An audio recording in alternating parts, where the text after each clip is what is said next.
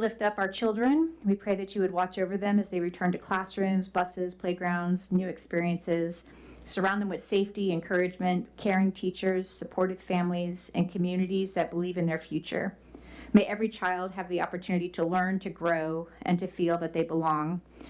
And as we pray for our children, let us also hold in our hearts those members of our community who may not have vote, may not have voice in this room, or may not have the ability to speak for themselves.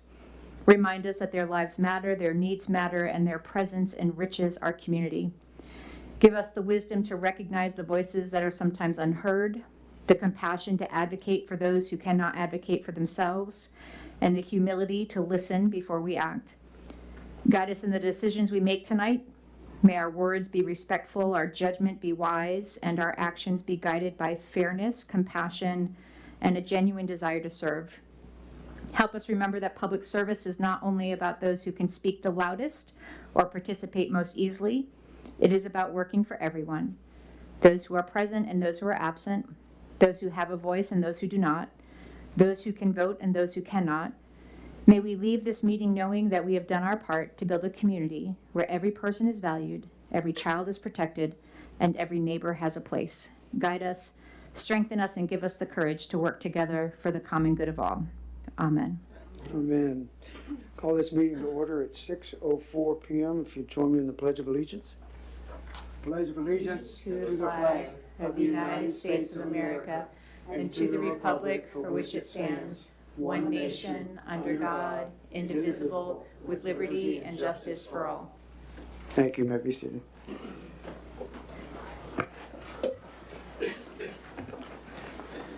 Mr. Manager, Mr. Barber, do we have a quorum? I will take Roll call, please. Yes, sir. Mayor Fletcher Hope. Present. Vice Mayor Iris Bailey is running late. Commissioner Karen Fiore. Present. Commissioner William Lewandowski. Present. Commissioner Jennifer Rossi. Present. City Manager Donald Barber, I am present. Deputy City Manager John Martin. Present. Attorney from Folds and Walker. Present. Our accountant is not here tonight, and then of course our city clerk is also absent tonight.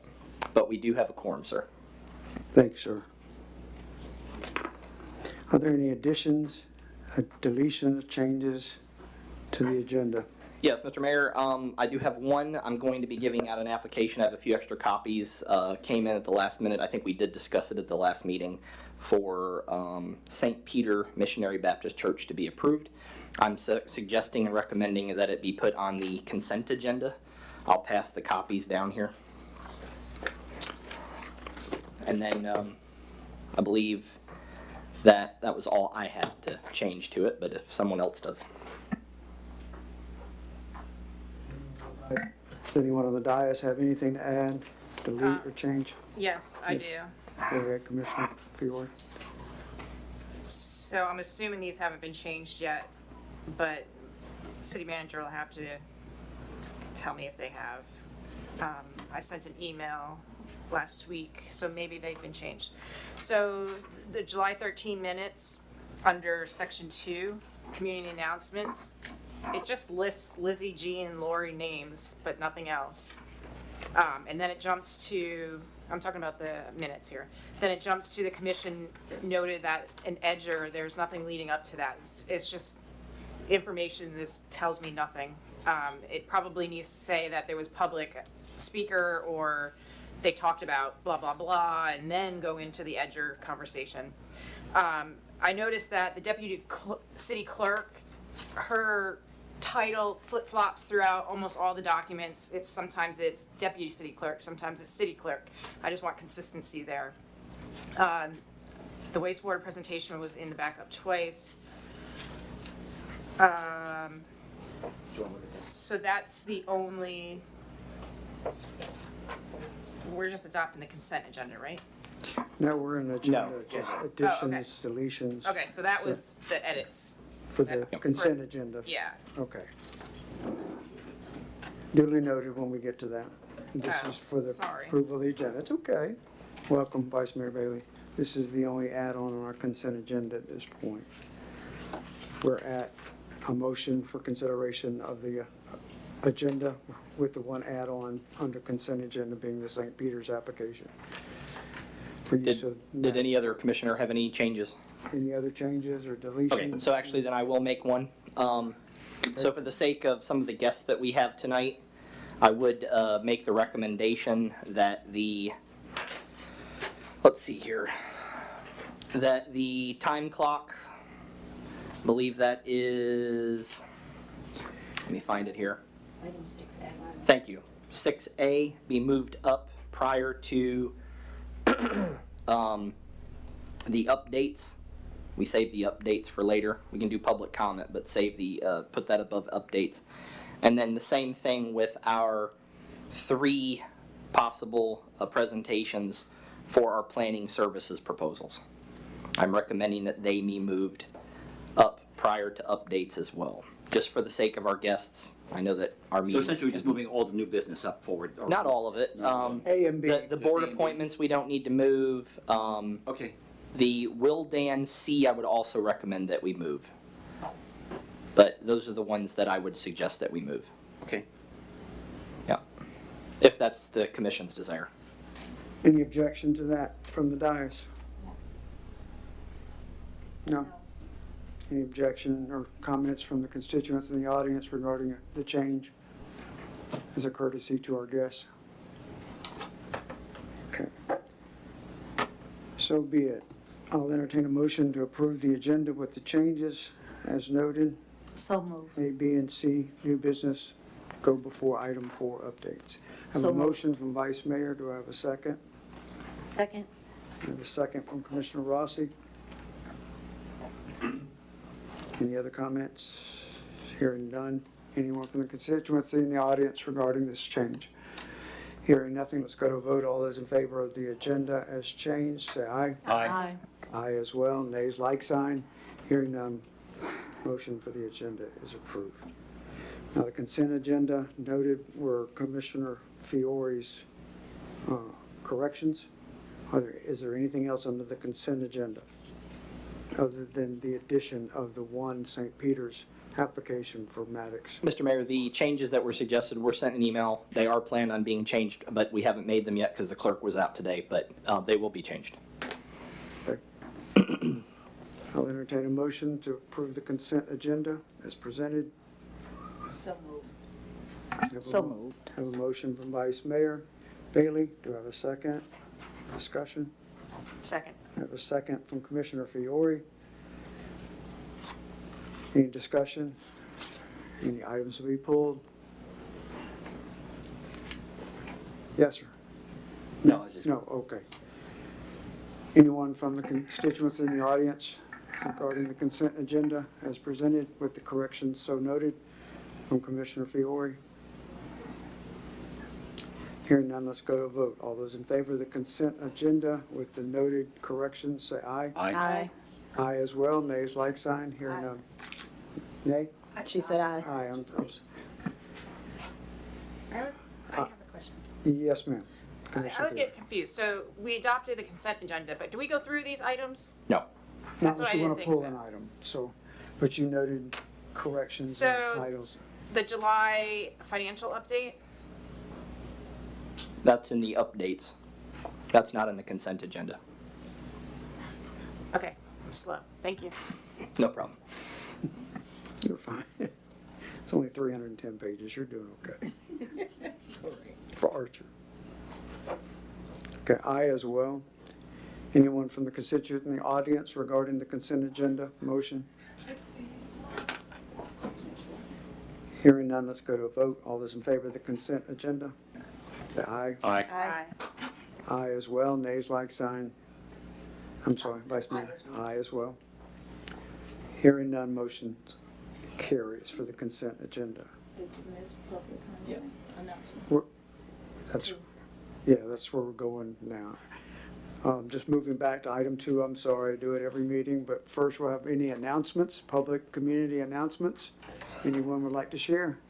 Yes, yes, Reverend Pisco, please. Oh, I'm sorry, If Mr. you Martin? don't mind, Mr. Mayor, just only because we got a couple people that came in that aren't normally here. Okay. One is from Animal Control, because I knew you guys wanted to ask some questions in the audience. And the other is the local librarian, who is now going to be coming to our meetings on a regular basis, or a representative thereof. But if you don't mind, I would hope maybe we could get the animal control person to come up at some point before we get into too much public comment and let them have a few minutes. Yeah, we can finish public comment, and if by consensus, it's okay, we can have the presentation by animal control. Yes. Yeah. And then certainly the Library. invitation of our library Thank you, sir. and recognition of her presence. Okay, any other announcements? Reverend Pisco, you're up. Again, thank you, ma'am. I'm working you to death tonight, I'm That's sorry. okay, I love it. Reverend Pisco, First United Methodist Church Archer. Wanted to extend an invitation. We have one of our quarterly free community dinners coming up on August 21st. It's going to be a taco bar and ice cream bar. It's a win-win situation, I'm thinking. So it's free. It begins at 5:30. At 7 o'clock, we have a family-friendly karaoke, which is also free. So I want to make sure everyone knows about that. And then on August 25th, we'll be having our senior lunch bunch again, which is a great time for seniors in our community to come together for a free lunch. And it will be like beef tips and egg noodles, I believe, this month. So that's at 12 noon on August 25th. Thank you.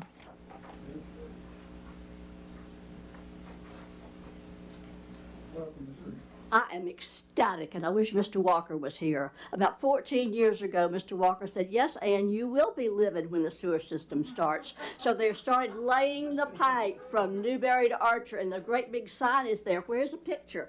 Did you have a photo op? Well, we need to. Thank goodness. Mr. Baldwin's gonna address that. He's gonna address that. Mr. Mayor, if I may. Thank you, Ms. Green. Yes, sir. Just for the public, this thing is loud. Just for the public, we just, for the escalated timeline, decided that we wouldn't do a groundbreaking and toss dirt.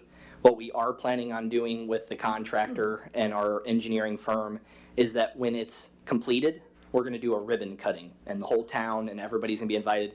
We figured it'd be better to actually complete something than talk about starting something, which there seems to be a history of. And so, but we are going to invite everybody, we're going to announce it, we're going to work out a date, we're going to invite the press, and we're going to really brag on Archer. But we want to do that by saying, hey, look, we completed something. So, for those that are wondering why. Thank you, sir. Anyone else? Announcements? Public comments?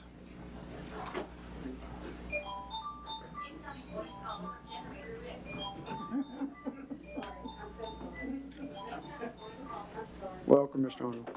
Yes, sir. Hello, Gene Arnold. Couple things. This is 309 pages. It's painful to get through, mostly because of the redundancy. Commissioner Fiore touched on it. You've got the wastewater on there twice. Doesn't look good.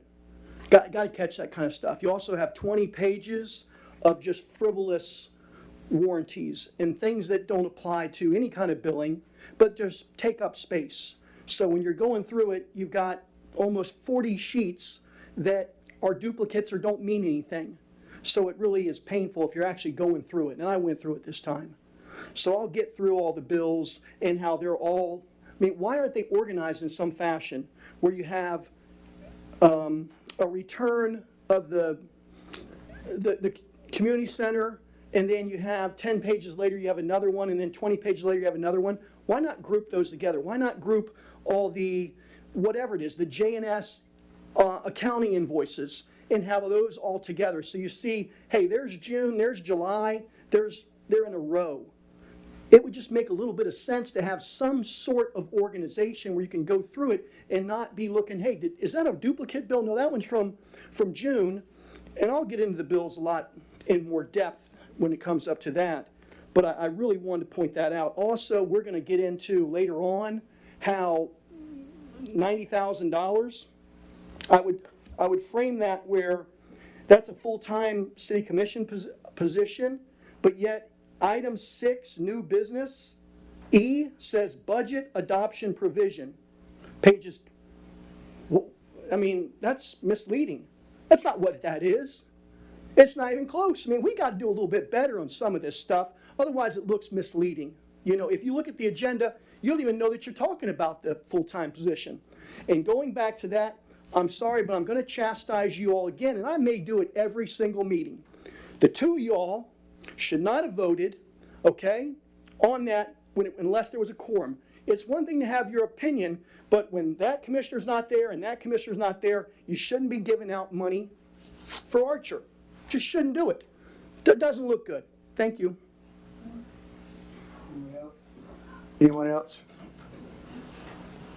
Welcome, I thought you'd be traveling. I guess that's the 20th budget workshop, huh? Good evening, Good everybody. evening, Costello, Ms. Costello. I just want to piggyback off what Commissioner Fiore said about Deanna's name, going back and forth. All of the bills, even the email, we got old employees on everything from a long time ago. I mean, 8, 9, 10 years ago.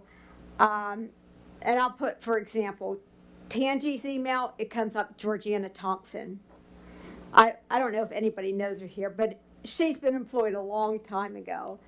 So, I mean, maybe y'all could do a sweeping thing. Her email? Yes, her email comes up as Georgiana Thompson. So maybe y'all can just do a sweeping name change or something. I know that I've asked before. I'm going to ask again. I'd like to see a Public Works report. We used to have one every month. And there's no reason why we can't have them again. And a manager's report. That means whatever he's going to report on, if somebody has questions, they have time to prepare. That would be nice for the citizens. I would really hope that you would request that from the manager. I didn't see anything on the locks in the bathroom. Is that going to be maybe on the budget meeting? I've seen the time cards, but Yes. no. Okay. Also, I did want to say something short about the water notices. I know I was told that we pay twofold to do it. Something has changed. We never used to have a problem with our water notices. We just didn't. You can look for yourself because it's online. If it goes down 168th Street, it will tell you to what road it stops. The other water notice, there was questions. Same thing with this water notice. I don't know what's happening, but something different is definitely happening. If they don't get it right now, when we have an emergency water notice, what's that going to do? We need to get it right. It's a hassle to boil water. I mean, it just is. I know that they did a leak, and I hate to tell you, but they left the water valve off, the water meter valve off. They never came back to put it back on. This is another reason why Public Works needs to be supervised.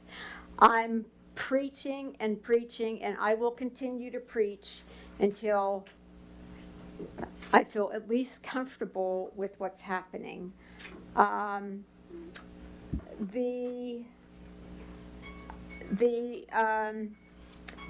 Work, okay, thank you. Anyone else? Mayor, I have a comment about, Yes, ma'am. if I'm able to address something that Lori said. Yes, ma'am. She asked about the locks on the bathrooms and stuff, and you were quick to say, yes, we were going to talk about that during the budget meeting, which is great. But I really would recommend that anyone up here that have items they want to see in that budget for the 20th, to submit them to the city manager, as well as the request for Wild Spaces projects to the city manager so we can share it. Because I can tell you right now, that budget is balanced on both ends, and if we start adding $30-some thousand items, we're going to have some issues. So I need some time to be able to maneuver some things around. So if you can send that to the city manager, it would be appreciated. Will do. Hello, my name is Ivan Chubb. This is the first time I've ever come to one of these, but I hear the phrase is the squeaky wheel gets the grease, and so I'm gonna squeak a little bit here. The splash pad down there by the park, let's get that going, guys. We can make it happen. It's not that complicated. We were talking about creating some sort of a board of some sort. I'd love to be contacted about that. I'd love to be part of it. There's other people in the community that would also love to be part of something like that.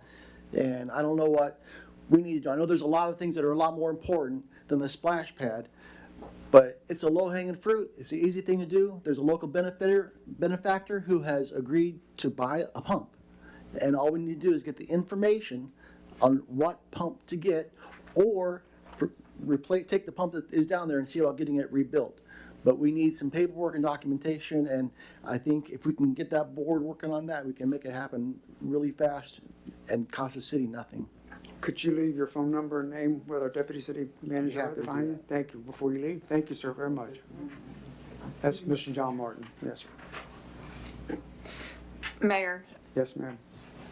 so I saw some talk about this on social media today, and I think it's really nice that people are willing to fork out their own funds for this.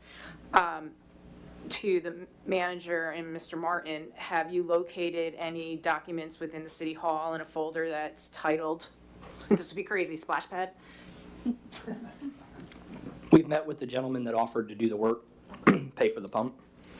He never informed us he needed anything further from that meeting. We took him out to the site, we talked to him, he took pictures. Okay. If there's something further that he needs, we'll be glad and happy to look for it, but I'm not aware of anything further that he had asked our assistant. Matter of fact, we reached out to him a second time when a couple weeks have gone by, and we re-engaged with him, and again, he didn't mention that he needed anything from the city, so. I would be very happy to talk to him and provide anything that I can for him, but. Yes, sir. I apologize. I'm not trying to step on anyone's toes. I did talk to Calvin. We exchanged a couple emails. I told him a couple different times, and I have the messages on my phone. We need some documentation on this. I've built 100 projects, and they all come with blueprints and specifications, and we can't even find out who the contractor was who built it. Because I've asked that a couple of times too. If we knew who the contractor was, then I could reach out to them and say, hey, have y'all got the prints in your files? And it shouldn't be that hard to do. When I was in the trades, we had all that stuff on a database, and they could email it, to shoot out an email, and we could be done with this thing overnight. But we don't have any of that information. And I'm not trying to blame anyone or point any fingers, but I can't do anything until we have some documentation. And I've asked for it a few times, and I don't know if anyone knows where it's at. And I'm not blaming anyone for anything, but that's where we're at. Thank you, sir. Yes, sir. Yeah, okay, or if there's no more public comments, I'll ask. I'm going to ask. Okay, and then- yeah. Welcome, Mr. Tufano. Yes, hi, thank you all. I just wanted to say thank you to Mr. Martin and Mr. Barber for just doing a great job. You guys got handed a pretty big pile of poop when you guys came in. And I'm just been pleased with the way you're responding to emails and requests for information. And I'm sure there's some things we could clean up, in reporting and things like that, but don't get discouraged. You guys have, done a great job. Hang in there. We appreciate it. People noticed it, so thank you, guys. Thank you, Mr. Tufano. Anyone else? Public comments? Number one, we have another one at the end of the meeting as well. Okay, I've got a couple of comments then. Yes, sir. Okay. Go ahead. Okay, so one, I think on the Public Works report, I think we essentially already have that built, because you've been sending the commission reports on what's going on. So I would think you can just kind of collate that, and it should be relatively, not too time-consuming thing to do. Same thing with the manager's report. You're providing some good reports to the commission. I think you could probably consolidate some of that and at least put that out, just a kind of a summary, or even just, just a quick edit of what you already provided. Doesn't stop you from saying other things at the meeting, but it does. You're doing a lot, and I think it's important to communicate to folks what you are doing. You're communicating it to us. Commissioner, if I can, the problem with summarizing what I talked to you all about is I can't put it out there in the public realm except in a public meeting. So, I mean, I can't, a lot of my emails back and forth and details with you all contain information with discussions with just you all. I can't publish that. No, I'm not. The no. attorney can back that Yeah, up. yeah, that's what I mean, edit, to summarize and edit bullet points, I think would be just fine. Okay. Yeah, no, I'm not gonna ask you I get what you're saying, I'm just talking about just summary, high-level summary, bullet points, and I think you should communicate what you're doing to folks, where you can. In regards to the water notices, that is a problem. People are confused by it. I think we need to come, and you've told us that there are some, I guess, statutory restrictions on what they can say in their text messages. That doesn't restrict us from putting out information. We are putting out the map Where's it being put out at? online, I believe it is, each time since we talked about it. I mean, we've taken a Google map and we literally circle the houses that are affected I didn't even know where, I knew we talked about it, but where's that at? Where- This last time. this last time. Yeah. I was out sick, so Yeah, I I'll know. check into it, but, Yeah. I mean, we've been trying to make sure that the map's out there, but I'll double check it. Yeah. I mean, even if somebody puts out a Facebook notice that says, look here, I know there's restrictions on what we can and can't do, but if you can just say, Yes. hey, look here, there's a notice online, I think we're probably okay. So what I could do is send it to one of you all to publish. The city can't publish Facebook because we are then required as part of the public record to preserve it, and Facebook won't allow us to do that. You can send it to one of us, send it to So, me. yeah, well, doesn't I'd be matter. more than happy to send a summary to Perfect. you all, and if you all could put it out, that'd be great. Yeah. One last thing about the splash pad, I mean, it's been an ongoing issue, and I just want to highlight, it is a case in point on why, when somebody has a good idea, we need to focus on the O&M afterwards, because we didn't do that for the splash pad. When it first came up, I talked about that ad nauseum, about how we need to make sure we budget for operations and maintenance. And so, we need to get this thing fixed. I know we're going to be putting in the budget, but in the future, as a commission, we really need to focus on not what the shining thing is that we're going to build, but how do we maintain it in the future? And it's a lesson learned for us. We just didn't do very well in that. The other thing that were brought up, I think, are going to be addressed at the different agenda items. That's all I had, sir. Thank you, sir. Anyone else for public comments? So let me address that. Yes, ma'am. Just maintaining the splash pad wasn't the problem. It was the vandalism that happened as soon as it get fixed. We had kids going down vandalizing it right after, and that happened every single time. And it became very expensive. So we didn't account for people not being accountable for their kids and making sure that they were not being down there alone and literally tearing pipes apart, putting stuff down in the pumps.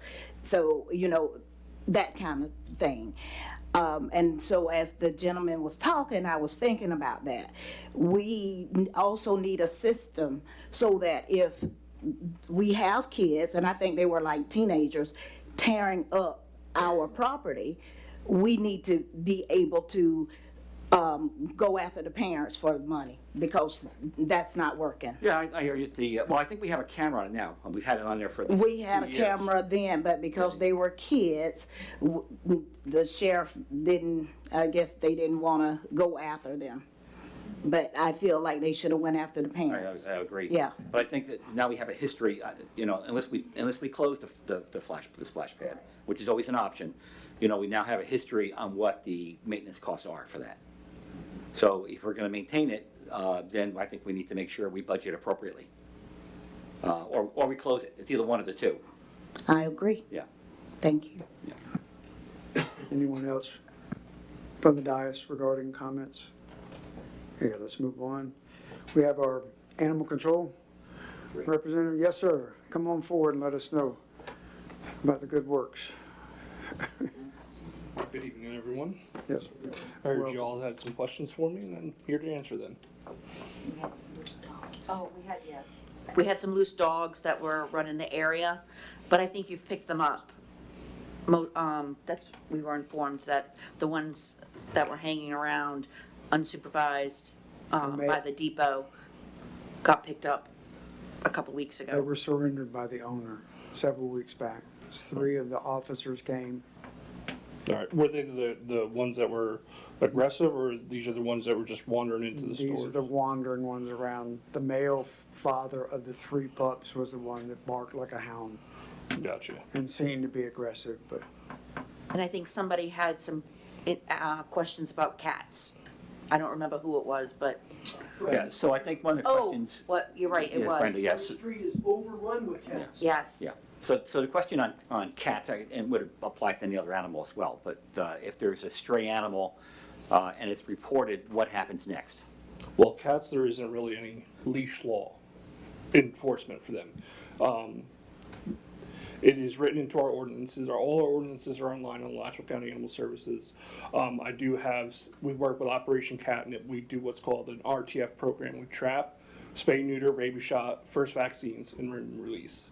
Otherwise, our euthanasia stats would go through the roof if we just did that. There is really no other way to, I guess, mitigate them expanding. I mean, there is several thousand what we call community cats throughout Alachua County. Mr. Mayor, if I may. What other municipalities have licensing laws in place that Alachua County Animal Control can help enforce? So for example, like if we talked to our attorney and we had a licensing fee for dogs and cats to register them, is that something that Alachua County can then enforce if people are finding animals that are not licensed or attributed to anybody? It's already written into the ordinances. It is a violation. It does carry a monetary citation if your dog is not licensed or rabies vaccinated. But it's hard to monitor all those with the amount of residents. On average, there's only 3 or 4 of us on a shift. And to the amount of calls we get right now, we have 60 calls sitting in the queue. We recently fractured. I don't know if you were aware of that. 3 of our members went over to the Alachua County Sheriff's Department as an investigative team. They have created what's called the Animal Services Unit, and they handle all bite calls.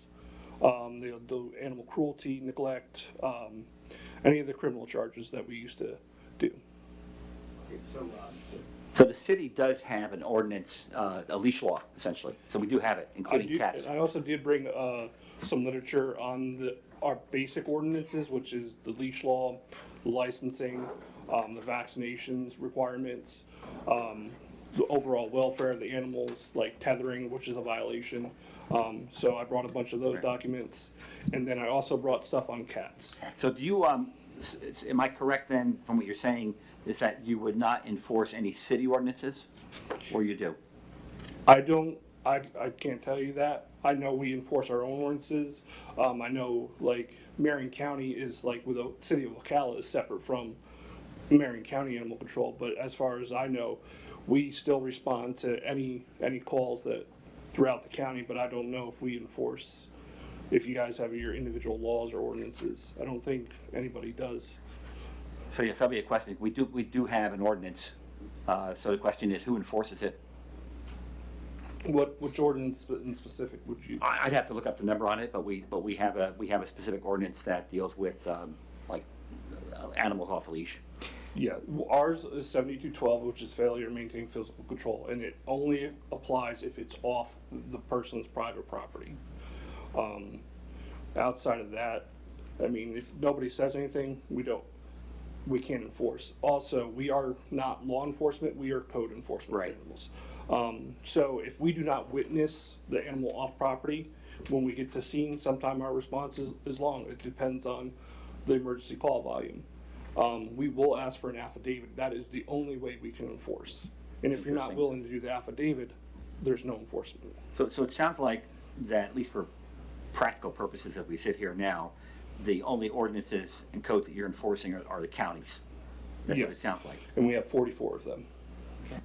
Another question real quick. Do you guys have a program that you use where a resident could call for feral cats for the spay and neuter program, and they would be able to use those traps to trap them safely and then notify you all once they are? Operation Catnip. The Operation Catnip, which I have that literature with me Okay.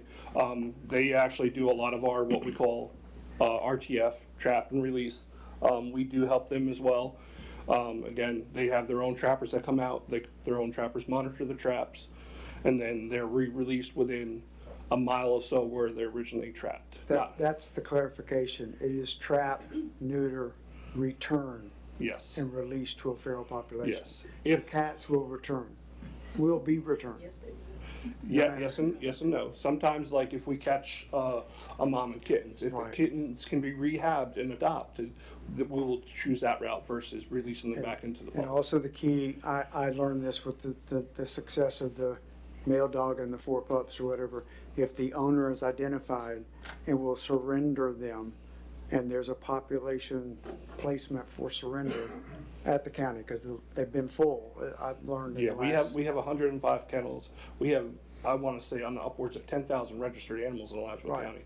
We're in 105 kennels. We do ask the public's help for managed intake. We do set appointments. I was impressed, though, that they reached out, these 3 officers, and worked 3 visits that I know of, because it's my neighbor, and then worked out a surrender plan. And they took not only the male dog, 3 pups, but I think they took 4 or 5 cats as well and neutered them. I think the cats are being returned. The others are all up for adoption. They're not being returned, so the dogs aren't. Correct. Mayor, I have a question. Yes, ma'am. I'm sorry, I didn't mean to interrupt you. Finish. So the catnip program, yes, it's great. It's hard to get wild cats. I know that they have a service, they come out in with the traps and do it themselves. But what do we need to do to get that to happen? Because I've heard citizens say they've contacted and they said no one's going to come out and do it. You have to do it yourself. So what is that special thing that we need to say that we need There them shouldn't to be. I've come? never heard Operation Catnip turning down. They may not have a trapper right away. It may take a week before they get out there, but I've never heard them turn away. They are consistently bringing in animals, spaying and neuter them, and turning them right back out. And the only thing I've heard is that Operation Catnip was without funds, and that maybe that was the staffing level issue or whatever, but. I'm not sure. I in the know they last- have a current vet here. They have, it's right in the city of Gainesville. Okay. I believe they're on Northeast Second Avenue. And they actually spay and neuter some of our animals because we were without a vet for a little while. And we were actually sending animals over there to get spayed and neutered so we can get them out and adopted. So I'll ask the citizen to contact them again because I think she's already tried this route before and I don't think she can go around up and down her road capturing all these feral cats. Okay, so you're gonna leave all the information. I know it's online, but I'll just ask her to reach out. Yeah. So I just looked it up. So our ordinance was, ordinance number 08-2020 is when we put ours in effect. And it covers things like leashing, tethering. It grants animal control, the authority to issue citations, impound nuisance animals, et cetera, et cetera. But I think that if we have an ordinance that we can't enforce, maybe we ought to take a hard look at, do we need to have that ordinance? Should we just refer to the county? Otherwise, you have confusion. If you have a citizen going online saying, hey, we've got this ordinance that says, you can't bark over 10 minutes during the day or 5 minutes at night, and it can't be enforced really by anybody, then maybe we should reconsider having that ordinance and just refer to the counties. Mr. Mayor, if I may, so that it may be enforced if the city employs or contracts with a person qualified as an animal control officer to enforce the regulations of this chapter. So it would be a separate contract that the city would have to pay to use a separate or officer other than the county. That's not gonna happen. And you can also reach out to our county attorneys. I mean, we just amended our ordinances when we fractured and created the animal service unit at the sheriff's department, so the sheriffs could do our civil citations and such like that. We want to work together for Yeah, the of best course. outcome for all the communities. So any ideas or any questions, you can always direct them to us. You can call in through our dispatcher. We have a dispatcher Tuesday through Saturday.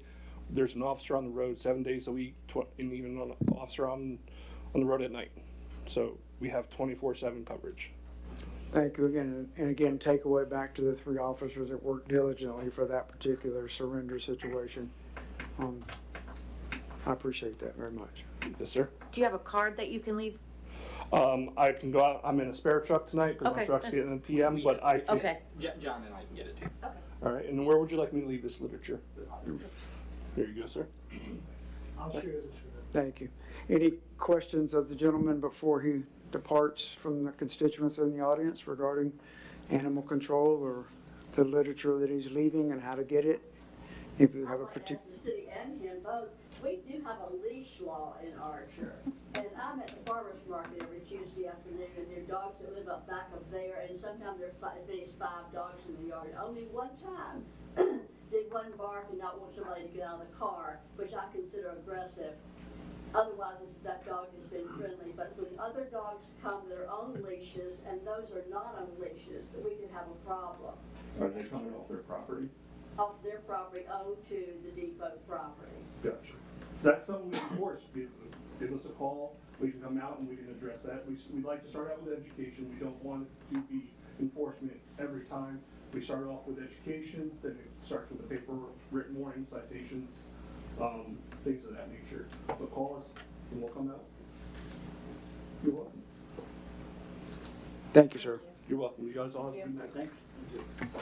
Mr. Mayor, at this time, if we could consider the library, just briefly. Yes, she's coming up. Perfect. To introduce herself so we know a face. Welcome. Glad you're here. Thank you so much. Good evening. My name is Lisa Schnur. I'm the branch manager of the Archer Branch Library. And tonight I pair with Jody Patterson, who just moved by. She is the public service administrator for the West Side branches. And so I'm here tonight to express my most sincerest gratitude to a very successful summer reading program. And it was a great collaboration between the city of Archer, the employees of the city of Archer, the residents of Archer, and probably most important, the children of Archer, who really had a great summer reading program.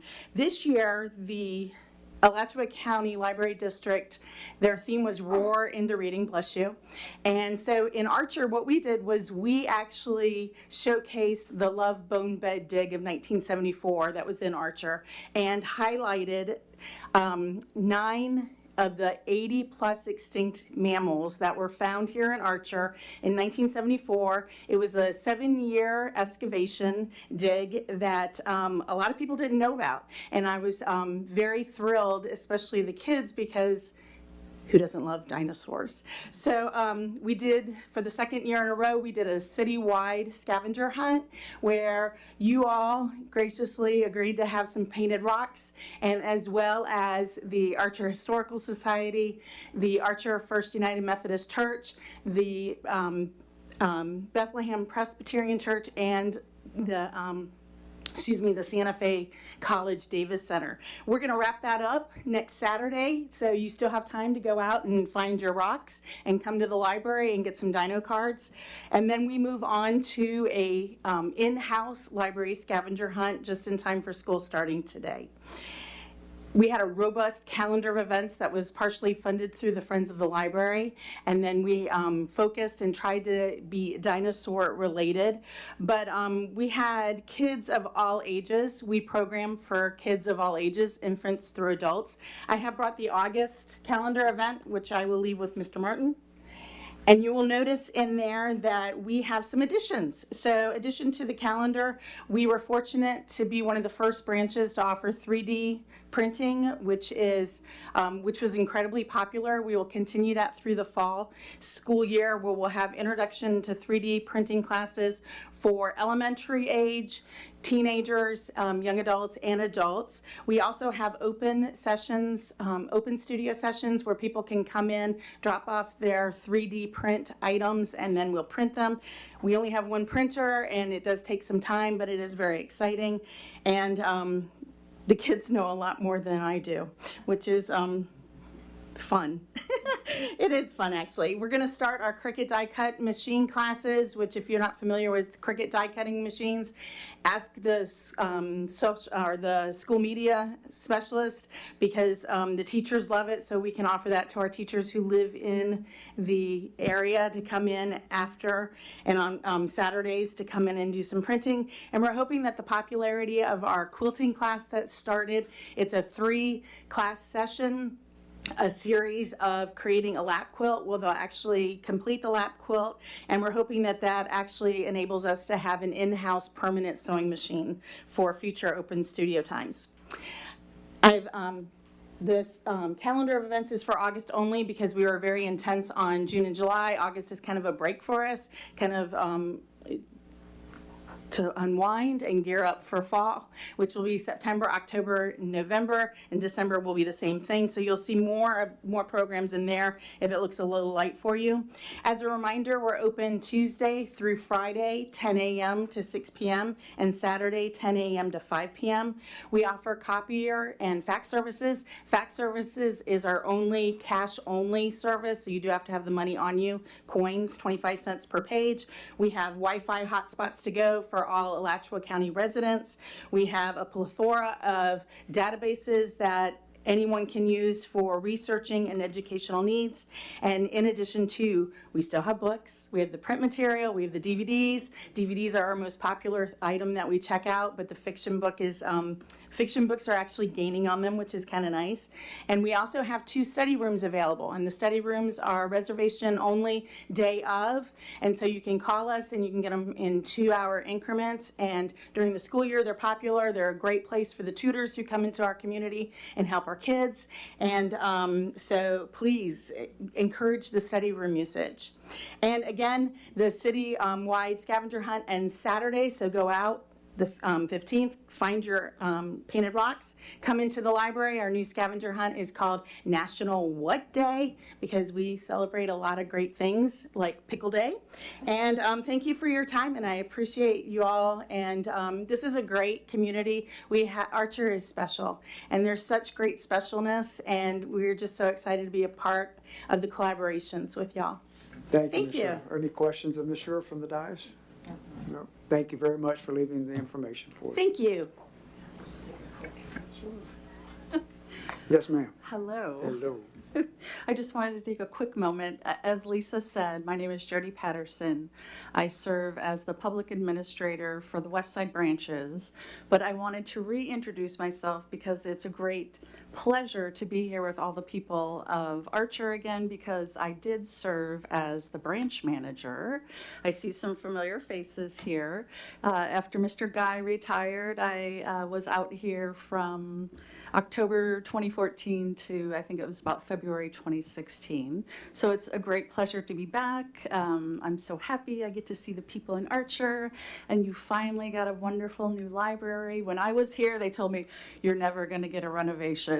So I'm so happy that you guys have it. It's a gorgeous space. As Lisa said, there's, so many programs, services to offer. So we hope that you all come in and visit us. We are celebrating our 40th anniversary. So if you want to come downtown on October 3rd at 10 a.m., we're going to have a nice ceremony, and then we'll have lunch, some cake, and then at noon, it's going to be fun. It's, we're going to have a dance party out in the courtyard, 1986, There will be snow cones and magicians and face painters and balloon artists. There will be crafts. We'll have our makerspace open so you can come in and, see what happens in the makerspace. So if you have time on October 3rd, mark your calendars. You can spend all day with us, or you can come for the morning or come in the afternoon. So we hope to see you. Thank you, Ms. Patterson, very much.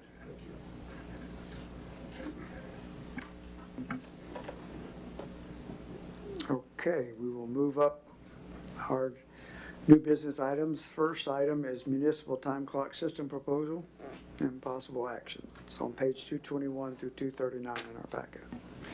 Mr. Mayor, I'm going to start this one here. Okay. On page 221 here.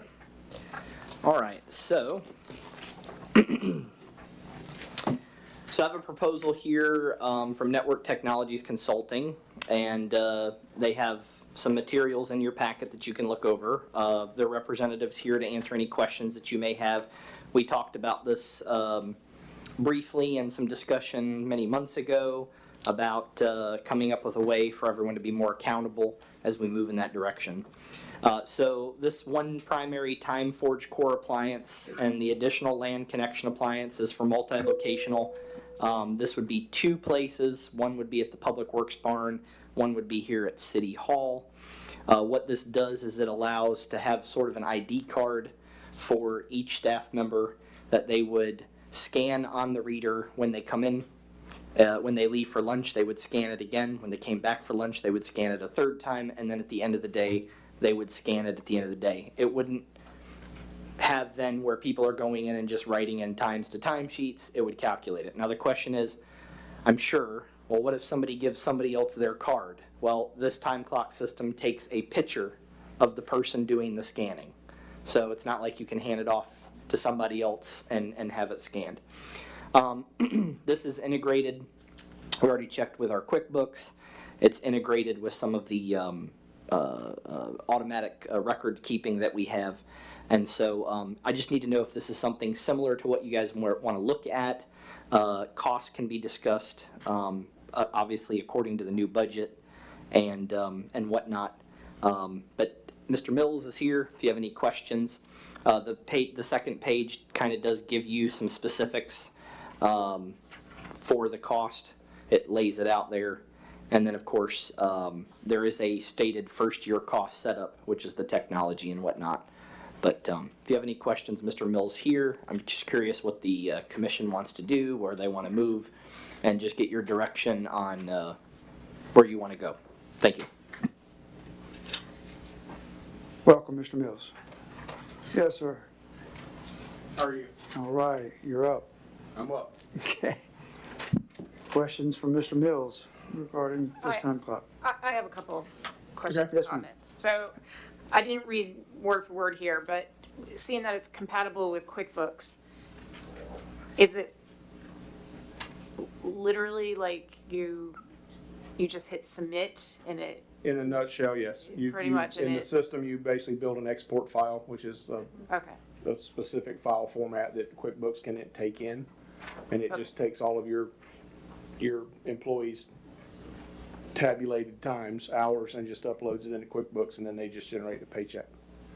okay. So does it provide any checks and balances?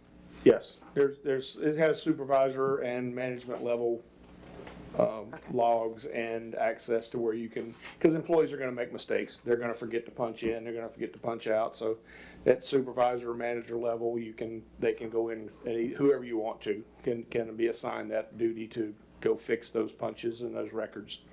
And again, I apologize, I didn't read it word for word, but is there a section here that provides companies that are currently using it? The only one we have using right now is the city of Williston.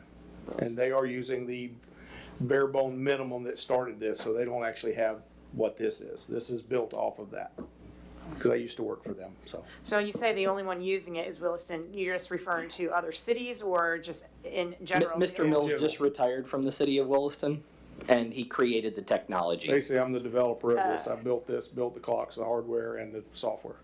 Gotcha. I solved a problem in the city of Williston that they needed for clocks. So the reason why I asked Mr. Mills to come and present was because when we went out and priced this out and we looked at the market, we were looking at solutions anywhere between $10,000 and $25,000 a year. So for small municipalities, there weren't options that were affordable to us. Williston and other places have had a similar problem.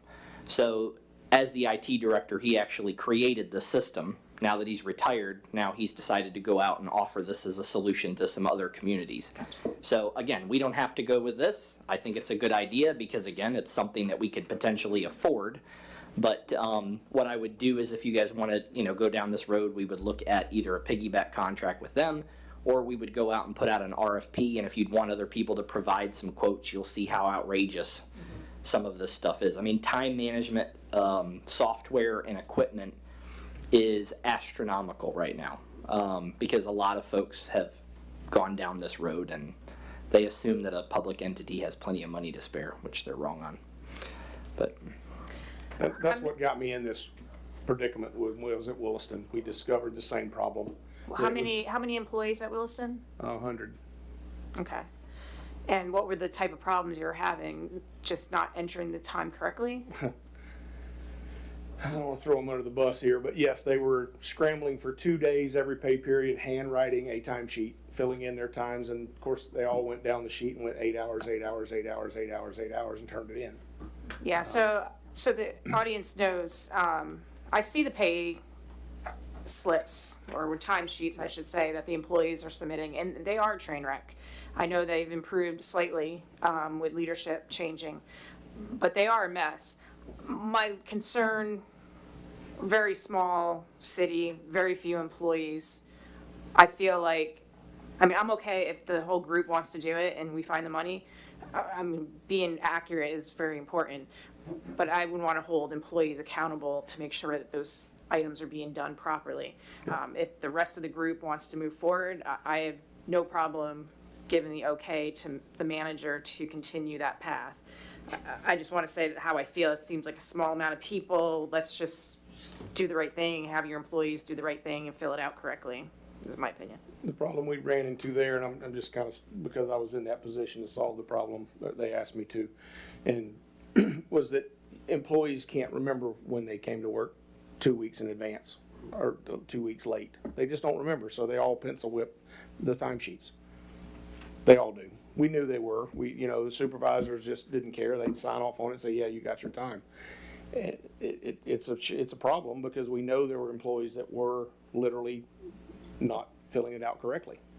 And we have heard tales of, taking their 30 minutes out for lunch and then leaving and going and taking an hour lunch. And unless you've got some sort of, technology that's, whether it's a time clock or even if it's the old paper punch clocks, it's unfortunate that you have to because people just aren't honest. If you give them a chance to cheat, they're going to cheat. So we did implement a new timesheet. This week was the first week that the new timesheet approved by our accountant was adopted. The staff filled it out Thursday and some of them Monday, today, this morning, turned it in. John and I are reviewing that. It is a lot more detailed. So regardless of, what you guys are deciding, we are moving in the direction of making sure things are done. This timesheet, for example, even has a time in and a time out for lunch. So we are doing our best, and we want a specific time on that is what we've been requesting. Yeah, So we and I are saw that. moving It in looks that. good. We are moving in that direction, and that was something that I developed with Mr. Whitehead. And it's a CSV file that he can transfer over and whatnot. But And so from my perspective, I don't have any problem with the technology at all. I understand the need. We don't have the money, from my perspective. I mean, it's, first year cost was $3,480 and annual recurring charge cost of $2,785. That's reasonable. I mean, so so the pricing's reasonable. Problem is that we have a huge debt, and we have a lot of other things to spend money on, and it concerns me. And at least at this point, as I sit here, I personally could not vote for it, given our financial status. Now, maybe as we go through the budget process, I might have a change of heart. But as I sit here right now, I just couldn't support it, even though it sounds like a nice product. But for how many employees we have? 10 total? 8 employees? I just can't justify it in my mind. Anyone else? Questions of Mr. Mills? That was specifically what I pulled you up here for. I'm sorry. That's all right. I understand. And again, to reiterate what Commissioner Fiore is speaking of, I think standard operating procedures with punitive, progressive development counseling with the procedures is critical. I don't know if taking your picture, but I certainly know if you're punching in late after so many minutes or whatever, multiple times in a period is standard operating procedures for any business. So, and we don't have such a thing at this time in our personnel policy.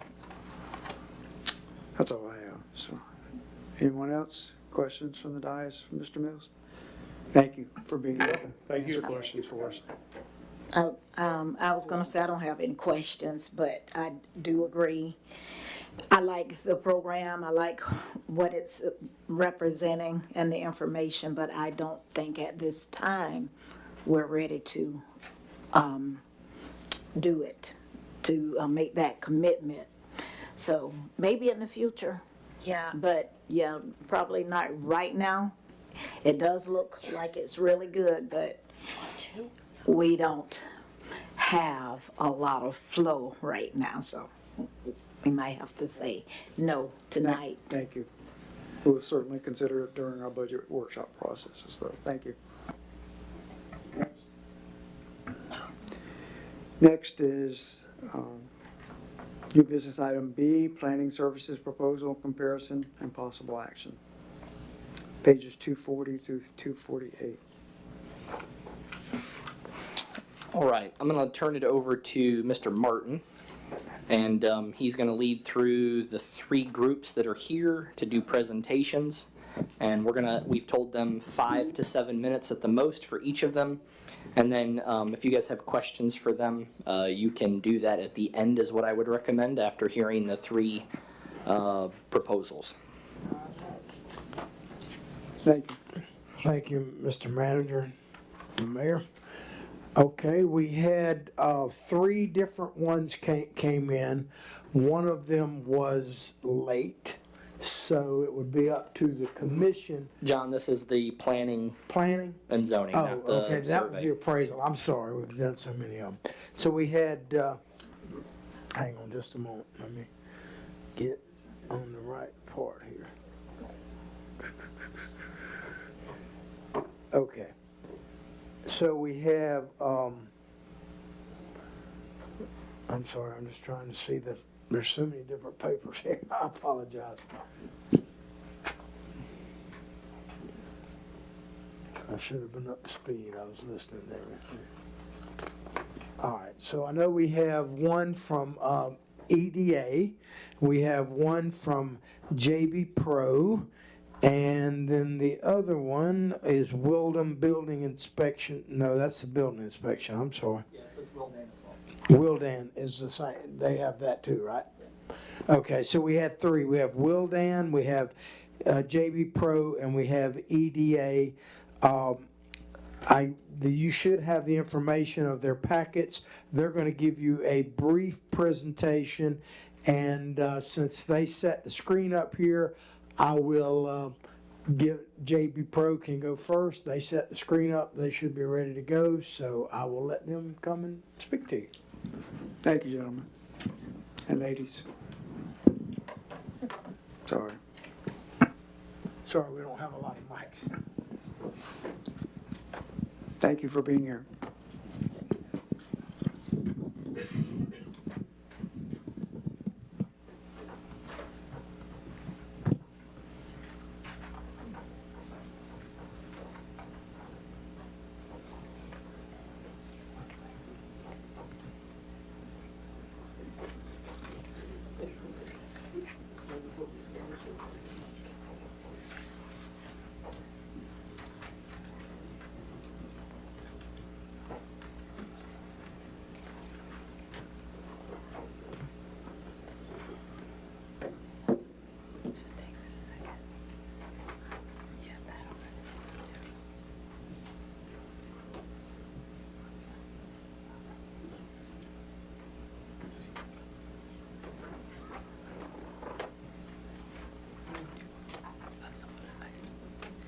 That's up to them.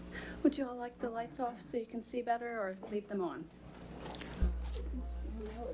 It will. It's a projector. It takes a second to warm up. That thing is like 20 years old, so she's getting there. I think we could be good, but we'll see.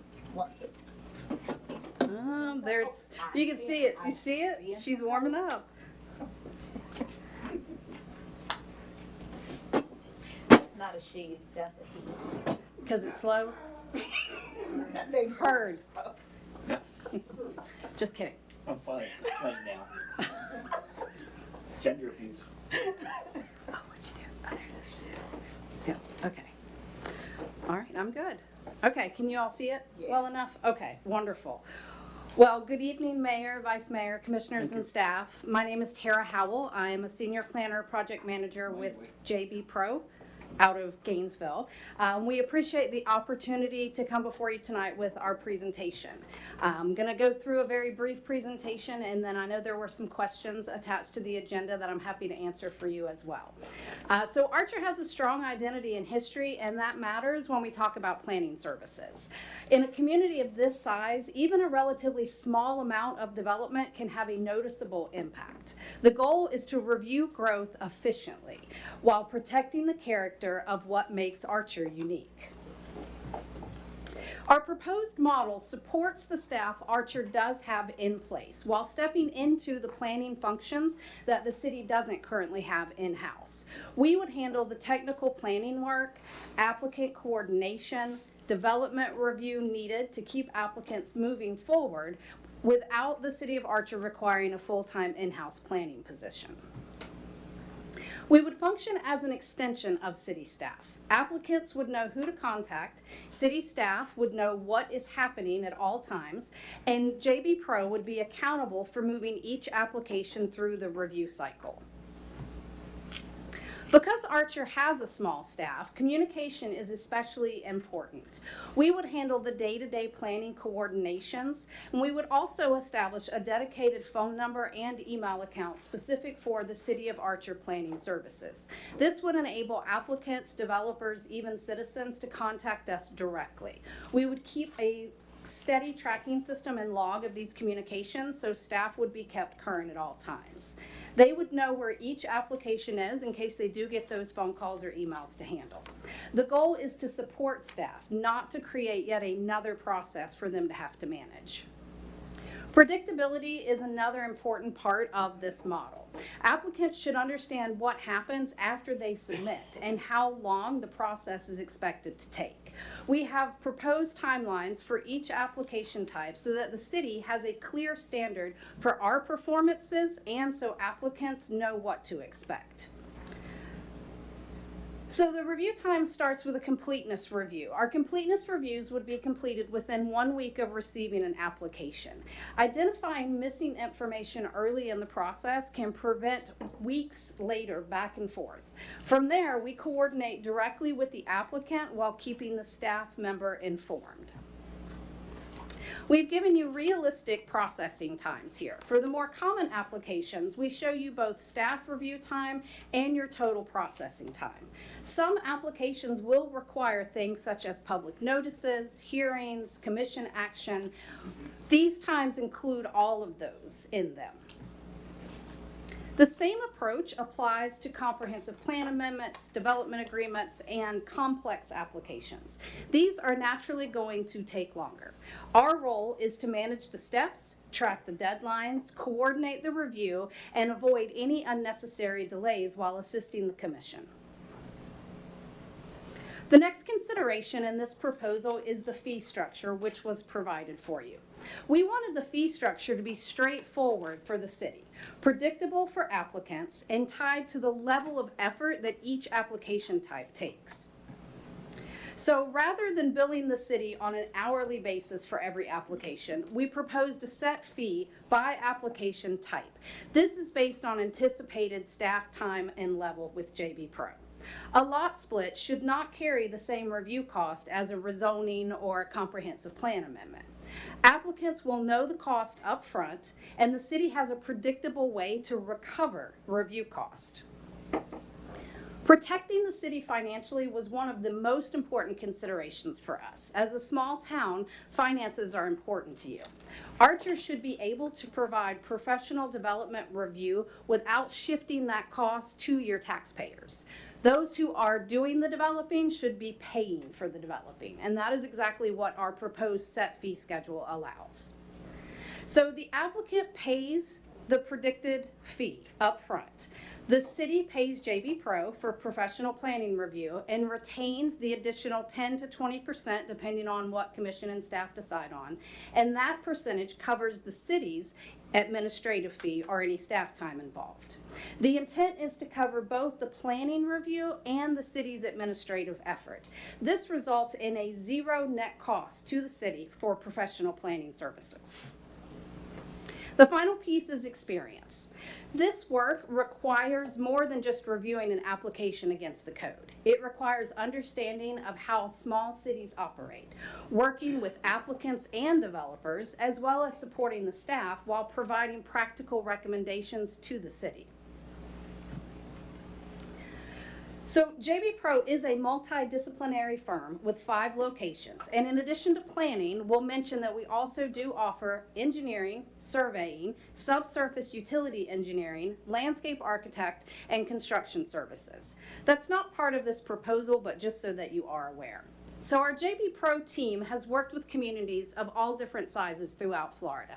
But I think what is most relevant to Archer is that several of us have direct experience providing this exact type of support to smaller communities. Kathy brings more than 30 years of planning experience with both the public and private sector. I have worked in both public as city planning staff, as well as a consultant for local governments and private developers. I currently provide planning support staff, just as what Archer is seeking to the town of Interlaken. Laura also brings public and private sector experience and currently provides the exact same planning support to the city of Williston.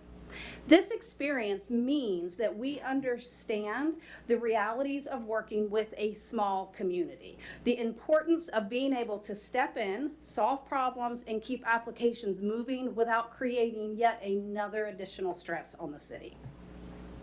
So also to mention our team, one second here. There we go.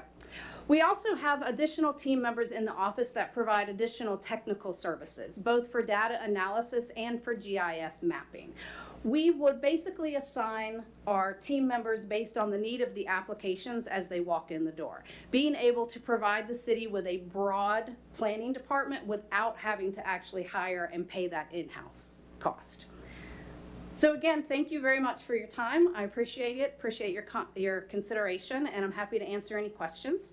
That does conclude the presentation, and then did you want us to address the questions that were in the agenda packet? We let all three Okay. go, and then we're gonna.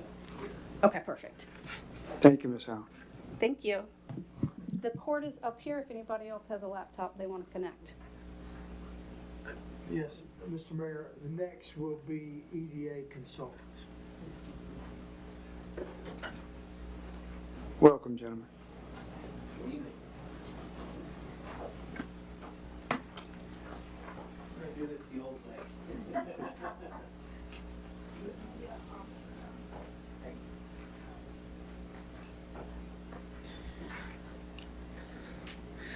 All right. Good evening, Mayor and Commissioners. I'm Clay Swager. I'm a certified land planner with EDA Consultants. I'm here with Adam Hall, another certified planner with EDA. We're feel very privileged to be able to come and just give you a brief presentation and speak to you about our qualifications and what our proposed approach would be with the City of Archer. I think the good news for you all is that you've got 3 good options to choose from. We're just glad to be part of the conversation. Our firm has been around for 50 years here in Alachua County. One of our founders, Ralph Ing, was the city engineer back when the comprehensive plan was approved originally in the City of Archer. So we've done work with the city. We've done brought applications forward in the past. So we're just very glad to be here. Adam and I are going to split. We're just going to give you a very brief overview. I know we gave you a lot of information in the backup material.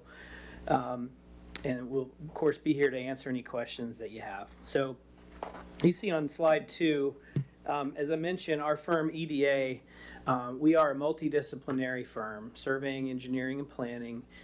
Adam is our director of local government planning. I'm one of the partners at the company. Our focus is local government planning. We do work for private sector applicants, but also a lot of local government clients, which Adam will speak to in just a minute. Myself, Adam, and Onelia Lazari are certified planners. So we are planning experts in the field. A vast majority of our clients are all within about 30 minutes or 45 minutes of this room. So we're a very locally focused firm. Feel like we could come right in and help on day one. Got a host of experience that is related to the type of work that I think that you are looking for here in the City of Archer. I think between the 3 of us, we're starting to date ourselves a little bit, but I think we have about 75 years of planning experience between the 3 of us. I don't know how that happened, but Adam, if you'd like to come up and say a few words. Thank you, Clay. Adam Hall, planner with EDA Consultants. I've worked in local government planning most of my career, 16-year career. Started at City of Williston, then was with the City of Alachua, and then with the University of Florida, and now with EDA. So a lot of experience with, I think, what the city is going to be dealing with in the future. Like Clay said, we also work with Onelia Lazari, she's a font of planning knowledge. She was a planner for City of Gainesville for quite some time. we are not only just a planning firm, EDA has engineering, surveying services as well, so that's a good resource for us in-house to have. If there's a engineering related question that comes up with the planning project, we have surveyors and engineers we can go and bounce ideas off them. We're well situated to support the city. We provide a wide range of planning services to our current contract communities in North Central Florida, City of Hawthorne, City of Waldo, City of Denellen, Town of White Springs, Town of Micanopy. These clients utilize our services as needed. Some use it quite a bit, some only when there's a more complex or even time-consuming issue. Your staff could probably work through a lot of these, but it's limited personnel hours, and sometimes it's good to have that firm on call, ready to provide that service when needed. The next slide, if you go to slide 3, our service model, essentially planning department in a box. We can assist with anything from that's planning and development related, development review, GIS and mapping, applicant agency coordination, code updates, general planning assistance, and to be clear, as directed by the city. So you only use this as you need. So I think I'll turn it back over to Clay for the next slide. Yeah, there are a lot of services listed on that sheet. Our local government clients, the 5 that Adam mentioned, are very similar to Archer. There'll be months where they really don't need us for anything, and then there's months where there's a lot of things happening. So we're nearby, we're on call. I think our local government clients would speak highly of us because we answer the phone right away. We're right down the street, and Adam and I will be the 2 that you would be working with directly. We would not be passing it on to other folks. So you'd have us if you'd like to have us. On slide 4, I'd just like to kind of walk through a couple of the things that the manager specifically asked for us to address. The applicant-funded fee structure, and I think that is an excellent idea for the city of Archer, and some of our other clients do that as well. You create a fee structure. You may have to amend your fee ordinance. You collect a fee upfront for various applications. The applicant pays the city that fund into a retainer, and then that money is available for the consultant, such as us, or the engineer, to do a professional review. It does not put the city in a situation where they have to outlay the money. It's a very regular type of arrangement. It's a very prudent financial one as well. And I'll go through our proposed 100-day implementation plan in just a moment. But that's what we would propose, is to help you establish that process. The city would include an administrative fee because, of course, there's staff time to review the application as well. That's the 10 to 20% administrative fee. And then any fees that we would charge to review an application would come out of that retainer. So that's a benefit to both the city and the applicants. They understand up front what the costs are, the predictability, the transparency, in particular in the process and the review timelines, which Adam will speak to now. Yeah, so one of the requests was for the timelines, and timeliness and timelines are very important, not only for the city, but also for the applicants. We're committed to turning around responses as outlined in our proposal, and that includes meeting all state statutory requirements. But we will review building permit zoning requests within 2 days, completeness reviews within 3 days, zoning requests within 5 days, administrative zoning requests, site plans and variances within 10 days, special exceptions, rezoning, subdivision, comprehensive plan amendments within 15 days. And those are our review times. We can't guarantee a complete review time because obviously you make comments and then the applicant could react to those quickly or not immediately.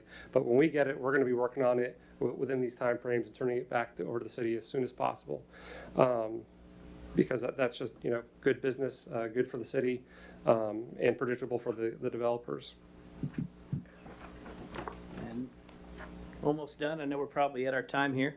On slide 6, this is what we propose as a 100-day implementation plan in order to get the ball rolling. A lot of times people come in and have good ideas, and then we don't think about them or we don't implement them. So the idea here is that within the first couple of weeks, as we sit down with your city staff and look at your applications, look at your fee schedule, look at your procedures and policies, try to review them and come up with some strategies on how to update them as necessary to have a more predictable process for your applicants so they feel happy knowing what steps they've got to go through in the city also is serving the public in a better way there as well.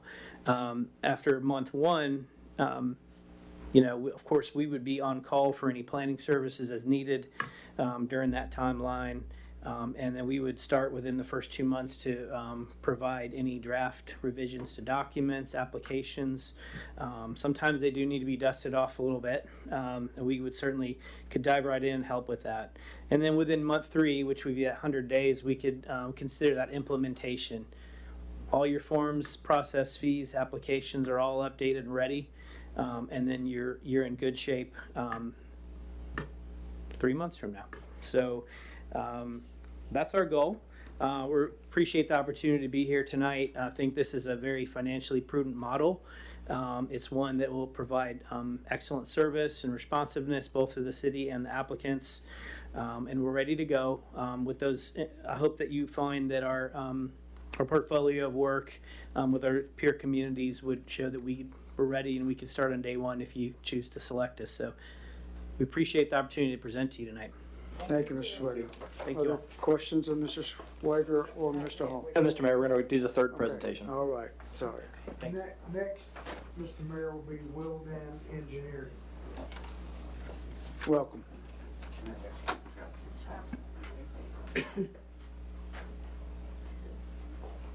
Good evening, Mr. Mayor, Vice Mayor, members of the commission. Pleasure to be here this evening, and really a pleasure to hear somebody from the audience speak well of a manager and a deputy manager, having been one previously. Mike Hine with Wildan. I have with us Michelle Janeski, Tracy Berge, and Mike Savage, who you'll hear from shortly. I want to applaud you, as the previous speakers had said, Clay and Tara. Congratulations for looking forward. We talk about growth paying for itself. That's a great mantra, but not everybody does it well. And what you're doing this evening is trying to get ahead of that growth that's inevitable at the City of Archer. With your road widening, with the sewer extensions that we hear about, you're poised for a lot of growth. And setting up those systems that will make sure that the existing taxpayers don't pay for that growth are essential.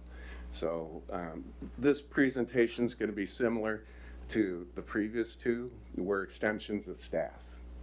We work at the direction of the City of Archer. We believe we have the experience. When you look at our resumes and the things provided to you, I've been a planning and zoning director, I've been a community and economic development director, finance director, but for over 20 years I served as a city manager in small, medium, and large communities. 2 of the cities I had the privilege of managing happened to be the fastest growing in their respective states at the time. That would be the town of Marana in Arizona and the city of Groveland in Florida, which I was recently served for 8 or 9 years. We believe that the breadth of our organization, which has over 1,800 employees across the country, many located in Florida, provide the diversity, flexibility, and scalability to meet all of your needs. We've all done this work before, reviewing your existing codes, and we've already done some of that, and they are going to need some refreshing, working with the city attorney. So for the first 30 days, as Clay said, you get in here, you look at your existing codes, you work with your staff, and you identify what needs to be updated while still meeting the statutory requirements. But you also look, instead of furnishing the fee structure in advance, we want to spend some time with your staff to identify full cost recovery, because not every city is the same, and not every code. There's some great models, some great ideas in good currency or best practices. Groveland had to accommodate for the growth. Fruitland Park, there are some other rate structures that may work for you. Not only do you get the planning services staff, but Wildan has an energy team, has a financial team. You're familiar with the building, code compliance. We even have disaster recovery teams. Not that we hope you would ever have to use those services. So whether directly with us or putting us on library services, we'd love to work with the city of Archer.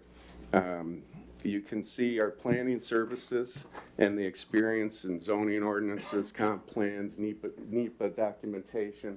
We're prepared to work with you on impact fees, whether it's by zone, citywide, for different infrastructure projects or demands that you're going to need for your splash pads, I heard earlier, and parks and recreation, roads, community services, public safety, and we have the experience and are really eager to help the city of Archer navigate its future. Again, the proposals are the same. You're going to get somebody who serves as an extension of staff, isn't going to be a headache, isn't going to be a burden, and isn't going to be a cost. So thank you again for the opportunity, and we're here to answer any questions you may have. Thank you. Are there questions of any of the presenters from the dais? Yes, sir. Mr. Martin, did you want to speak? Yeah, so people understand why I'm doing this instead of Mr. Barber, is because Mr. Barber does actually work for one of the companies. They disclosed this in their proposal, and to make sure there was no potential biases, I handled all those aspects of it. And so if people are wondering about that, and also the evaluations that you see here were essentially AI generated. Basically what happens is you put the information in, you ask it certain questions, and then it evaluates it. So I just wanted to make clear whatever, so that everybody understands that. And I will divulge, even though it doesn't really impact any of this. I know of JB Pro. I know the people that own it. I have worked closely with EDA in former positions that I have. I met the people from Wilden. I do not personally know them like the other, but I just want to divulge all of that. So plugging this into AI took myself out of the equation, obviously took Mr. Barber out of the equation. So I just want people to understand the process. So basically, obviously, if you had questions you'd like to direct to them now, that would be fine. But suggested options would be, if you have reviewed all of this and you're ready to make a decision, you could certainly do that. If you would like to direct staff to garner more information from any or all of them, you could certainly do that. Obviously, you can do whatever you choose to do, and you could also take no action at this time and provide us with direction. The basic reason why we are seeking this, and all three of the applicants spoke to this, is that Archer is potentially on the precipice for at least a lot of potential growth, and I think you all know that, so we need to be prepared for that. In the past, the city has pretty much exclusively used North Florida Regional Planning Council, but North Florida Regional Planning Council really doesn't get into the nuts and bolts, is what I would say. They are more of a 35,000 foot link, and so it's difficult to get the information we need in the time we need it. And they will typically, when I send them an email, refer back that we need to get more information from people like these people that presented to you. So with that in mind, and it is revenue neutral at the very least to the city, and actually probably will generate a little bit of income to cover staff costs, but that's not really the purpose of it. The purpose of it is to make, and it's kind of cliche to say, growth pay for itself, and I think all three described that. So I just wanted you to be aware of how it came to this, but ultimately it is your decision. And the recommendation, once again, is either if you have someone you would like to get on board now, that's up to you. You need more information, let us know, take whatever action. But we're at the early stages of what the inquiries are going to be. And once we get this system built and it becomes more aware, you're going to get a lot more inquiries. So I just wanted to make that clear. I hope I didn't drone on too long. Thank you. Thank you, Mr. Martin. Are there questions of Mr. Martin or any of the potential planning presentations this evening from the dais? Mayor, I have a question. Yes, ma'am. So the 30, three organizations kind of said the same thing. The 30 days of getting ready, to working with staff, is there a fee associated with that initial startup? So, Mr. Mayor, if we could, for areas of fairness, if a question is posed, maybe we let everyone come up and just give their brief response. Yeah, that's the first question to all three of the presenters tonight for that 30, 45-day initiation costs and expense. Thank you, ma'am. Hi, thank you, Mayor. So yes, there would be an initial setup cost for that. What we would like to do, if selected, is to arrange a time to sit down with the city, with city staff, to find out exactly what your needs are, what your budget is, and to go over what we can do for you in order to maintain the budget that you have set aside for the process. As many others have said, reviewing your code, doing whatever updates need to be done, if any of your applications or checklists need to be remade for you. But as far as a set budget, that's really going to be up to you and what you're comfortable with, and we will work within that parameter. Okay, thank you. Mayor, Yes, ma'am. so, I don't mean, that can be like so wide. Is there an average? Is it usually based on a certain amount per hour? So I can answer both for you. So our hourly, what we propose is a piggyback off of a contract that we have both with the city of Palatka and the city of Interlaken. So those current fees, if we did it on an hourly rate, are $150 for a senior planner such as myself, and then $125 for a land planner. It depends again on what you need. For instance, we just redid all of the town of Interlaken's applications and provided them with checklists that can go on their website and are fillable and meet all of the requirements. And it was about 8 hours worth of work. We gave them 3 different templates to choose from. They told us what they liked, what they didn't like, and then we remade all of their applications, made them fillable, and got them ready to post on their website for them. So it would just be broken down into pockets depending on what you need and what you want to spend, basically. Okay, but there's no way, Mayor, there's no way that you're gonna get all that work done in 8 hours. So that 8 hours was just for the flyers to go out on the website, correct? So they were applications and checklists. So for instance, like if somebody comes in and they're doing a site plan review for a commercial development, you're going to want a robust application with a checklist to make certain that the process moves quickly and smoothly. And so we redid all of those for them for all of their applications that they have. But this whole 30-day setup period is what I'm trying to get to. That sounds like a one-off extra project, those 8 hours. But I'm trying to understand, like, what would it cost? You said 150 maybe for someone like you working with us for those 30 days. So are we doing like 20 hours a week? Are we doing? So we actually didn't give you an implementation plan. And the reason that we didn't give you an implementation plan is because I think, and I kind of confirms as I've listened to conversation, I'm not sure that the city quite understands exactly what they need yet either. So we felt it would be more appropriate if selected to then sit down and decide exactly what do you need. Maybe you don't need everything all up front. Maybe it doesn't fit your budget. So maybe what you need is for us to review your code. And so we tell you, okay, what do you want us to do? This is how much it would cost you. And we do that piece. And then during that process, we're still processing your applications. We can use whatever applications you currently have. It's not as if everything just has to come to a grinding halt. But we didn't give you a complete implementation because we don't know what your budget is. So it would be broken into pieces that works comfortably within what the city can afford. If I can. Yeah, so just, and I think the comments I have are.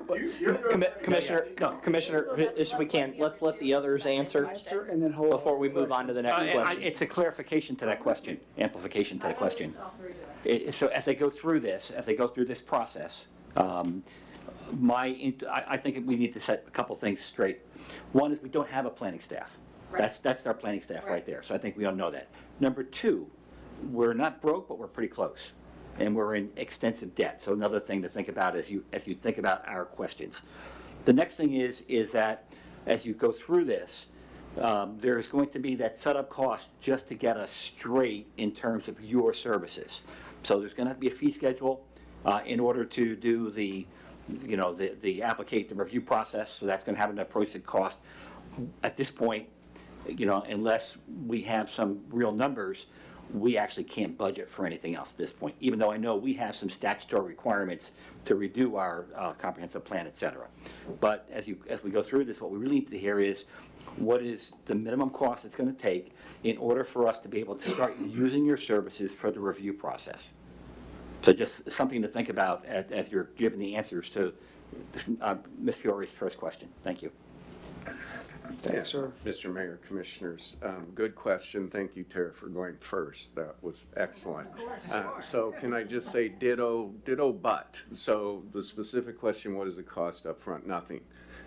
From Wildan's perspective, because it's a long view. So getting back to your premise about you don't have a lot of money, hopefully you won't lose a lot if a ballot question passes in November on question 3. That's going to have an impact, and you've got to brace for that. Wildan views this as a long view relationship that we can work out. So the first 30 days, yeah, with a nebulous scope and without a planning staff, again, that's why we've all said it's an extension of staff. We know you got 8 employees. We know you got a tight budget. But we think we can come in. We've already done some preliminary work. You're not going to get a bill in the mail. Step 1 is sitting down with the staff and saying, here's what we think you all need to do, and we can help you. Here's how long it'll take. Now, I'm going to suggest that some of that could be built into an indirect cost model for your ultimate fee structure, right?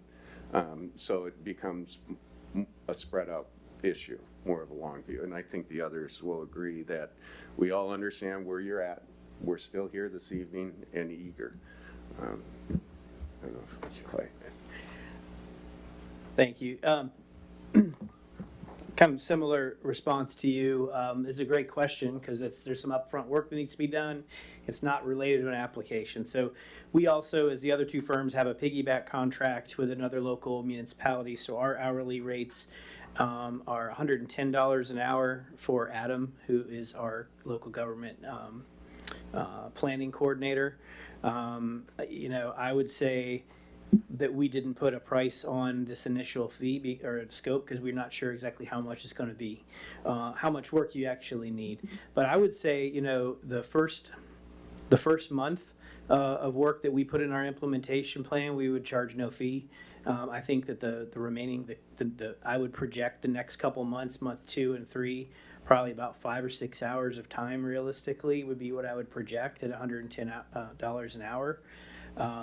Staff may want more, they may want less, but if I'm trying to be honest and transparent with you, that's kind of what I think that we could do to really get in there and look at everything.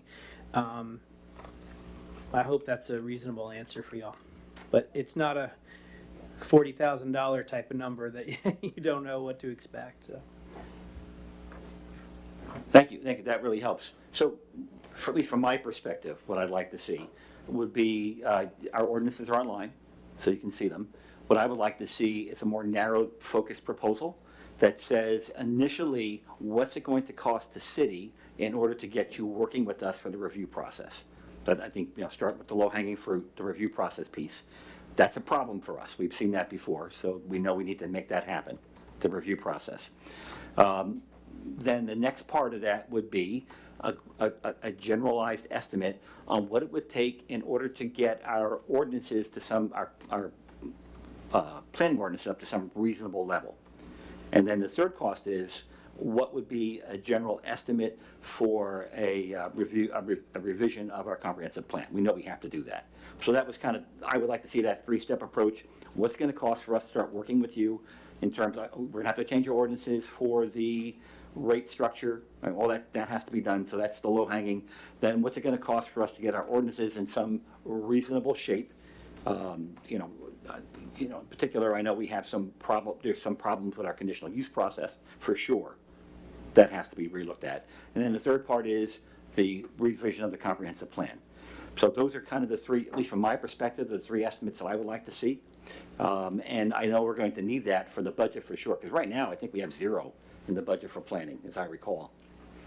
Yeah, and I know that's wrong.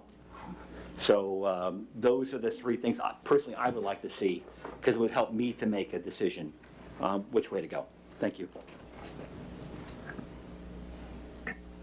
Any other questions from the dais? The only question I would request is to have references from the local cities that you are in service contract with now. If those could be provided in the next few weeks as we go through the next budget process. Yes, ma'am.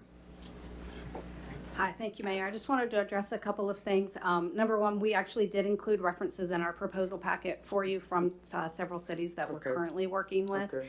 So those are in there. We're happy to provide additional ones if you would like. I would also like to say that in order to start your review process with us, there's not really a fee to initiate that. We could pick up where you sit right now and start tomorrow if need be, if you have an applicant walk in the door. You will need to adopt the new fee structure. That's typically an ordinance that your attorney writes. We're happy to work with her. But as Clay said, you're talking a couple of hours max for that. As far as updating your ordinances and your comprehensive plan, we'll be more than happy to give you a cost estimate on that. I just want you to understand that even those two items are completely separate from your ability to take applications and process them as they come in the door. So it won't prohibit you from doing that with whichever firm you work with. You're still able to move forward from right this second. Thank you. Mayor, I have a comment for Yes, the ma'am. commissioners. So I understand we have a need and we want to get this taken care of, but I don't want us to feel like this has to be done by the budget cycle, because once we figure out what these fees need to be, we can do an ordinance, any commission meeting. So I don't want you to feel like there's a time crunch. I mean, if we get it done, that's wonderful, but I don't want to rush through it just because everyone thinks we need to make it for the October 1 number, because we don't, or date. Just wanted to state that. The only concern I have is whether or not we have something that is going to have to start going through this process sooner rather than later. That's my concern. I know you probably can't speak to a lot. We have quite a bit. Do we have anything in the public record? Oh yeah, we have stuff currently that we are struggling with right now. Okay, so I think that.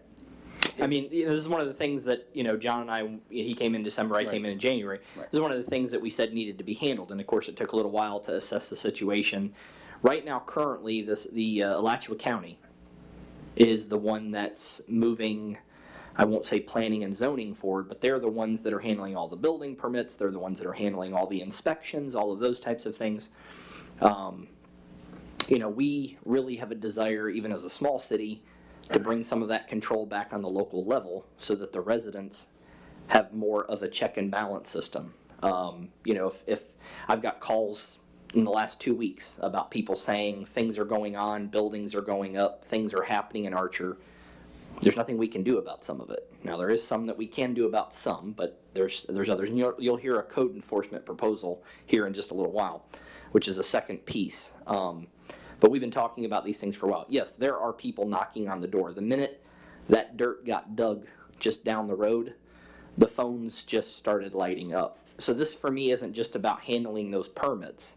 It's also about protecting the current residents that we have and making sure that growth pays for growth. In essence, making sure that an impact fee or capacity fee process takes quite a while. A process to reevaluate our comp plan, which we have to do through the next calendar year to submit that in 2028. I'd like to see 6, 7, 8, 9 community meetings where the community inputs in that process so that comp plan comes out the best that it can. And we filed for grants for that, which will be a separate piece from what planning and zoning would do. But of course, you need information before you get to that process. So I don't want to say there's a time crunch for the budget either. There's time crunches for other areas. Tonight's point was for you guys to ask questions, kind of give them a perspective of what you're wanting.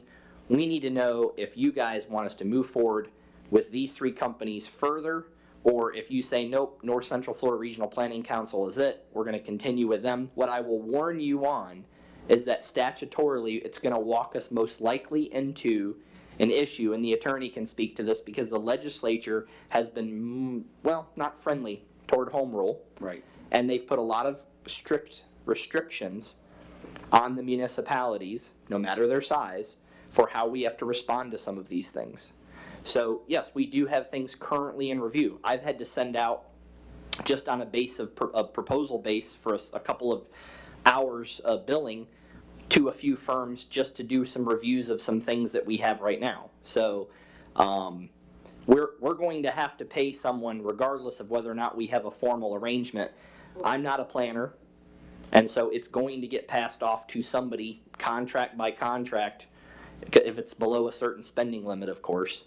And what I want to make sure is that the review process is captured down to where we recapture either all that cost on the back end or at least favorably on the front end, so that residents are not subsidizing development in the city of Archer. I think that's very important. I agree. So just to be clear, are there, so we know just how time sensitive this is. Do you currently have in the public domain, in the public record, do you have site plan reviews that you're doing? Do Yes. you have variance requests? Yes. I would like to hear specifics in terms of, general terms, what's We have a out there? mobile home, so many acres, thank you. just down south. It's in review. Okay, anything else? That's the one that right now is in review. Okay, so that's the only thing right now Yes. that's at the point where. Yeah, I wasn't answering plural, but I was saying, yes, we have something right now. Okay, good, okay, thank you. And by the way, some of that technical assistance has come for free with no billing from our current engineer of record. So let me make that clear and give them a little kudos, because they've actually given us some technical things.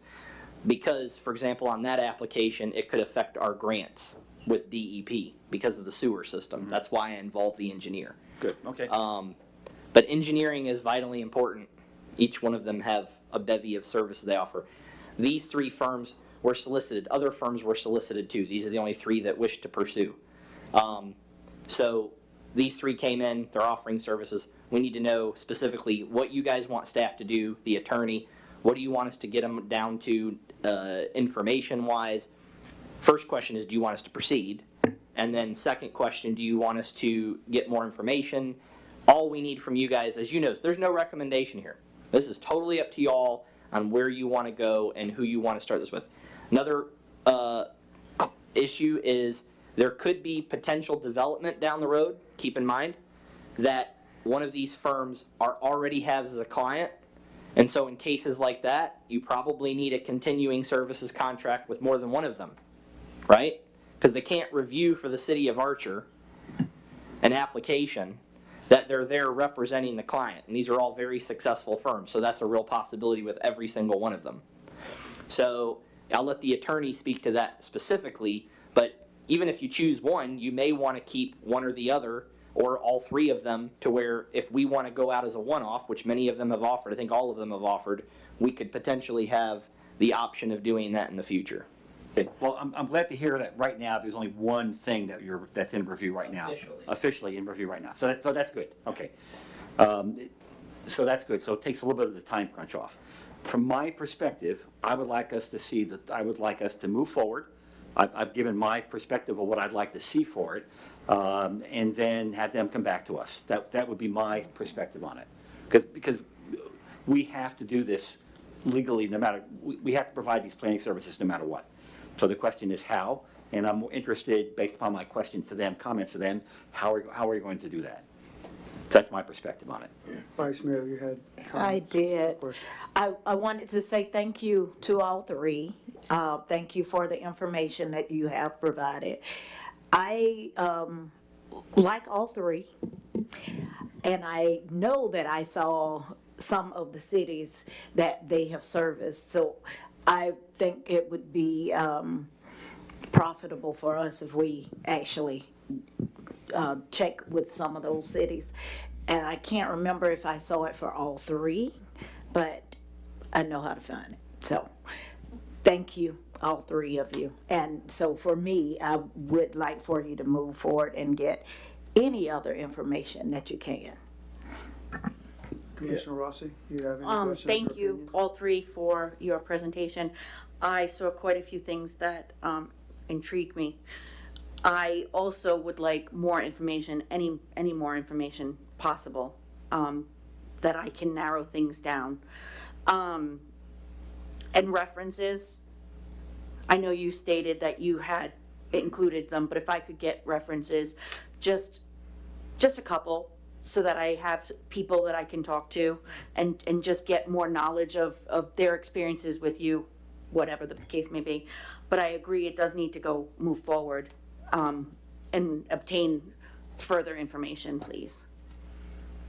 Commissioner Fiore, anything else? No, I agree. It needs to be moved forward, and I'd like to hear Commissioner's 3 requests, yeah.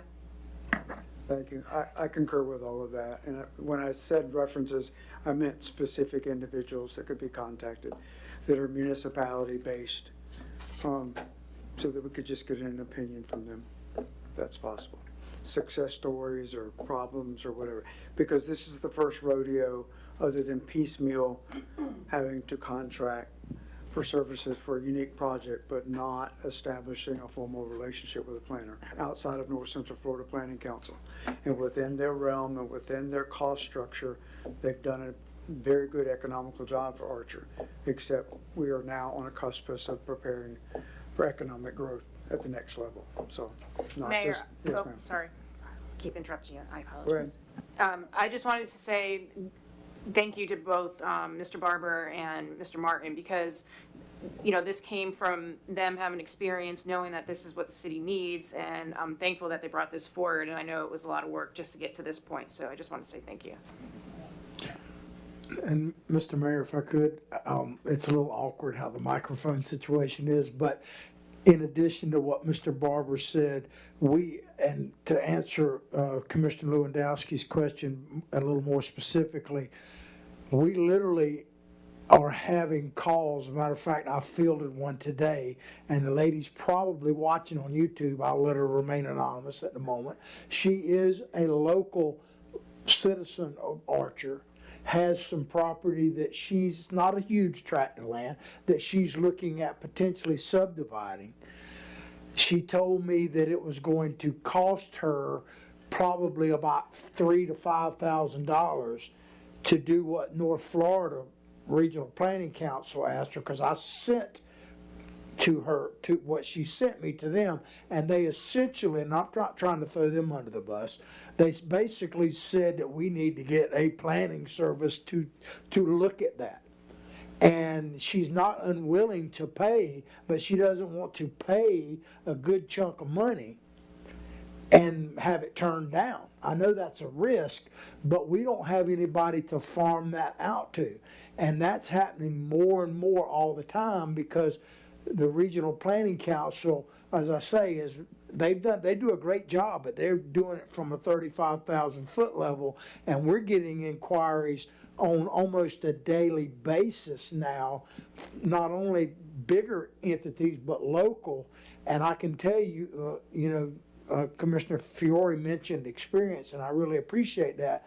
I can tell you that once the news gets really out that you're going to build a sewer system, and we're literally having groundbreaking here, you will not believe how many inquiries you're going to get. They're literally kind of just at the gate right now. And so I'm not trying to rush you, but I will tell you this, that 3 or 4 months from now, let alone a year from now, you're going to need a lot more than what you think. And what it's going to take time, in my opinion, to set that up, to get it ready for that. And that's really what this is about from the perspective, and I don't want to speak for Mr. Barber and myself, using that experience, we're trying to help set the stage for what's coming. I just want to close by saying JB Pro, EDA, and Wildan Farmers for planning services. Thank you very much for your time tonight. It's a first. Public comment? Yes, sir. Public comment. Yes, ma'am. Yeah, before you exit or escape. Yes, ma'am, Ms. Costello, you have questions or concerns or comments? Just a comment. Yes, ma'am. When they give you a list of other cities that they did, if they could be comparable to ours, we're a little over 1,100 people. So, like, Don't give us like something like Gainesville or something like that. Something small like us. Thank you. Yes, sir, Mr. Arnold. Gene Arnold. First of all, it's good to be wanted. To have 3 folks come, I mean, if we could get that kind of participation from financial institutions, how about it? Secondly, all very good presentations. But I do not know, I've been able to work with JB Pro and EDA. They are local, they are excellent. No slight to this other company, I'm not even sure where they're from. I don't know if I missed that portion, I apologize, I did not read the brochures or where their closest office is from. But I would like to say locally, both of these 2 companies are 25 minutes or so away from being right here. They also are going to know the local jurisdictions and developments and things like that very well because that's what they do in most of their work, I would say. But again, I've only really worked with the engineering folks and the design aspect, not so much the planning folks, but just knowing that the owners, if you will, Jay Brown and Sergio, from the top down, they're both fantastic companies. Thank you. Thank you, sir. Anyone else from the constituency and the audience regarding this presentation tonight?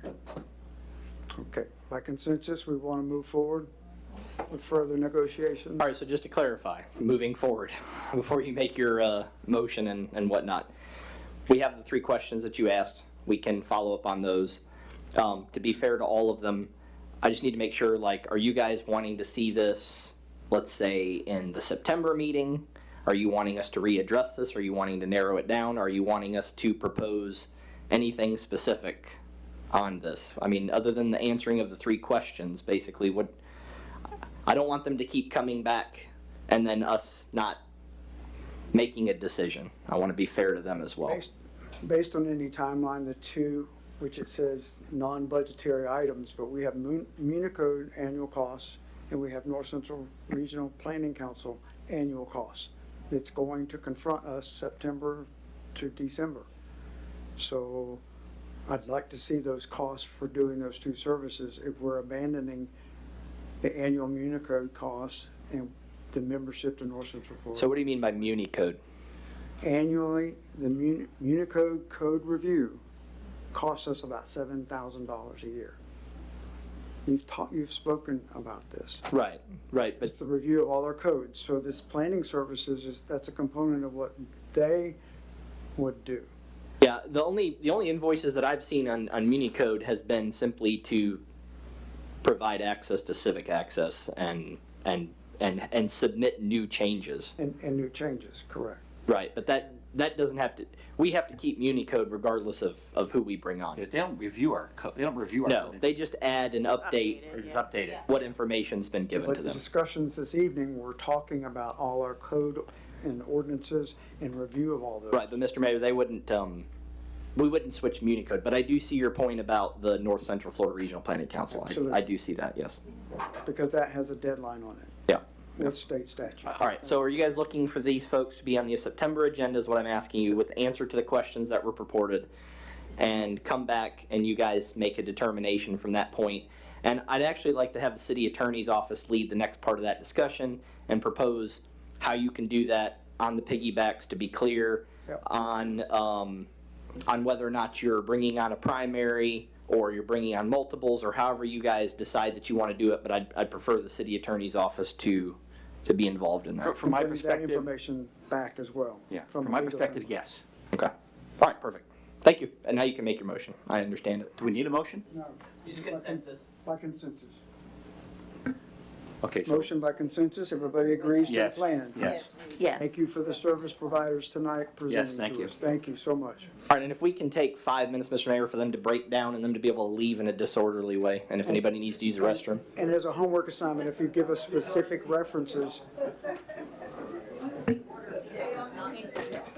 Mr. Barber, the additional is to get specific references from municipality services by name and. And here's the thing, I'm gonna give those to y'all. Yeah, but they don't have to send them to us. We're going to be the gatekeeper of those and then send them to us individually. And make sure the 3 providers know that. Especially municipalities.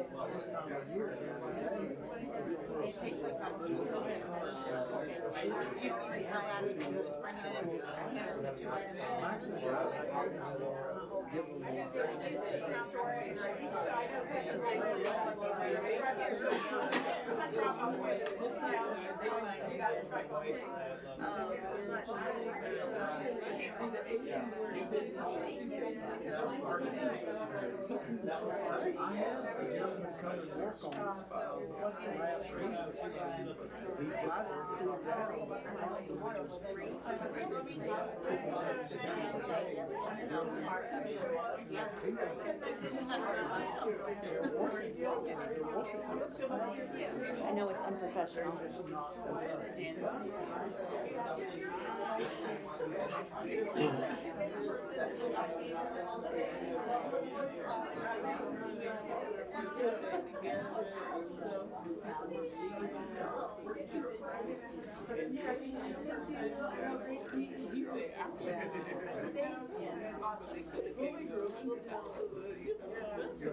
What's going to need to happen is they're either going to need to spend a lot more money or they're going to have to restrict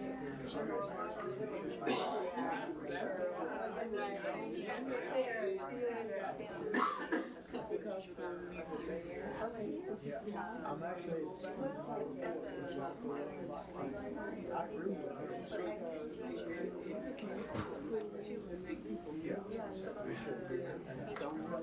that's exactly what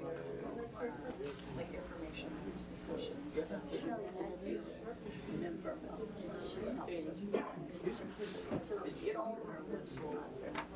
you get all these? I didn't know if you wanted a copy. Yeah, those for the presentation. Perfect. Thank you so very much. And then this was the animal control. You got it. I already have this one and I just tried to. Thank you so much. Well, he worked on this one too.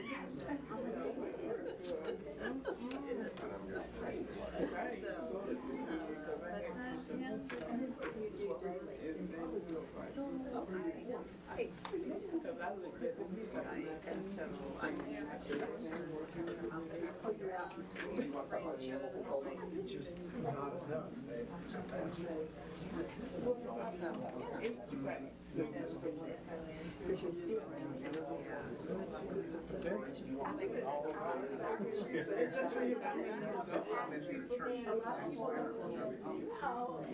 building needs to be sealed and reflective stuff coming on it so that it pushes the sun. Because when it's got that high ceiling, and it's a bunch of breeze, it's pretty hard work. But then open all kinds I mean, I don't know if the library stays with the air, sit down.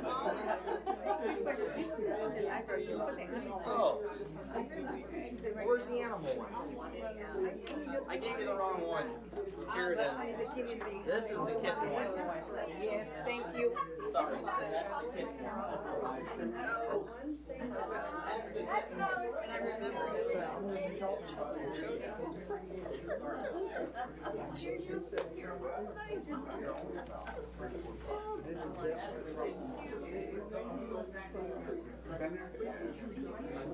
It's good to see you. I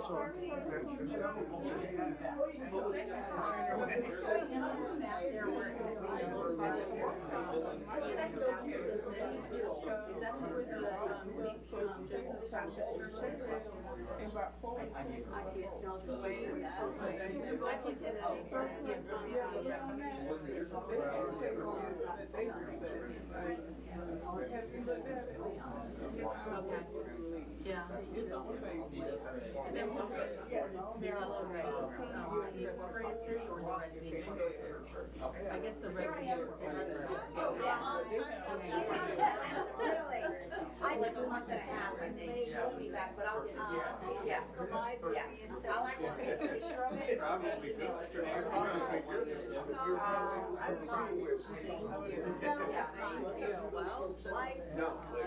We're going to reconvene in about a minute. If everyone would get prepared and get seated for the next agenda item, I appreciate it.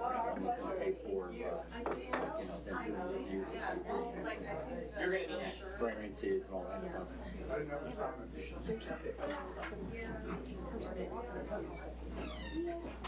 Thank you all very much. Okay, we're going to move forward with the next moving forward item. It was item C under new business, Wildan Building Inspection Piggyback Agreement and possible action. In your packet, it's pages 249 through 295. Yes, sir. Come forward. Welcome. Good evening. My name is Mike Savage. I am a principal project manager and a building official for Wildan Engineering. A little bit of background. I realized earlier that when I was hearing all the backgrounds, how diverse we all had different backgrounds. I've been in the building inspection business and plan review business for over 32 years. Worked in many municipalities, large and small. I've worked public and private sector. Most recently, I was the building safety director for Marion County, Florida. So you may have heard about some of the fastest growing jurisdictions in the state. Marion County was one of the fastest growing jurisdictions in the state. If you look at the U-Haul place for drop-offs, Marion County was #1 in the whole country. I had 94-person department, 309,000 inspections in a single year, and 42,000 permits. So the one thing I am very versed on is taking care of customers. I know how to take care of inspections. I know how to take care of people who are in need and people who are looking for somebody who can help them through a process of building inspections and building permitting. One of the things that I like about Wildan, and one of the things that gravitated me towards Wildan, is we don't do private provider work. In the state of Florida, private providers can work for contractors. They can work for anybody that pays them. Wildan only works for you. We work for municipalities only. We do not work for a contractor who pays us. We only work for a local jurisdiction. So I wanted to get that out because I think that's important to part of the conversation. So you'll see in reference to some of the questions about references, I added those into this presentation. Wildan does plan review work for Marion County. We also do stuff, I'm the building official currently for the town of Oakland. We also do Sarasota County, City of Claremont, Winter Garden, and Pinellas County. So we could do everything from small local jurisdictions, and Oakland is very much your size. Oakland is actually bigger than Oakland, square mileage wise, but the amount of people is about the same. So we have experience in that area. Purpose of a building inspection program, right, is to protect the public health, safety, and welfare in the built environment in the city of Archer. And that's important because that means I'm going to be looking out for, if we agree, go into an agreement, your citizens. I spent my whole life doing that. I spent 9 years in the military. I was in the U.S. Army, so I've got to say U.S. Army because that's my alma mater. Give me a second. Hooah! Army lapel pin. I had to wear it tonight. So, and thank you for your service. But one of the things, and you're going to relate to this, one of the things that I loved about being in this business is I feel like I'm still serving. I'm still serving people. I'm still trying to keep people safe. That's what a building inspection program should be doing. Core services that we do is permitting intake. We also do plan review and field inspections. Along with that comes me as a building official. So we look at all of those aspects and try to make sure those projects that we've been talking about all night, that growth that you're seeing is going to be taken care of by a very knowledgeable group. I still have that military ethic. I do not show up late, and I'm going to make sure that we are very punctual on all the things that we do. And one of the bigger things that I love to make sure I do is hold people accountable. My staff as well as contractors. And doesn't mean that the contractors are trying to get away with something, but where there's areas we can work and keep people safe, we will do that. Where there's areas where we have to hold the line, that line gets held no matter what. I never give away the code. Knowing that, in the 32 years of doing this, I started my career with a bag phone. How many people remember the bag phone? Yeah. If I look somewhere, my wife probably still has it in storage somewhere. She'd kill me if she knew I said that. But we have progressed with the times. So Willdan has a electronic plan review side of it. We also do a lot of work virtually. So we were talking about records earlier and not being able to find prints or not being able to find who the contractor was. All of that will be captured, and the city will have access to all of that. So if you're saying, who is doing the job over on such and such a street, you'll have that instant gratification of being able to get that. The approach we take is verification of the code compliance. We make sure it meets the basis of the Florida Building Code. We also are available to meet with the clients. We do a lot of stuff virtually. I mean, it's a virtual world anymore. I've met with people from as far away as Dubai to locally. And I'm actually going to have a meeting this week with somebody from Orange County. We're both going to be virtual because it saves on the windshield time and the drive distance. We also provide, I mentioned the electronic plan review. We can do a lot of plan reviews and knock them out quickly via electronic. The great thing about the Willdan platform for electronic plan reviews, I can put a revision bubble around something that's wrong on a set of plans, capture that, save it, keep it as a markup, put down a text box, and literally describe exactly what it is on the exact page so that contractor's not flipping around trying to figure out what to look for. That speeds up the review process, which I'm really big on creating efficiencies where there are none. He's not worried about a set of paper. He's not worried about a set of, if I write it, it's going to look like Egyptian hieroglyphics. He's not trying to interpret what my handwriting says. He sees exactly what it says on his plans. The application is submitted to Willdan. So the process normally goes, they would submit the application to Willdan. The plans go electronically. It gets assigned by Willdan Permit Tech to a reviewer. Once that review is complete, we never would like to see red lines. Red lines means there's corrections that need to be made. It happens.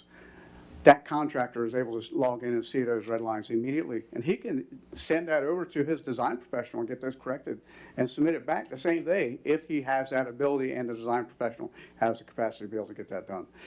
Anybody that has worked in the construction industry in Florida knows how busy it is, and sometimes that's harder to do than it is to say. It's really easy to say, really hard to get done. Applicants respond to the comments or uploads, and then once the plans are approved, it kicks us into the field and starts letting us do inspections. So when you get that phone call, hey, who is moving dirt on such and such street? You're going to have that. The city manager is going to know. We're going to know. He's going to have access to it. He's going to be able to see everything that's going on, and including who the contractor is and what provisions we're taking to ensure those job sites are safe. The thing I like about this program is, as much as we do in the town of Oakland, all communication starts and finishes with Willdan. We're not requiring any staff time. We're not looking for town staff to participate in the inspection, the permitting review process. We are going to participate with the town staff. We're going to keep that town staff up to date on what is going on those jobs. Again, you get instant gratification. You can ask, it automatically is given to you. The on-site review is the field inspectors going out and physically looking at the inspection work done in the field. Everybody talks about remote video inspections these days, and remote video inspections has their place in the industry, but there are certain things that should not be inspected remotely. That's where I disagree a little bit with the state statute has allowed remote video inspections to be done across the board. As a building official with 32 years experience, I can tell you that's not a smart idea. The smart idea is actually having boots on the ground, people in the job site who can actually see what's going on. I can fake a remote video inspection every day if I really wanted to, but that person with that educated set of eyes, it's really hard to pull that off. I mean, I've been doing inspections for a couple weeks now in the field to help out in another jurisdiction, and it's super simple to walk on that job site. build those relationships, because that's the other thing that Mike Hine from Wildan was talking about, building relationships. That's what we love to do. I did that as a public entity, and I do it as a private entity. We love to build those relationships. Building that relationships means that if I've got a concrete pour coming up at 3 a.m. in the morning and I realize that, oh my God, I didn't get the inspection for the footers called in really quick, or that slab prep called in quick, they can make a phone call and ask us if we will come out. And we've done that in the case where somebody has missed an inspection or forgot to call it in or missed a deadline, and we can call the inspector in the field and say, they have an issued permit, the plans will be on the site, can you get out there and take care of it? And it doesn't stop that construction from progressing. Certificate of occupancy. The certificate of occupancies go through a process of being reviewed and approved. We're going to make sure all other governmental approvals are in place prior to a CO being issued. What's the sense in issuing a CO if you have a water and sewer system that's not completed and it's not certified? It's not practical to put people in that building. We're going to make sure all those other governmental approvals are in place before we ever think about doing a CO. That gets reviewed by me. I also do a lot of quality control on what I'm seeing as far as people doing plan reviews and inspections. And I've actually done surprise visits on job sites just to go out and see how the staff is doing. And I'm glad to say that they don't get very many phone calls from me. A couple of key benefits from the city. I heard a lot of discussion, and trust me, I have this as a director of a 94-person department, I completely understand the budgetary process of it. I had to do that every year. As a matter of fact, this year I kind of went through PTSD. I wasn't doing it. I finally got a chance to sit back and kind of watch it on the TV screen. The cost effectiveness of this is, and I had this discussion with the city manager, is the city's not going to pay a dime for any of this. The cost is incurred by the contractor who is pulling the permits, getting the inspection and going through the process.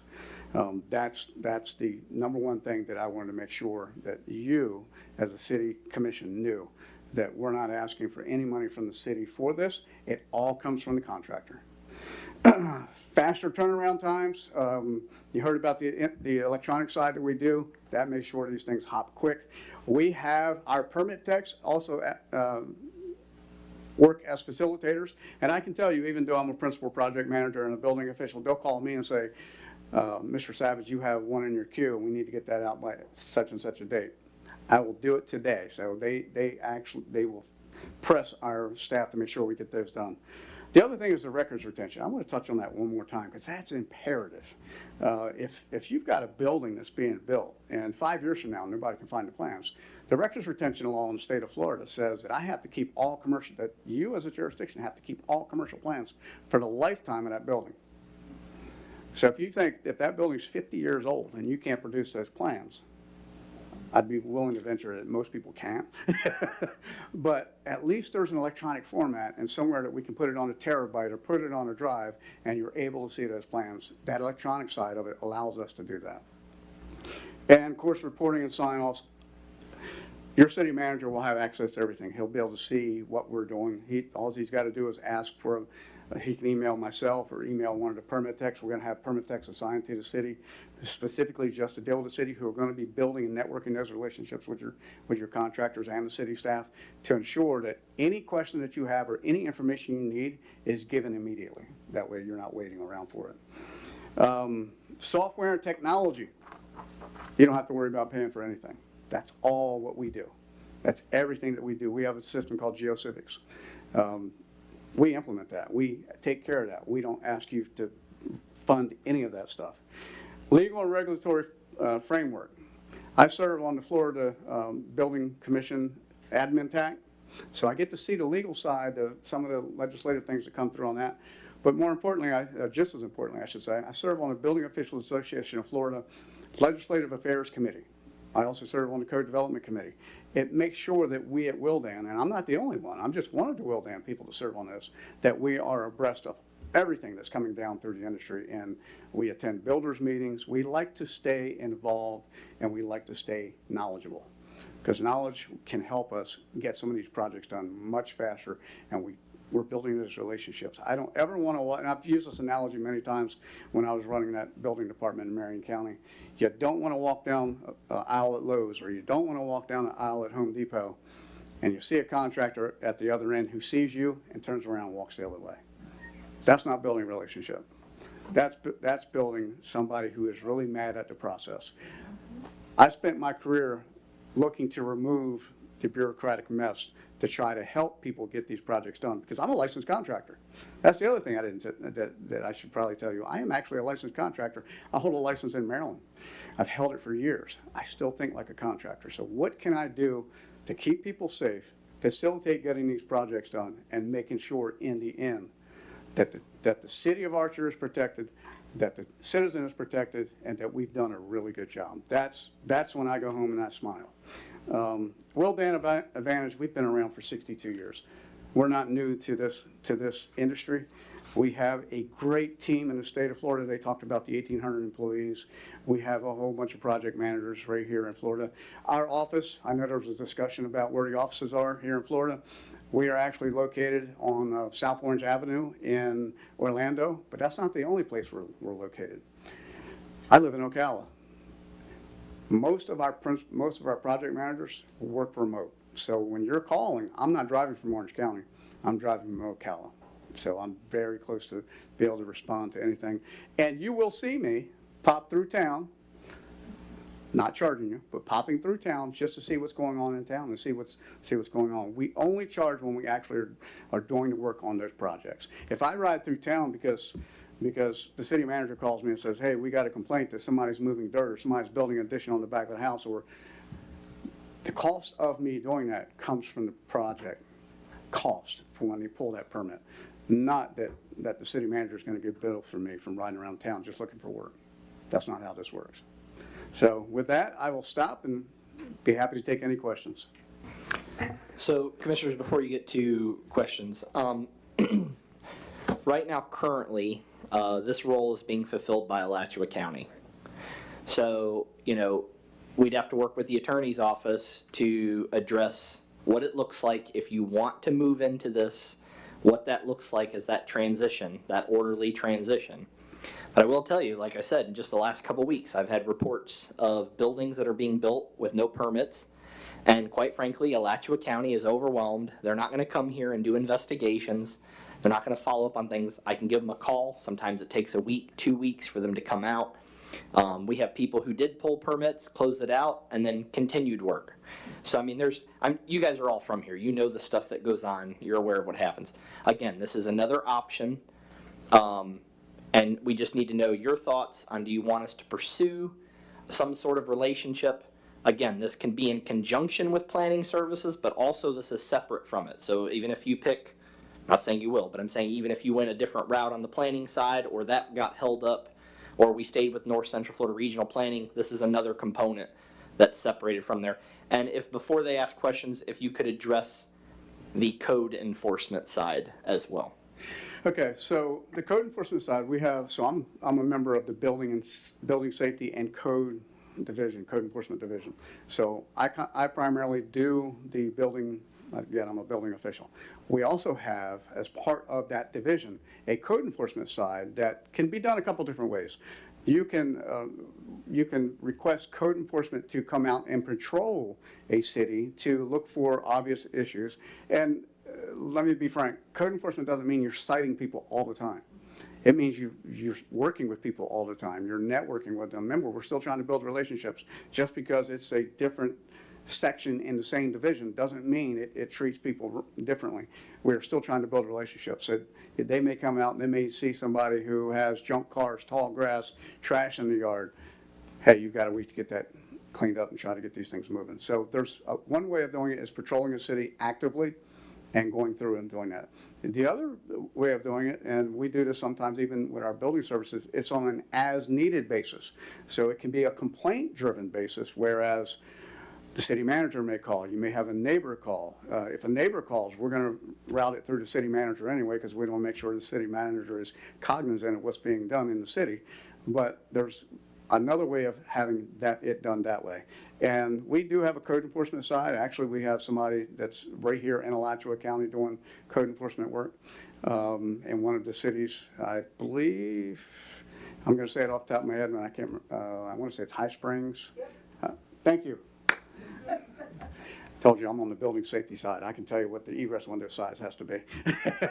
But they're working in High Springs. As a project manager, I go into High Springs and I talk to the city manager. I just want to see how it's going. And he is excited about the code enforcement persons up there and how good of a job they've done. So that helps you, one, clean up your city if your city needs to be cleaned up. It also helps you be proactive in some of the approaches. Because if you're attracting a lot of growth, you want that growth to look good. You want it to stay good. You want to talk about the maintenance cost of it. We were talking about maintenance costs at the pump earlier. That's part of that maintenance of maintaining a city and ensuring that it is a healthy, vibrant place to live. Questions? I've got a couple of questions. Yes, sir. Okay, so as you heard, we have to actually do this from Jump Street.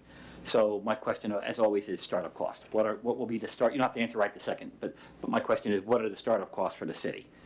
So that's going to be problematic, obviously, because we're going. It's not like we have an existing system. The second part of that would be, I'm interested in the other type of code enforcement. I have some concerns about easing into that.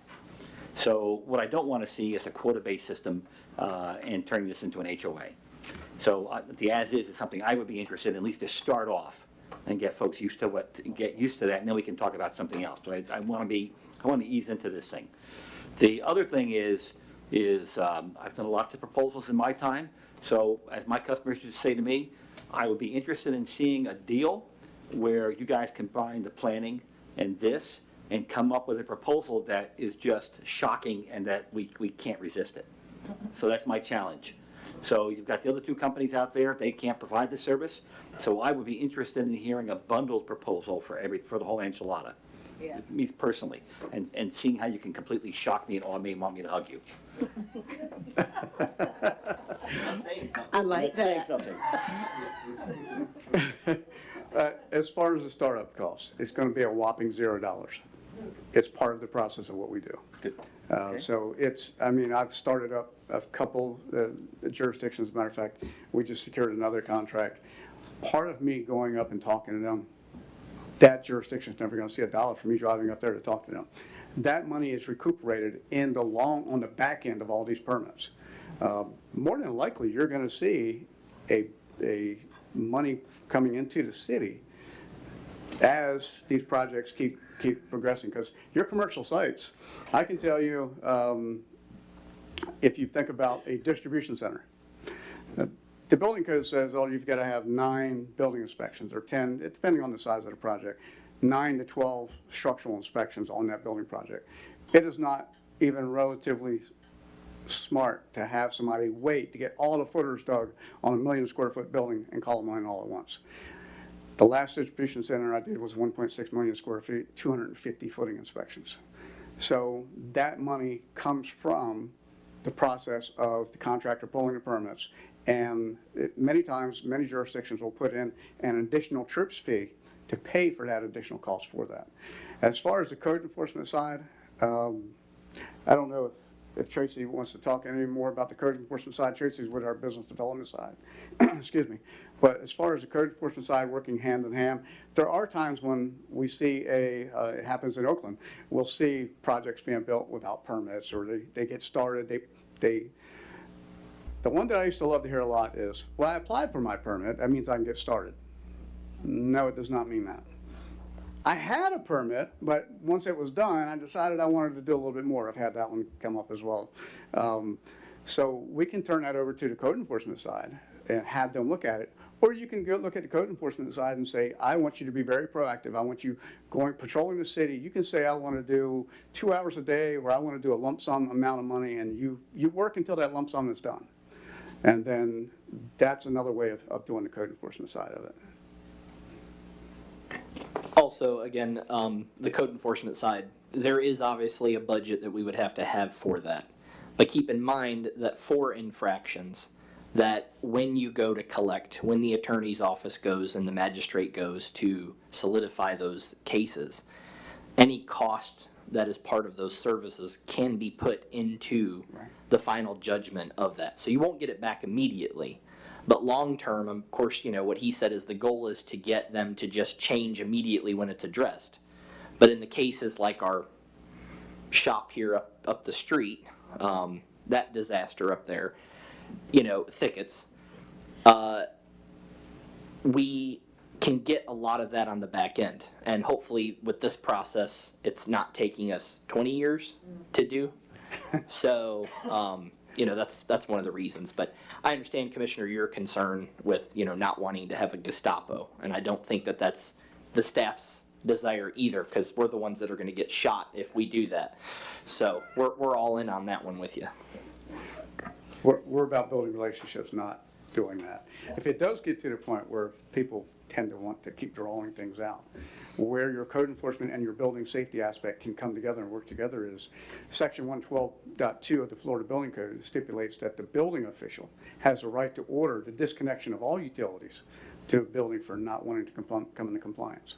So that is a strong arm, if you will, and having your own in-house building safety department makes that easier, because if you're looking at some jurisdictions, I had to fight a power company, and I literally wrote them a certified letter and said, you are now responsible. Since you do not want to disconnect it, I ordered the service disconnected. You are literally responsible now. I accept no liability. That the service can disconnect it the next day. So it puts a little bit more. You don't want to be that person, but when you're pushed to it, you end up having to have a strong arm. It's like when the drill sergeant says, give you 20 and you laugh and you get 40. Mayor, I have a question. Yes, ma'am. So if we went the route of the building inspection services, does that mean that Alachua County will be completely out of the whole entire process? It would, okay. And there's no way for us to make any type of money off of that? My brain's thinking city of Gainesville, Well, again, this is what the permit fees are established as, or what the building inspection fees are established as. You have a fee schedule. And then, of course, there is still some staff involvement that has to occur. So there's going to be like the permitting and all of the zoning and planning. There's also going to be with the permitting a similar cavity. So I mean, we're not going to get rich over it, but obviously staff involvement will lead to some replacement of their salaries coming from a different place than just general revenue fund. Just like it currently does to Alachua County for the permits that are pulled.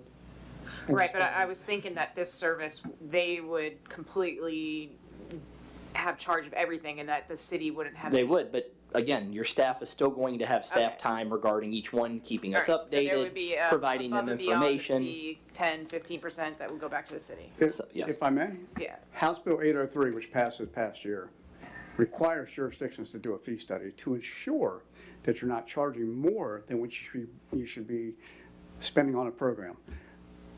That program can be the cost of the city manager, the cost of the city attorney, the cost of the commission's involvement. It could be the cost to keep the lights on in City Hall. All of those measures can be added into that fee study. It's very important that the city conduct a fee schedule or fee study to figure out where your fee schedule should be. That ensures that you're recuperating all of this cost.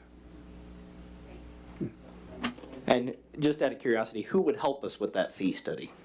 Willdan Financial. We've done a ton of fee studies already because of the House bill. The data is there, it's ready, and we can absolutely pull that out. That comes with a fee, I assume. Yes. It does. Okay. I don't control that side of that business. But you guys can come back with a proposal that will really get our attention. That's hint. Right. You know what we need. You've heard our needs. You know what our financial position is. Give us a proposal that will get our attention, and that when we walk down the street, people will say, you guys did a good job. You made the right decision. Do that for us. So that proposal will include building inspection services, code enforcement services, the financial fee study provision, and the planning and zoning service. Correct, yeah. Now to be fair, I think you probably need to have at least, 2 proposals. One, that's separate, Because I think you have to do that because you have competitors on the other side. And then one proposal that accomplishes everything where we can say, wow, that's really cool. Thank you. And that's really affordable. Yeah, and yes, And that's absolutely. really affordable. Any other questions from the dais? Any questions from the constituency in the audience from Mr. Savage? Yes, ma'am, Ms. Costello. I was just wondering, why would we want a building inspector when Alachua County does that? And it doesn't take up any staff time. If we go with the building inspector, that's gonna be stressing staff out more. It's been going great with the county doing it. I know that we need a code enforcement officer, bad, really bad, like yesterday. But I don't know why we're doing the building inspection. I can't grasp that. If somebody can explain that, that would be great. answer that quick. Because they're horrible to work with. Mr. Tufano, Mr. Tufano, come to the podium and explain your premise, just for all of us. Thank you. Yeah, my experience with Alachua County has been hit and miss. Trying to get permits, you know, if you want to change something, you want to build a deck. It's painful. That's all I can say. And it takes time. It takes days and repeated requests. I just can't see the city being more stressed out. Well, if you have a gentleman like this here taking care of it, it would be easy. He says he builds relationships. I don't think Alachua County is prone to that. Sorry. Not my experience. The other comment I'd like to make is, one, it helps produce revenue, so we'll get some additional revenue that we don't currently have that's going to the county. And I've had the same experience that Charlie's had when having to deal with the county. The other thing too is that we start growing and we start seeing more development. It will be really helpful to have a company we can turn to that can do that type of, make sure that we have the right kind of building codes that make sense for us. Right now, are really the building codes or whatever make sense to the county. And we need to have our codes restructured so it makes sense for us. We just don't have that. And the only thing we can do at this point maybe is we can have a developer do a proposal like in a, site plan or something to do something. We can do that, but really we should be driving the train. And we're not doing that. We're just letting the train drive us.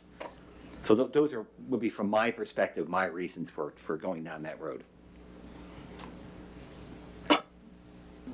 Anyone else? Thank you, yes, ma'am. Ms. Green? And Green, I just want to say thank you for having this presentation because it makes me feel like we're thinking outside the box. But I don't want us to be kicking the can down the road by a code enforcement officer because you know what codes have been like in the city of Archer. We'll go after a rooster when the corner of 143rd and 241 is a complete junkyard right there a block from the school. So let's give that a lot of thought. Thank you for the presentation. Thank you. Anyone else? Thank you, Mr. Savage. Well, Yes, sir. if I may, sir, I just want to respond to, or read something to a couple of the concerns. So a chief building official who we do a lot of government support as well. I termed it government support agency to clarify that we don't do private provider work. A chief building official from the city of Panama City, wrote something that I thought was telling. It said, and this is to Willdan staff, thank you for all the consistent, fair, and detailed service that you're providing for the city of Panama City. It is imperative for us to adequately balance applying the Florida Building Code while educating the public and providing great customer service. Kudos for the compliment that was sent from the licensed contractor. So the contractors are seeing what we are doing as Willdan Engineering. They're seeing that because we're building that network. Panama, and this is another one from a contractor, and I'm not going to say the name of the contractor because one's a public employee, the other one's not. But the contractor says Panama City has gone from one of the worst municipalities to work with for the entire building process to one of the best. And talks about other jurisdictions that could benefit from that in that area.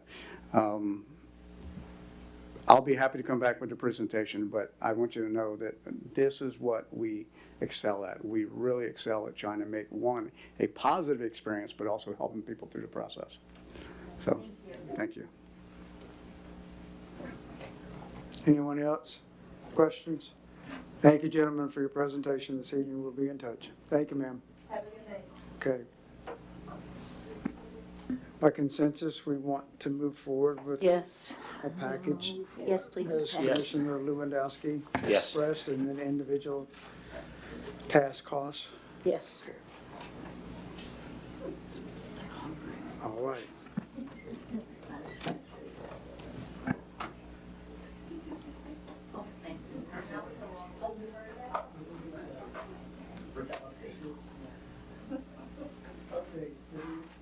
City manager update. All right, so I'm going to go through in my update, and Mr. New sent a presentation, and I'm going to briefly go over that here. Just to give everybody a update on that. All right, so.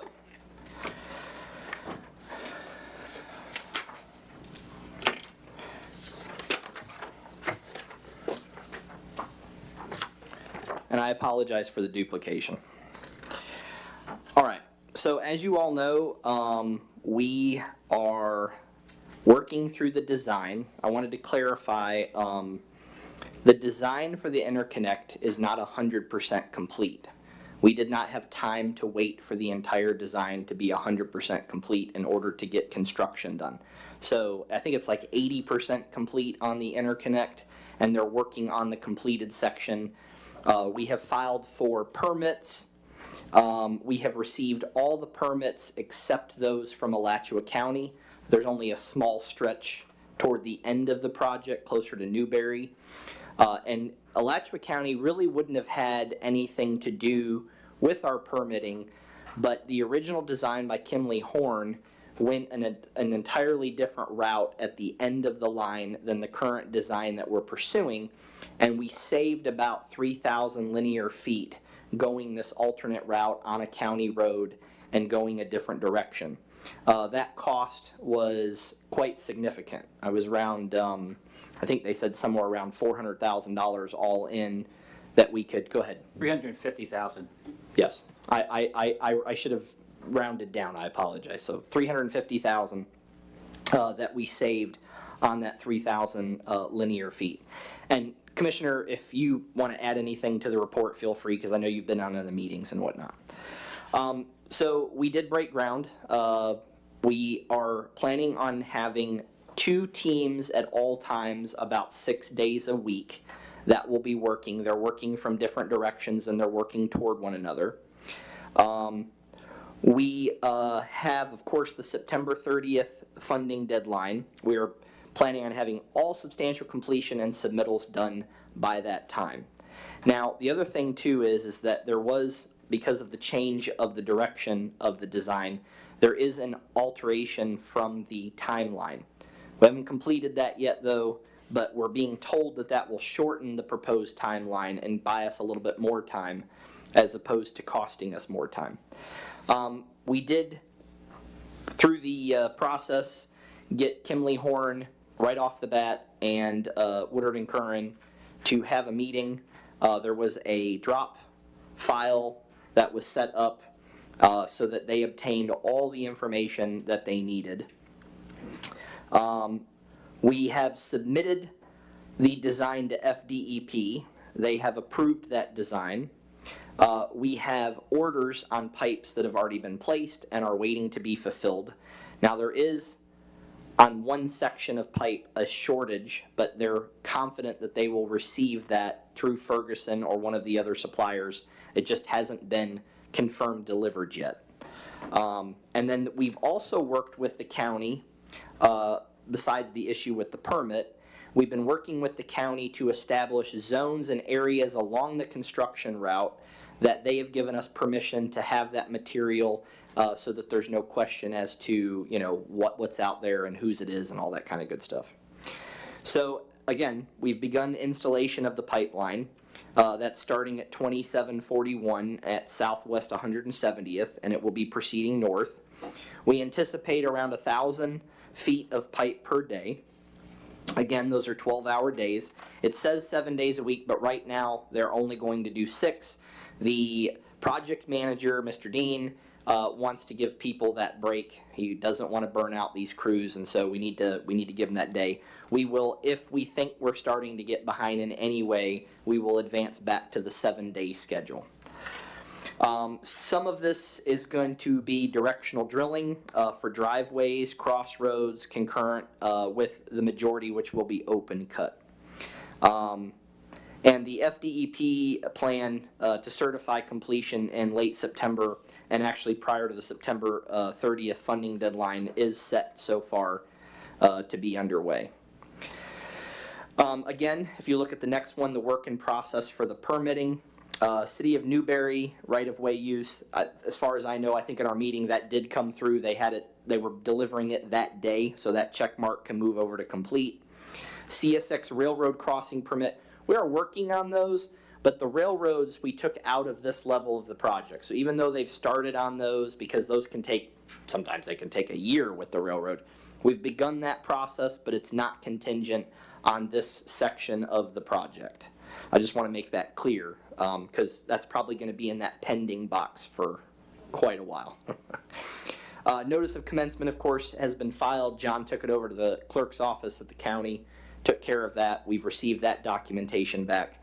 And then, as I mentioned, the only other thing that is underway that is not complete yet is with Alachua County. There are some questions as to material. So how that happened was we submitted everything, they approved the design, and then in the review process for the permit, they came back and said, no, we want you to change in this area this type of pipe. And so Woodard and Curran and their team are going back and forth with the county. That was being left to be done up until today. I will find out tomorrow how that went, and if it was not moving forward, Commissioner Lewandowski and myself were going to engage with the county, and we were going to step foot into that and negotiate from that point on. So I wanted to make sure you all knew that. We have updated surveys. The phase 1 specifications are at 100%. The drawings, again, they say they're at 100%. I would say because of the change, it's not 100%, but they did file with FDP, and FDEP did accept it. So I want to make that clear. Do we have that in writing? I'm sorry? Do we have that in writing from DEP? Yes, we have it in writing that they've accepted design. Yes, sir. Yeah, could you share that with us? Sure, absolutely. Yeah, I'll actually have that sent out. Again, so page 30, you can see the value engineering. You can see the alternate route. Okay? And so there it is, the savings, $350,000. So there you go. Next page, page 31, specifications. Of course, this is an 8-inch C900. There are sections that have 10-inch. Of course, those are in your areas that are a little bit more challenging. All the fittings are ductile iron, and all the Restain joints are mega-lugged by EBBA. Okay. Pipe test pressure will be 110, which is 1.5 times operating pressure of what we suspect, which all meet compliance with everything. And then specifications continued. We have full port plug valves. Those are your air release valves. Those are critical. If you know anything about this, you know you can get air built up in that line and it can stop. So you want to have air relief valves over certain areas, and they'll be spaced not less than 2,500 feet. Concrete pads at grade level on valve boxes. Again, this is for stability. If people drive off to the side of the road or something, we don't want them running over a valve and crushing it, so the concrete will protect it. And then, of course, 10-gauge tracer wire will be through the whole line. And then speaking of that, one of the things we need to talk about before this line comes online, which will be in a couple of years, we're going to have to really have a hard discussion, not this year, but probably next year, about purchasing a very expensive locate machine. But at some point, the city is going to, with the water projects that we have and the wastewater projects that we have and all the locate wire that's going on these, we're going to have a serious discussion about the staff being able to actually connect their own locate machine, just like 811 Sunshine does, and being able to get out there and mark with absolute certainty where things are. Because statutorily, it's our requirement as the utility provider to mark those things, and if we're off on the marks, we can't hold the contractors liable for damage. So when these things come online, we're gonna have to have a serious discussion. Now, I've talked to Woodard and Kern about possibly putting that in and getting it approved either through the water grant as part of that equipment, but I'm warning you, if we can't swing that through the grant language, it will be a discussion of something that we have to do, like I said, probably not this year, but next year. Project financing, of course, the total project for the force main in completion with the master lift station is around 42,500 feet. And that'd be a projected cost of 11.65. We have the funding source temporarily till September 30th of the 5.66, that's SR 0103. We have documentation, and we talked about this on the call. If we complete this and we meet this deadline and we have our ribbon cutting and things go to plan, DEP is going to reopen that second section of funding. So initially they've pulled it, but they haven't pulled it where it's dead and we have to reapply. They've put it on hold to see whether or not Archers come through on this, and if we have, it's going to be a discussion to completely reopen that and allow that second phase. There's another bit of funding that we have, which is the legislative appropriation. And so how this works is right now we're using that legislative appropriation to pay Woodard and Kern until they can submit receipts to DEP on the grant for the 5.3. So, and then of course we have as a contingency, which we want to save at all costs, but we do have a contingency as well of the $1.37 million balance that we had money given to us by the state over and above what we needed for the capacity payment. Now keep in mind, and the commissioner can speak to this, we're on the hook for any change orders that are done over there. So that's why our goal is not to touch this in case something does get done. We don't really have veto power over those change orders as long as it meets the contractual obligations of what has to be provided. So I wanted to be upfront about that.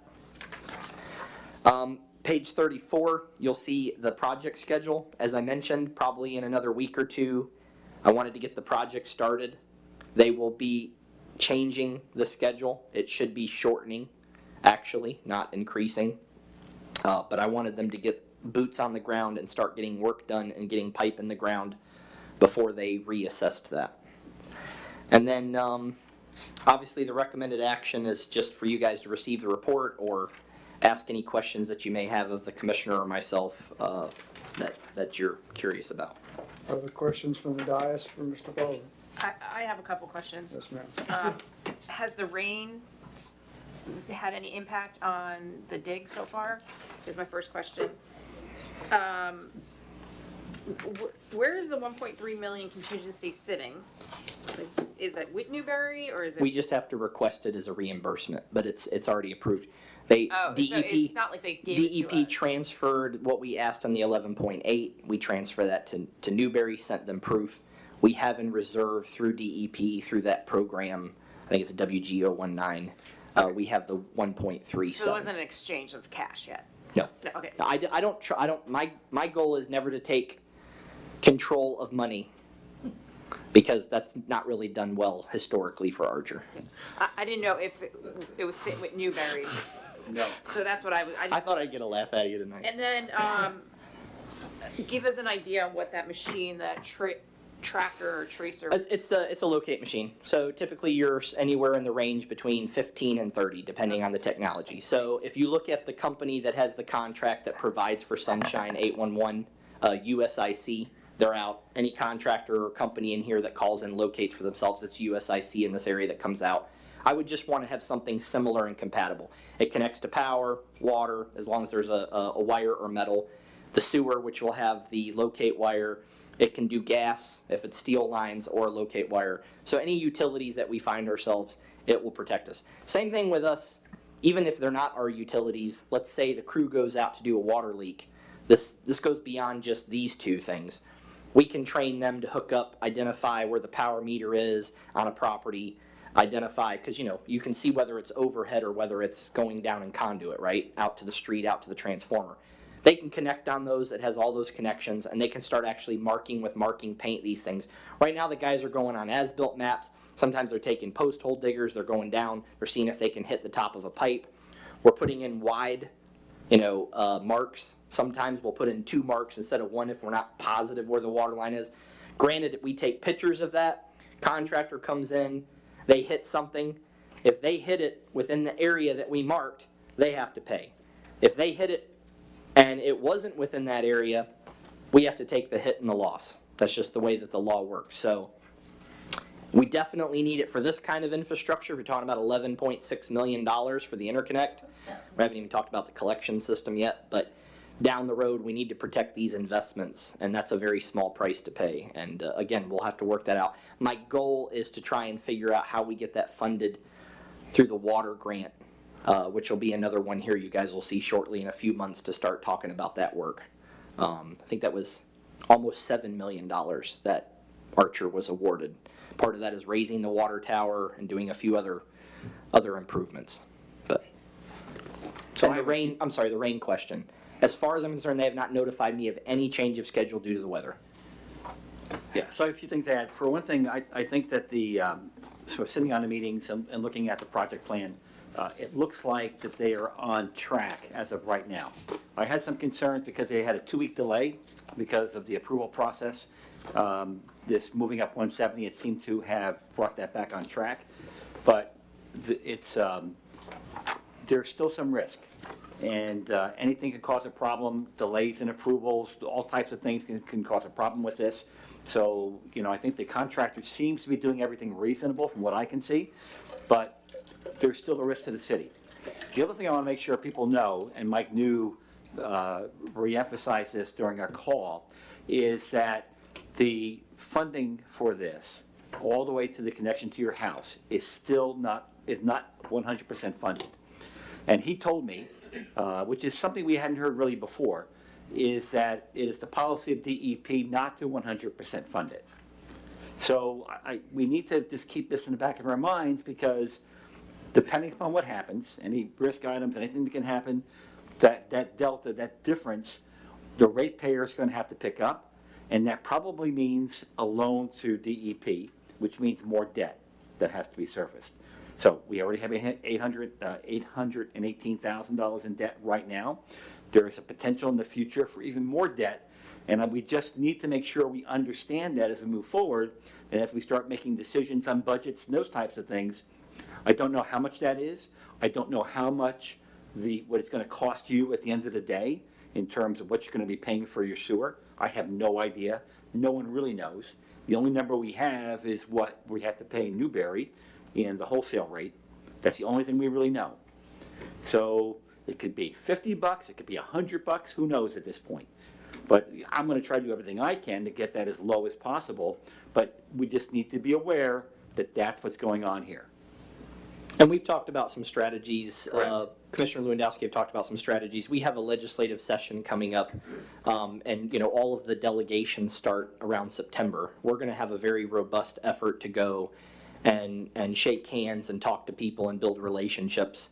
It isn't a traditional loan. I want to point that out. It is called an SRF loan. And an SRF loan works this way. So let's say we realize at the end of this that the city has to take out $15 million. Okay? We qualify for what they call the 80-20 rule. So what that means is if we take out $15 million on an SRF loan, we will pay at the end of the day over 30 or 40 years, whatever the term is, at almost zero interest. We will pay 20% of that entire loan. 80% is loan forgiveness. So I just want to make that clear. So it's, yes, there will be debt. They always require you at some point through the project, and that's most likely going to be during the collection system being built. There will be a contingent of that.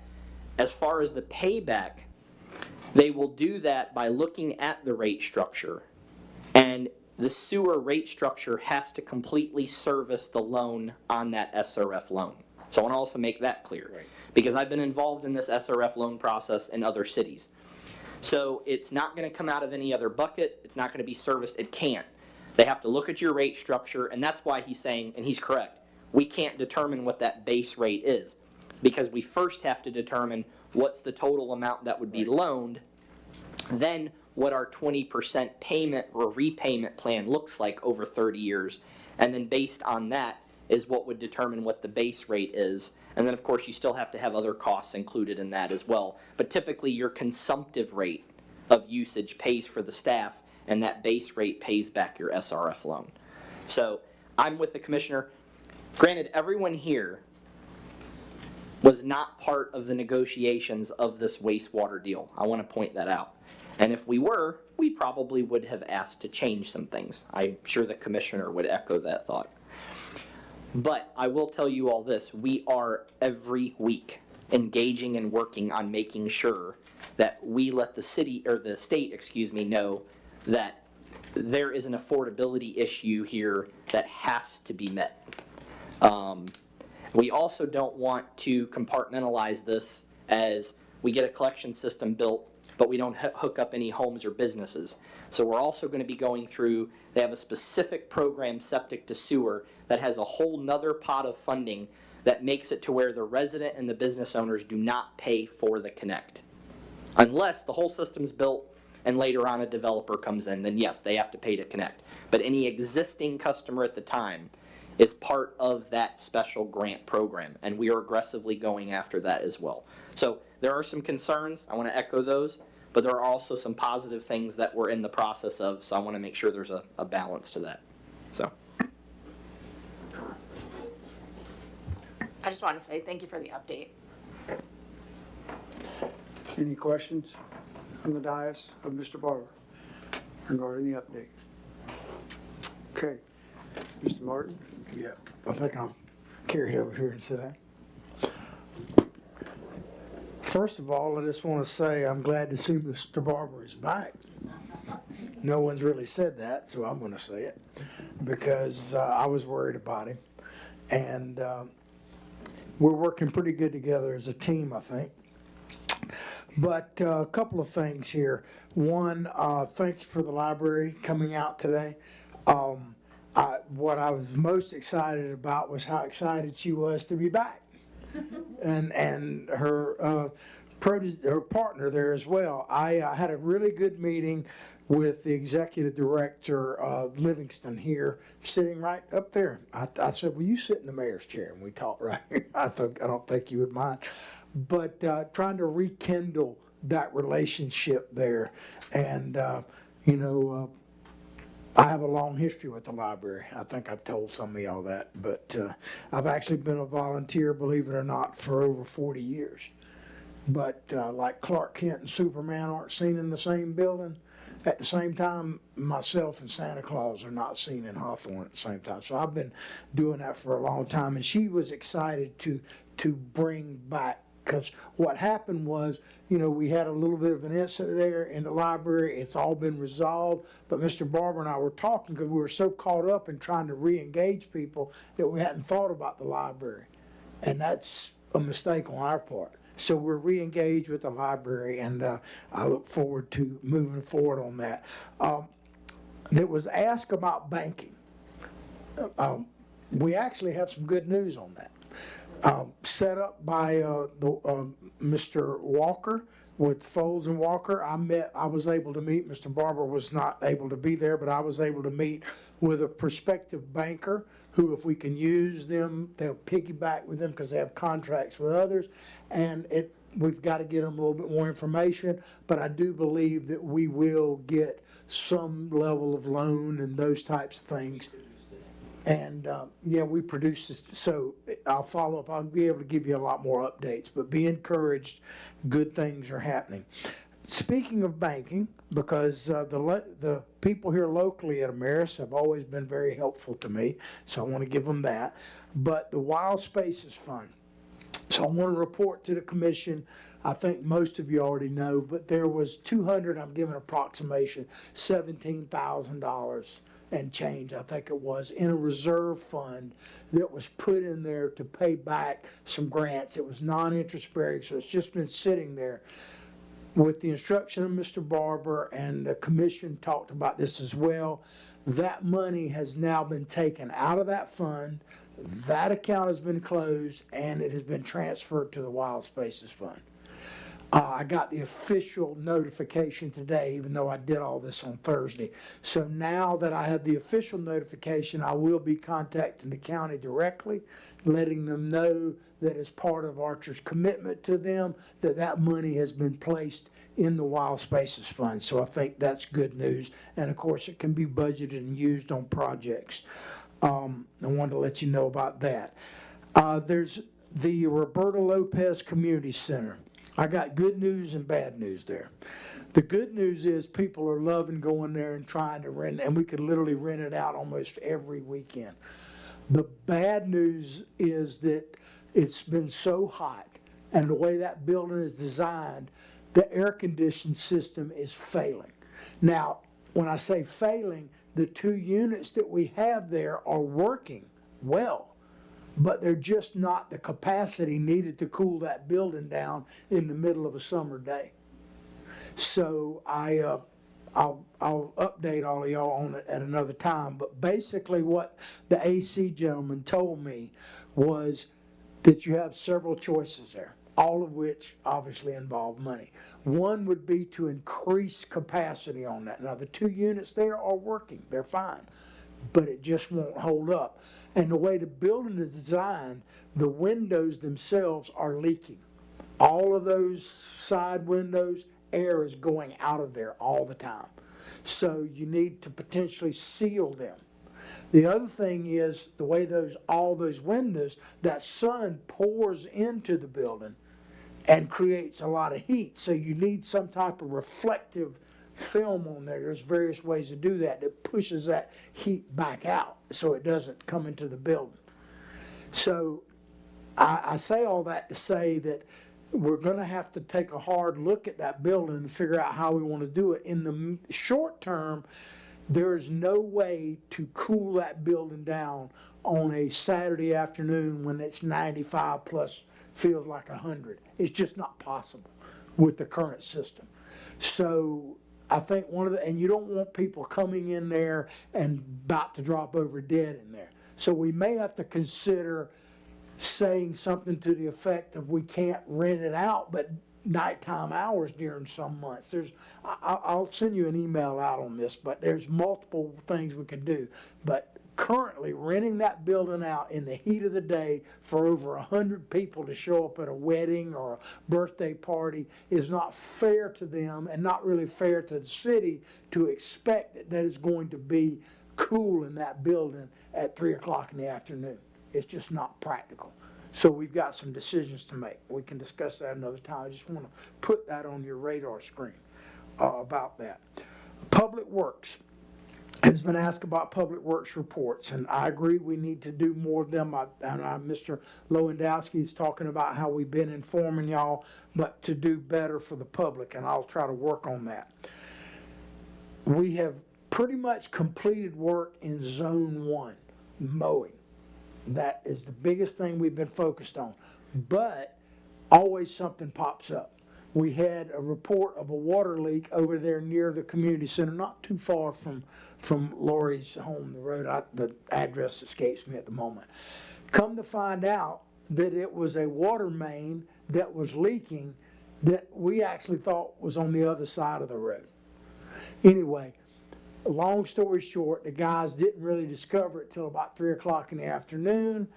They had to work on it for 3 or 4 hours afterwards and we really don't have all of the equipment and parts we need. So I've instructed them to do a survey of what we have, what they think we need, because we've got to do a better job of having parts on hand, and there may be some training that Mr. Barber's obviously an expert in this kind of thing, so we may need to do some additional training to have them be able to repair those types of things.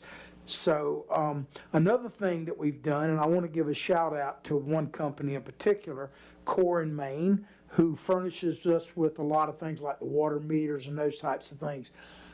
Our account was closed with them for probably fairly obvious reasons. I don't really like to do it this way, but I was able to call them based on my relationship and talk to them about reopening it. And now we're getting caught up and all of that kind of stuff. Those are the types of things that Mr. Barber and your team here have been rebuilding. We have a situation with our wand, just to give you an example, that does the meter readings. It won't hold a charge anymore. That technology is about to go out of date. But I've arranged for Core, they're literally flying one into us. They're going to loan it to us while the other one is being repaired, and then we're going to start the dialogue of moving forward, how the system will work in the future when we get the system rebuilt. So all of these things are happening. You may not see it if you're out here on a daily basis, but all of these things are happening. The insurance company came and did a ride around to all of our facilities. Stephen Gray rode with him. Calvin was off that particular day, and he opened up all the different facilities to that. And what we found is there are multiple things we're insuring that are probably questionable whether we need. Just to give you one example, like the little brick building out here that was the old switchboard. We have that fully insured. We have the metal marker out there, the historic marker. As great as I love historic markers, I'm not sure we need to insure it. We didn't have Public Works really insured. The building wasn't. But apparently, and we're still trying to figure this out, the fire station is on our policy. I mean, there's a lot of little things that you don't hear about that we're dealing with on a daily basis. So we're trying, Mr. Barber and myself, Commissioner Fiore was involved in it because it affects the budget and all. And I appreciate how each individual commissioner is working, like Mr. Lewandowski with the sewer project and everybody who's working. I don't want to leave anybody out, but I appreciate what all of y'all are doing. But we're learning things all the time that we're trying to fix. And so I think you're going to see that change. Give you an update on the former senior center, the Ms. Robbins Center. Now we have that as surplus property. It's going to be appraised and probably sold, but we had people who were squatting there. We had reports of it. I got ASO out here. They actually found the guy sleeping on the porch. He's been trespassed. They're now monitoring it for that type of thing. So we'll go with that. Dollar General. Everybody's asking about Dollar General. I'm not going to get too deep in the details. I've requested a police report on this, a sheriff's department, which when I get, I will share with the commission and all that. But we know that Dollar General has been using the back streets, and they're not supposed to. Well, I've been working with them trying to resolve that, but it's gotten to the point that we've pretty much turned it over to the attorney's office to deal with. But we had a situation where a couple of residents and a truck driver got into a confrontation, and ASO was actually dispatched. And so I'm awaiting a report on that. I'm not saying anyone particular was at fault, but it seems to have been resolved. But those are the kind of things we deal with on a day-to-day basis. Public Works and Facility Monitoring. Staff continues to inspect and monitor city facilities, infrastructure, and properties for maintenance needs. We're constantly doing that. The last thing I'll say is something I used to say. I know people sometimes chastise me for talking about something that happened in Hawthorne, but I used to tell people all the time, they ask, well, what can we do because we don't have the political power and all that. The one thing I would tell Archer residents to do, because like the primaries are coming up and then the general election, vote. I'm not telling you who to vote for, but vote. Because we're never going to have the numbers that, like say Alachua has. But politicians, and I've known one or two, look at the data and see that, man, you had an 80% turnout in the city of Archer. We better pay attention to them. So I would tell everybody who is listening in the city of Archer, vote. Always vote. I'm not telling you who to vote for, but vote. Cast your vote so that when they look at the numbers, they see that, man, those people are paying attention. That matters a great deal. just a side note there. Thank you. Any questions? I have a couple of questions for you and for Mr. Barber. So just, I understood that you were having a meeting with the county in regards to their work plan for potholes for that part of the county roads that come into Archer. Hasn't happened yet, but it's hasn't on happened the yet? books, Okay, yes. good. And as soon as it does happen, we'll report back to the commission on what was discussed, what are some strategies, and come back with anything that they tell us that we may need on our side. Perfect, okay. Yeah, but we're not just talking, to be specific, we're not just talking about the city streets. We're gonna be talking about the surrounding city streets Exactly, and right. seeing, because some city streets are not great, but some of the ones that are surrounding are in horrific They are, condition. You and I talked about 170th, I believe it is. That one there, when we meet with them, we're gonna talk to them, but we're also on the interconnect project, going to have a discussion as to what money's there, because they have to put it back and they're open cutting it, right?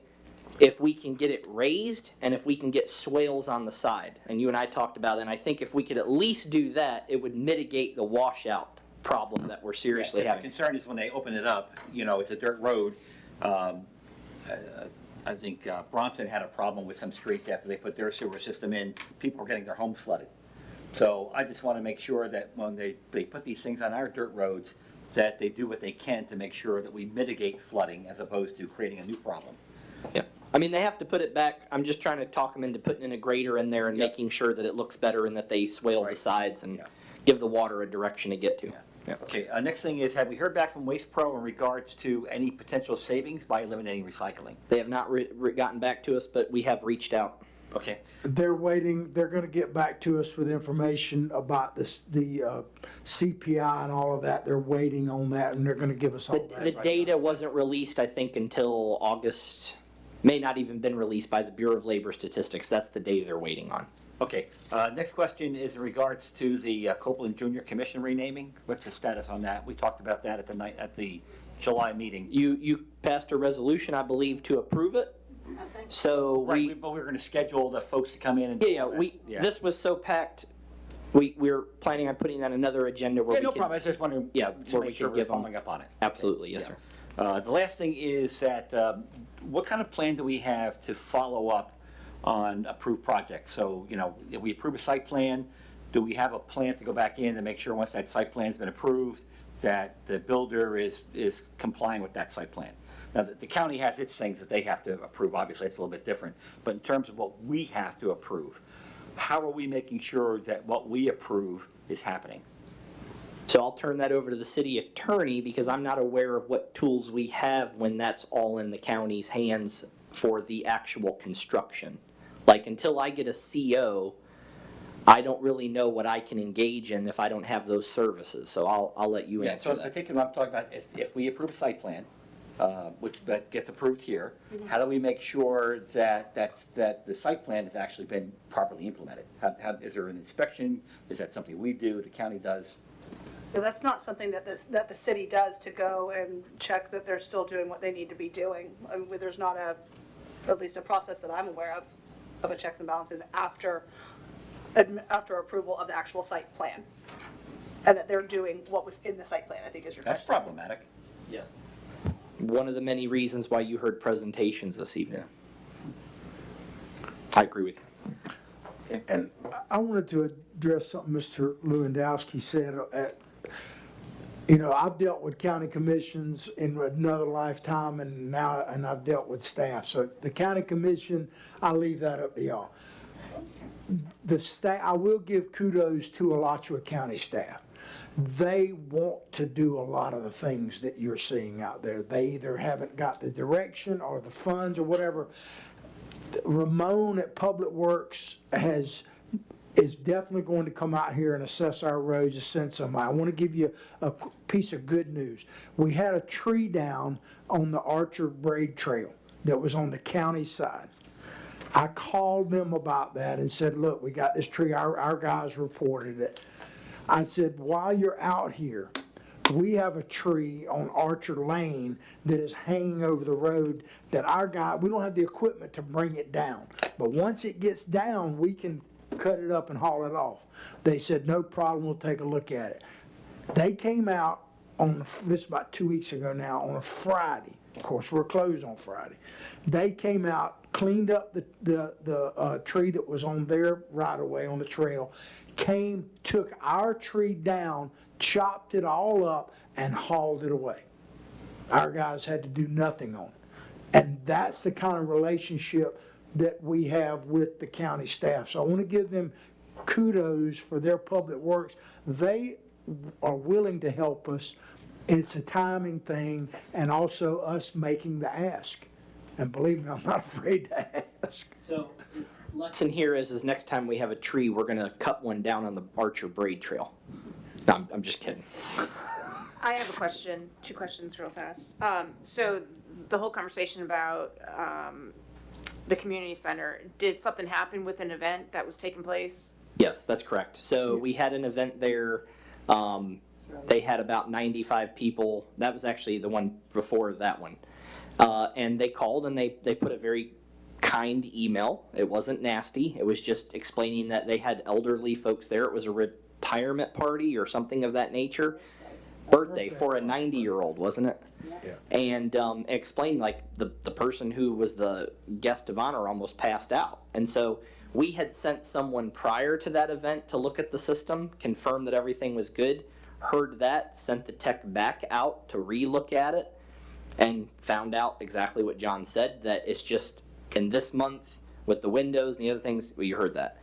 So what at the very least we need to do is put a disclaimer on there, because what I decided to do was I reimbursed them their fee. Right. I just did not feel it was right to have put them through that and then still charge them for the venue. So I made that decision. And I feel it's the right one. Y'all can condemn me for it if you like. But in the future, so we're not forfeiting the fee, I just want to make sure it's very clear on the application what the condition, and if you rent it in May, June, July, August, and September, and possibly about half of October, and it's too hot, I'm sorry, that the air conditioner is completely where it needs to be as far as the servicing of it. It's just, it's too big of a building. It's too open of a space. They undersized it. If I could just for the first event, the birthday party, there was an issue with the actual one of the units. But we did send someone out prior.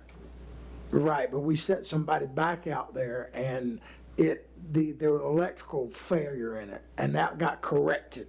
Okay. And then they got it down to the cooling it needed to be. But then you had the event with the wedding after that, and it was better than before, but it's still not going to work. They said they had sweaty pictures. Correct. It's gross. And I just, the That's what sad they part said. is on the insurance topic that we're insuring buildings that we probably don't need to be. If you all recall, this was a brand new insurance policy that we just put in place less than a year ago, which is very frustrating. So kudos to staff for actually wanting to look at what we're insuring.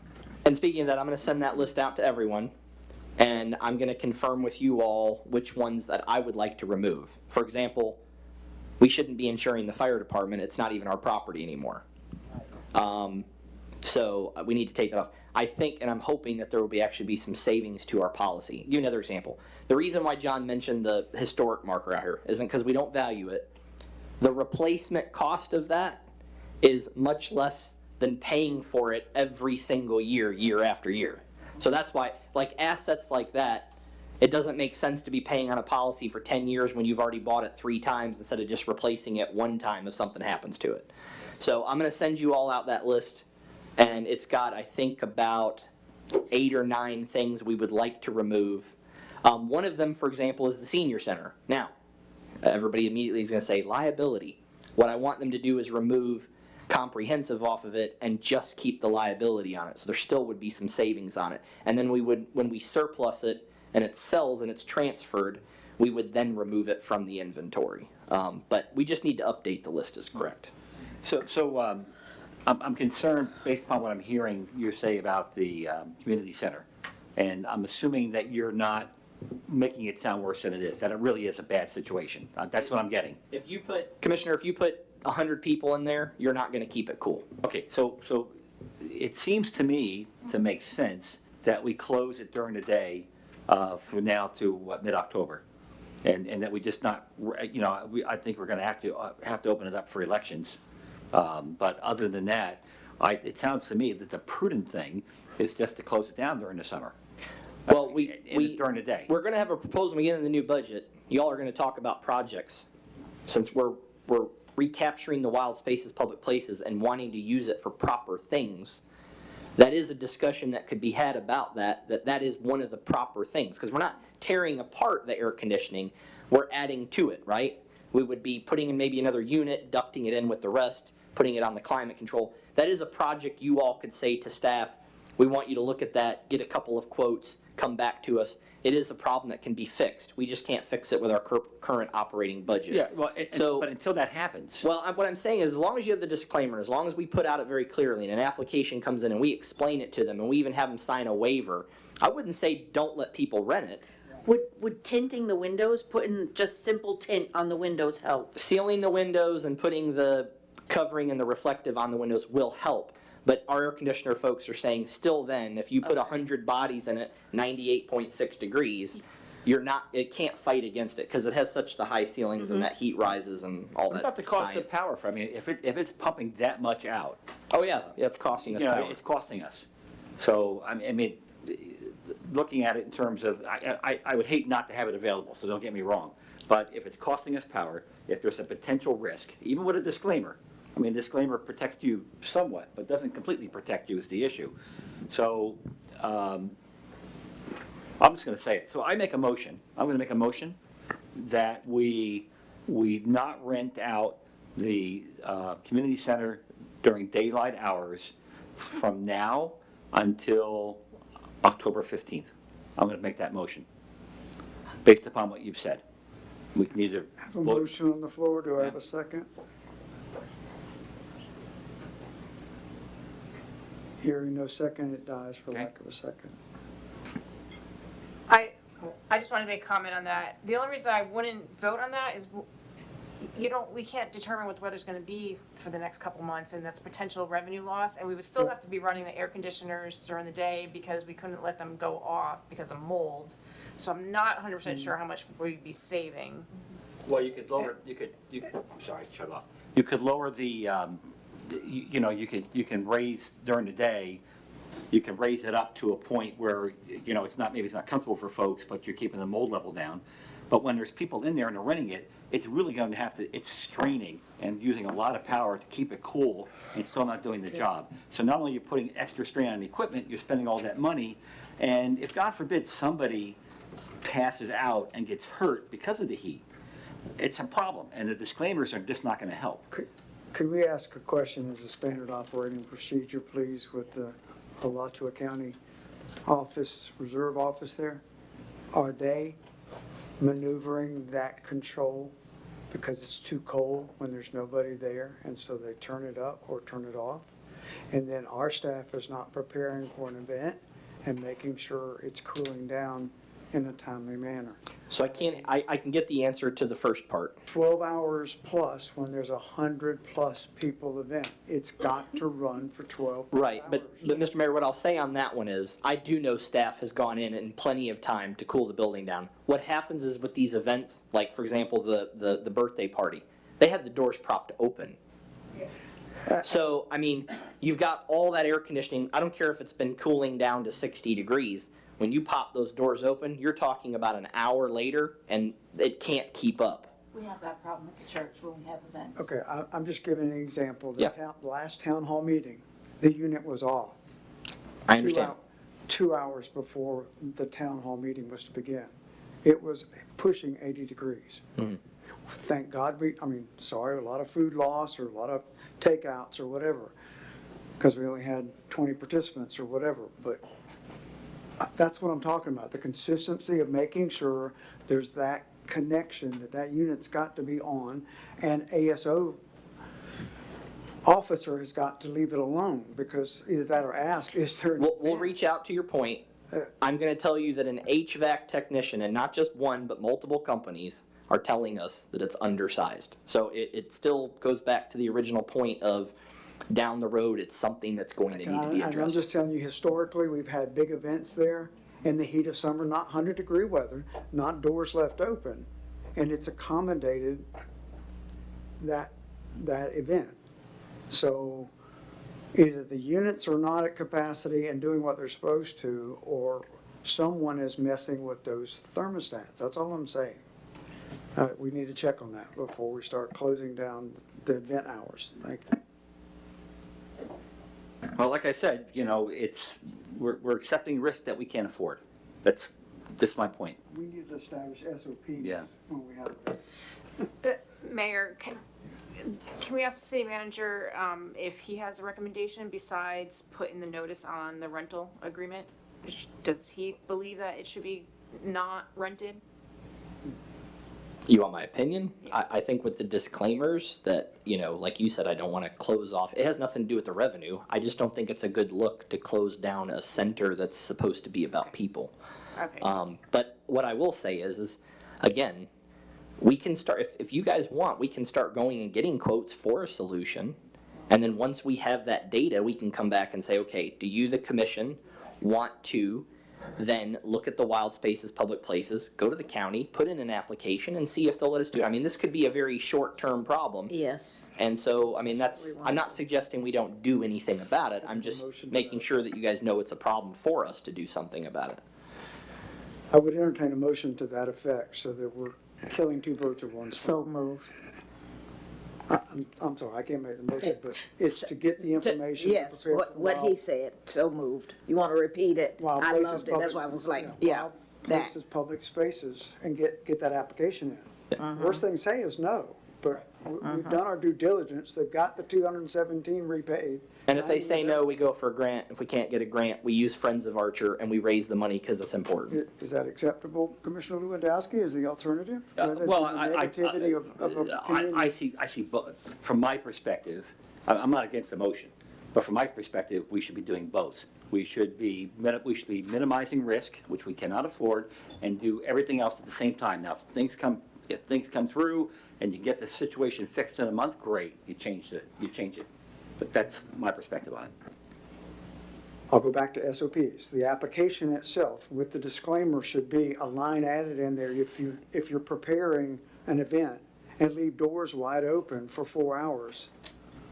There's no guarantee that That AC is. I will redo the entire application. I don't need it added anymore. No, I'm serious. I'll redo the entire application. I'm doing that on a lot of documents. And I'll add some caveats and whatnot. I'll get with the attorney's office for the sake of liability questions. I will see how much we can cover ourselves in every legal way. I'll have them approve a new application, and then I'll get that done sometime this week. Okay, and I'll get it to them We have a anyways. motion on the floor to entertain getting the quotes to prepare for wild Yes. places public, but it's just a motion. I haven't gotten a second understand. yet. Do I hear a second? On Vice Mayor Bailey's motion to just prepare and get quotes for the film and the additional HVAC support system, correct? Yes, And I'll getting second quote- that. Not do it, just getting quotes. I understand. Okay, Quotes. all right, thank you. I got a motion and a second. Any other discussion based on the energy being expensed in that, knowing we can have wild places, public spaces as an application sent into the county for review? Because that takes time with the county as well.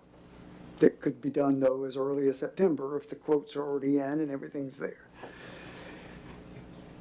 Any other conversation or questions? Anyone from the audience have any questions or comments regarding the procedure and what we're trying to do on the motion? Hearing none, let's go to a vote. All those in favor of the motion say aye. Aye. Aye as well. Nays like sign. Hearing none, motion carries unanimously. Thank you.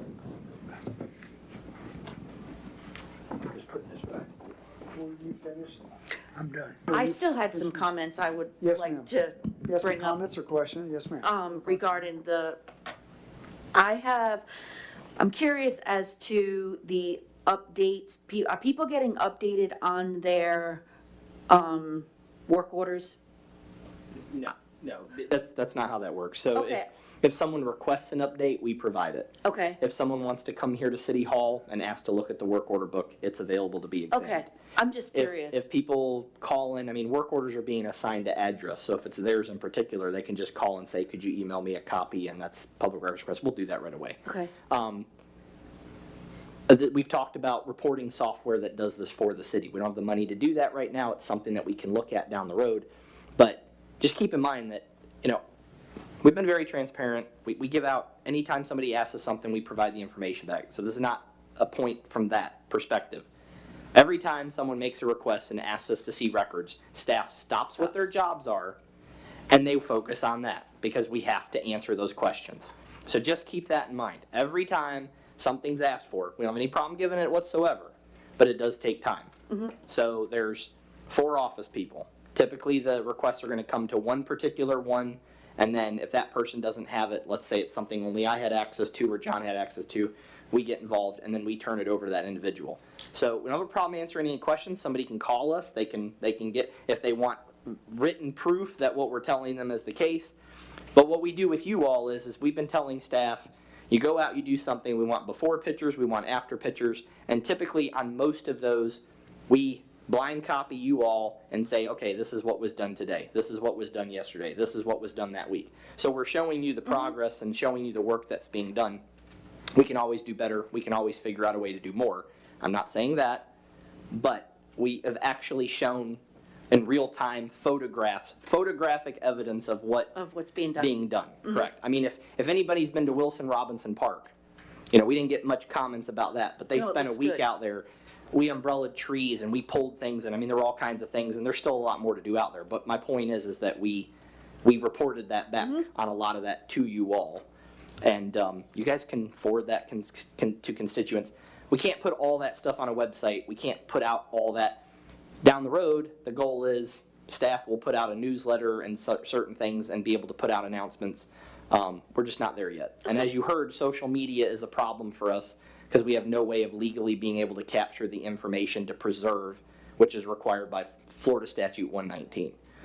So if Friends of Archer, though, someday wants to have its own Facebook page, they're not a public entity. They could put out everything that they want to put out, and they could request from us anything that we have, and we would give it to them. So I just want to make sure that people know that. But there's no issue with us putting it out? No. Okay, good, okay.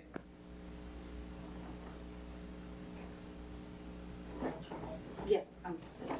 Anyone else with comments? No? From the dais? Thank you. Any constituency comments or questions regarding the reports from the city manager or the deputy city manager? Yes, ma'am.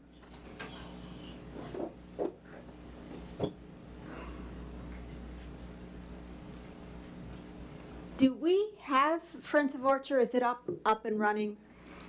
Great question. I'm waiting for 2 more applications or 3. It's either 2 or 3, and as soon as those come in, we'll have the amount that we needed, and they'll be on an agenda for you guys to decide whether you're approving. Thank you. So, Thank you. yes, ma'am. Anyone else? Okay, moving on. Real quick, hold on. Yes, sir. I know this just feels like it's going on and on and on, so I'll be brief. The Archer wastewater system report that was in here, so much this doesn't make sense. I sent you an email. I'd like to get some information from you.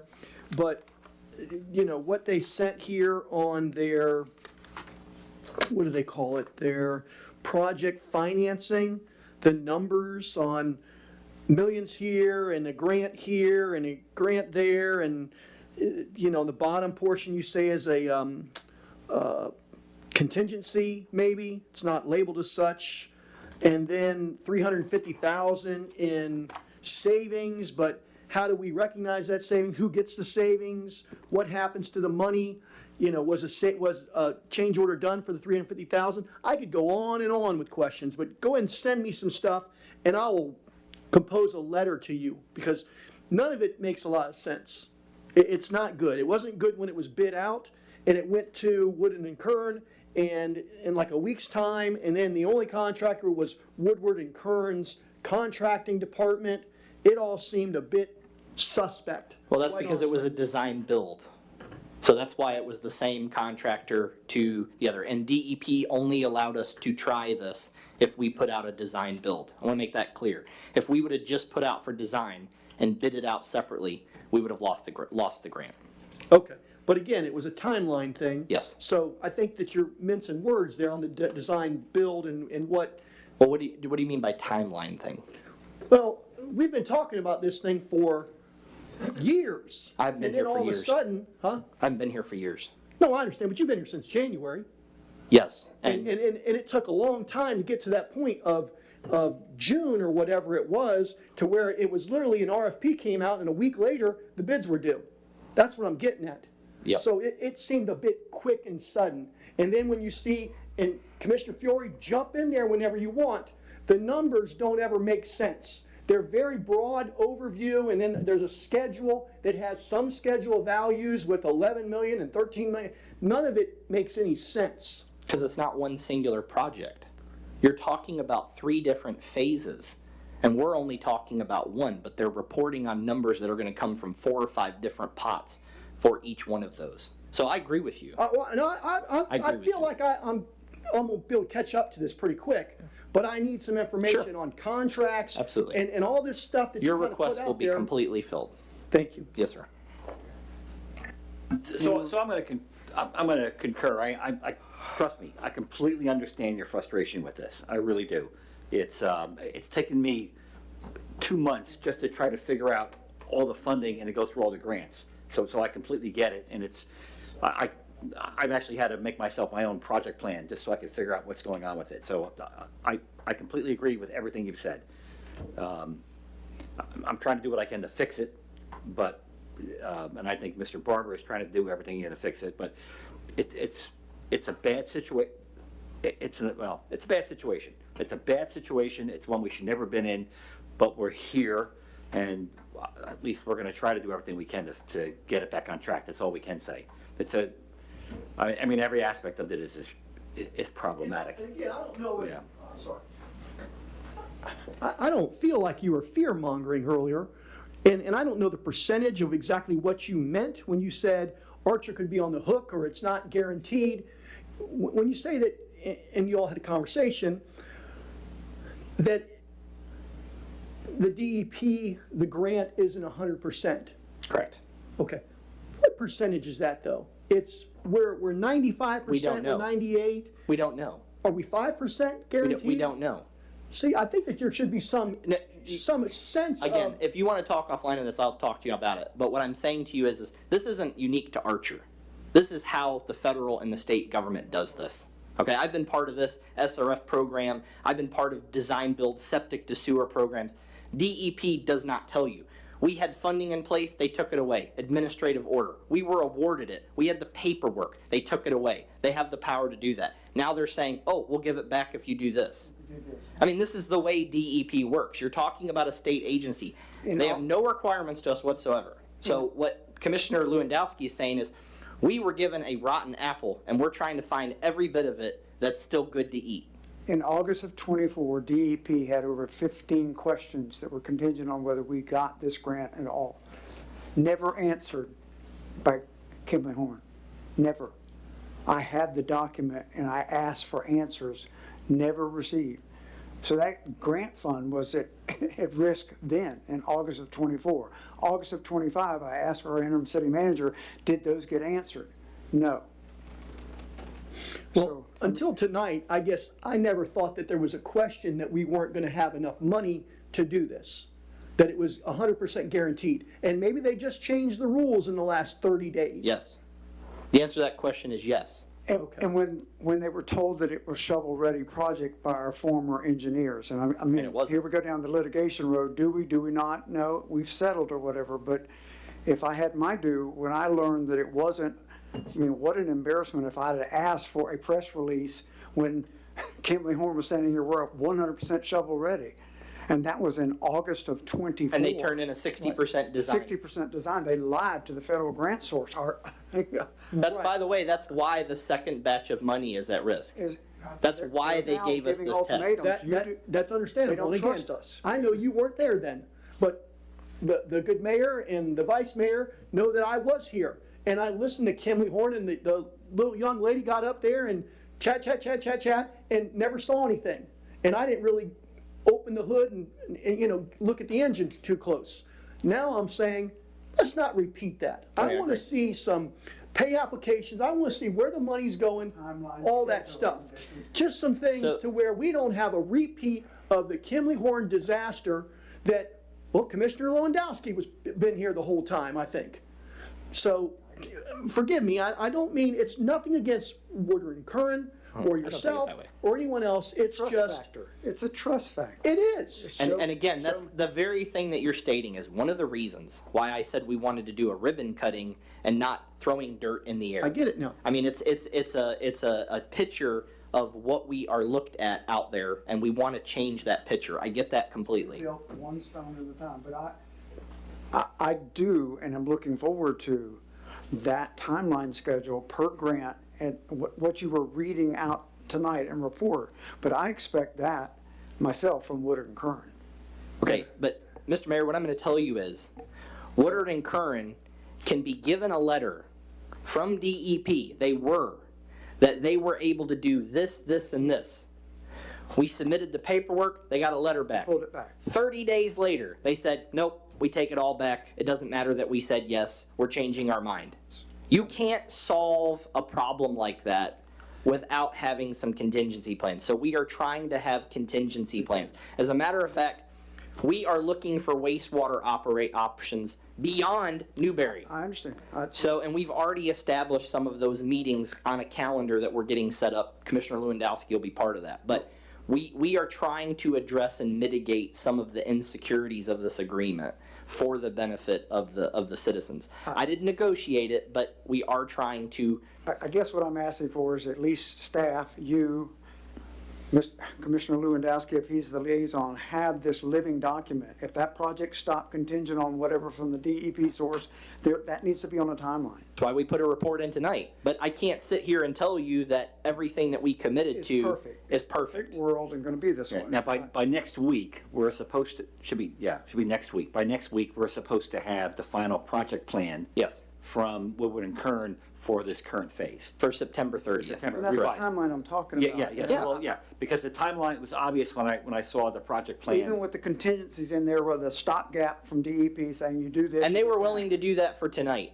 Mr. Lewandowski heard me say that I didn't want them to do that because I didn't want something that I couldn't see a couple weeks of real progress on to confirm that what they were telling us they could do per day, per foot was real or not. Is that not the case? Yeah, so that's true. So bottom line, next week, we're gonna have a Gantt chart with the. That's what I'm asking for. So by next week, they committed to doing that, so hopefully we'll have it. And as liaison commissioner, you be able to have that document in your hand and be able to report, or Yes. Mr. Barber, No, he's together as a more welcome team. to. That's why he's here. And it be updated. I know it's a fluid document because of contingencies, because of the grant source. Right. But I want to know that that's live. I can assure you that I am. You shouldn't be struggling to get that. That was a Yeah. commitment that Woodard and Curran stated. Yes, Woodard and, French and to be fair to them, they provided one.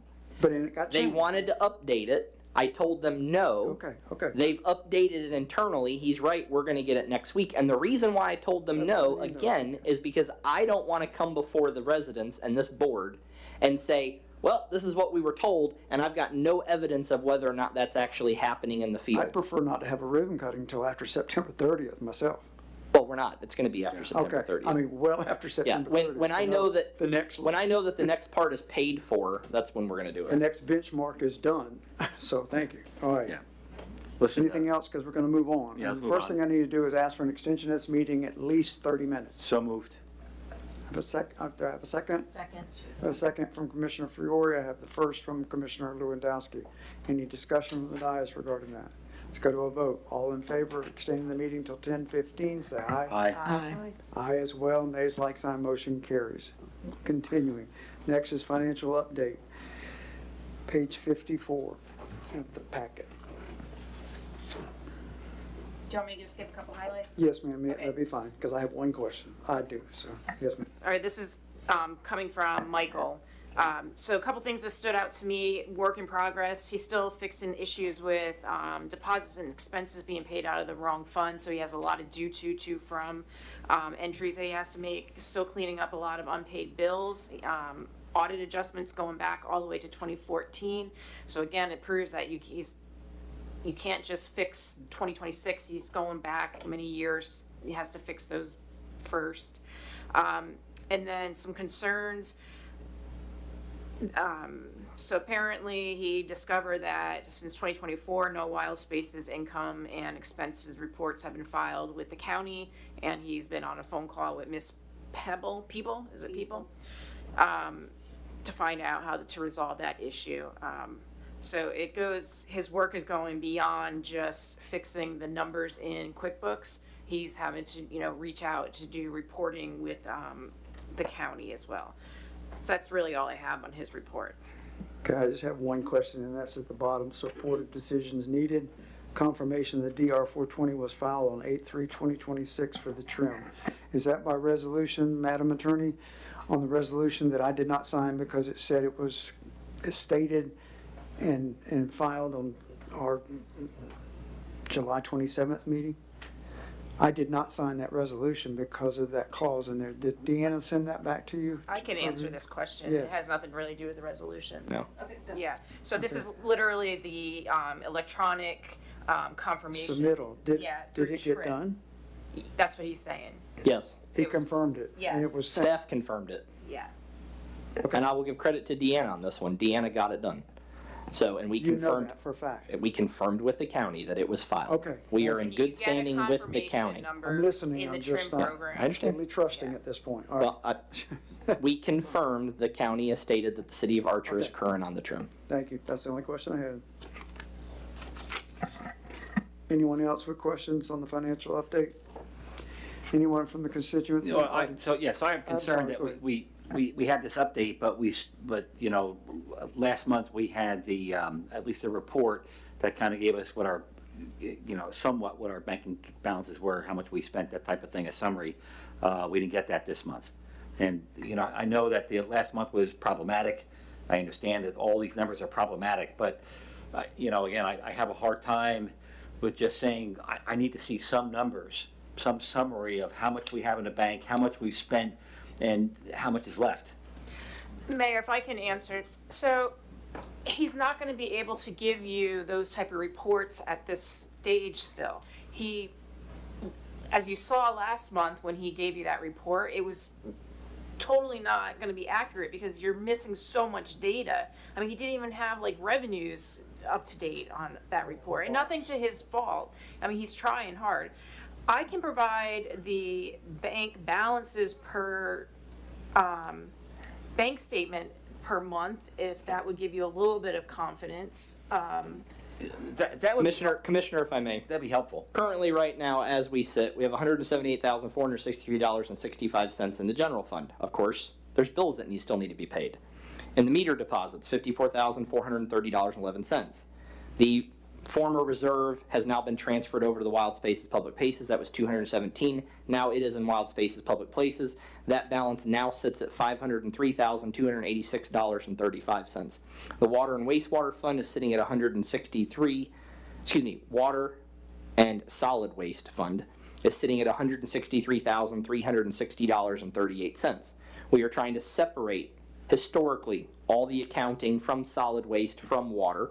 So we opened up another account that has $5,000 into it, waiting for that balance sheet to be completed to transfer solid waste over to it. But it is account ending in 71754. Again, it has $5,000 in it. Then we have a QO015, which was the transfer to Newberry. We have $1,000 in that. That's for auditing purposes. That's just sitting there. That's for auditing. Correct. And that $1,000 came from the general fund, but it's sitting there until that audit and that part of the grant is closed down. Then we'll put that $1,000 back into the general fund. Those are all the accounts and the exact numbers of them right now. Mayor, if I can let everyone know, those balances, you have funds sitting in the general fund that's supposed to be in the water fund and vice versa, and expenses. So just by going off of those numbers, it's really giving you nothing. It may give you a total big umbrella of how much money the city has at a given point in time, but don't go by those numbers, because once he finishes, the water fund could be like 80,000 more by, once he finishes his entries. So I don't want you to go by just those numbers. Did you sign any checks? No. Did you sign any checks this last month? I You're don't not a sign check signer. checks. Okay. The primary check signer signed approximately $70,000 in payments and debits going out. Okay.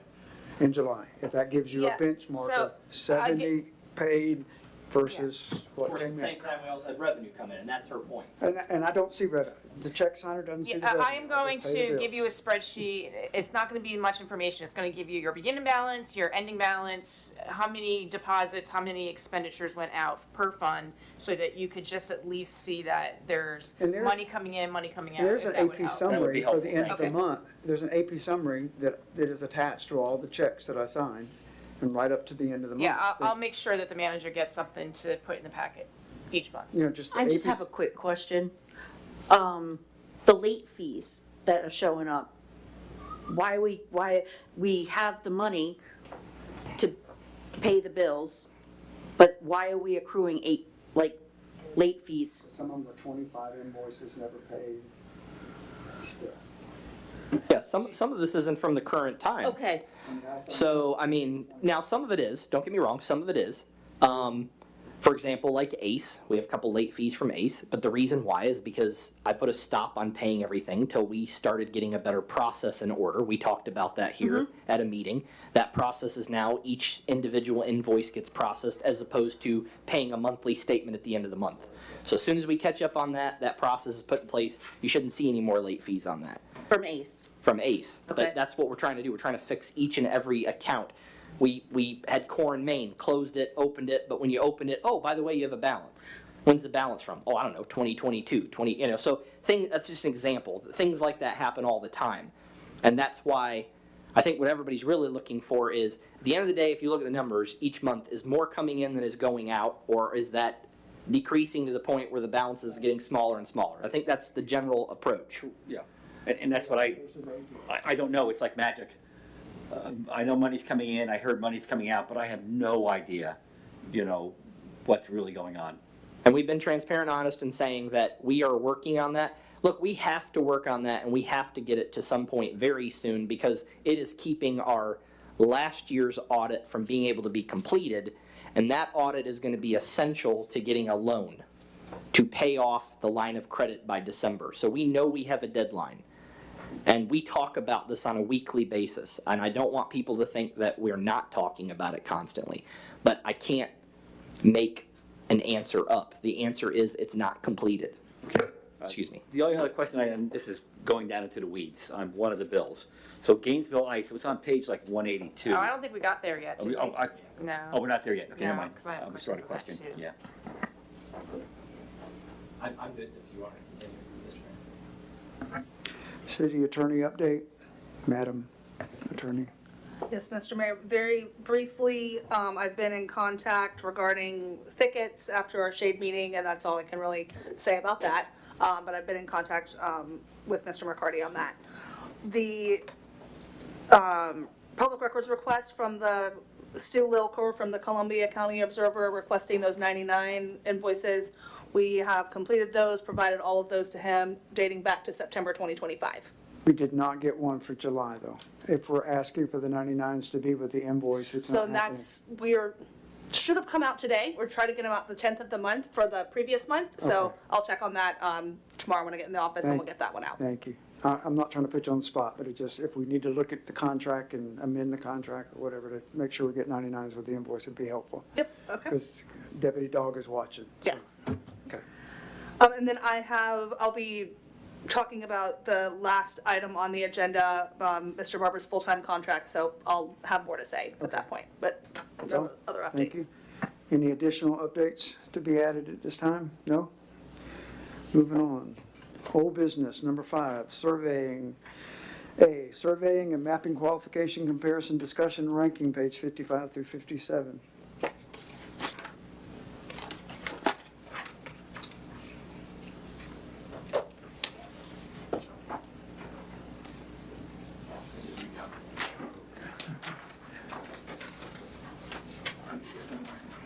RFQ, RFP number 2026-6. I'm sorry.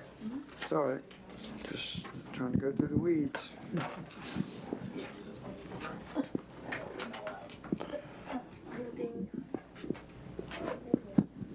Okay, we had 3 different proposals or RFQs for appraisal services. This is to appraise the property, our surplus property, I do believe, right? And potentially put it up for sale. So, let me make sure I get the names correct here, because one of them was late. We had, I just want to make sure, because the initials are here, I'm sorry. North Florida Professional Services, Inc.? Yeah, North Florida Professional Services, that is the one that was late. And it was late by a few hours, so you would have to get, we did evaluate it, because that would ultimately be a decision that the commission would make whether to accept that one or not. And then we had GFY, which is Young. Was it George F. Young, I think is the name of the company? And then we had JB Pro.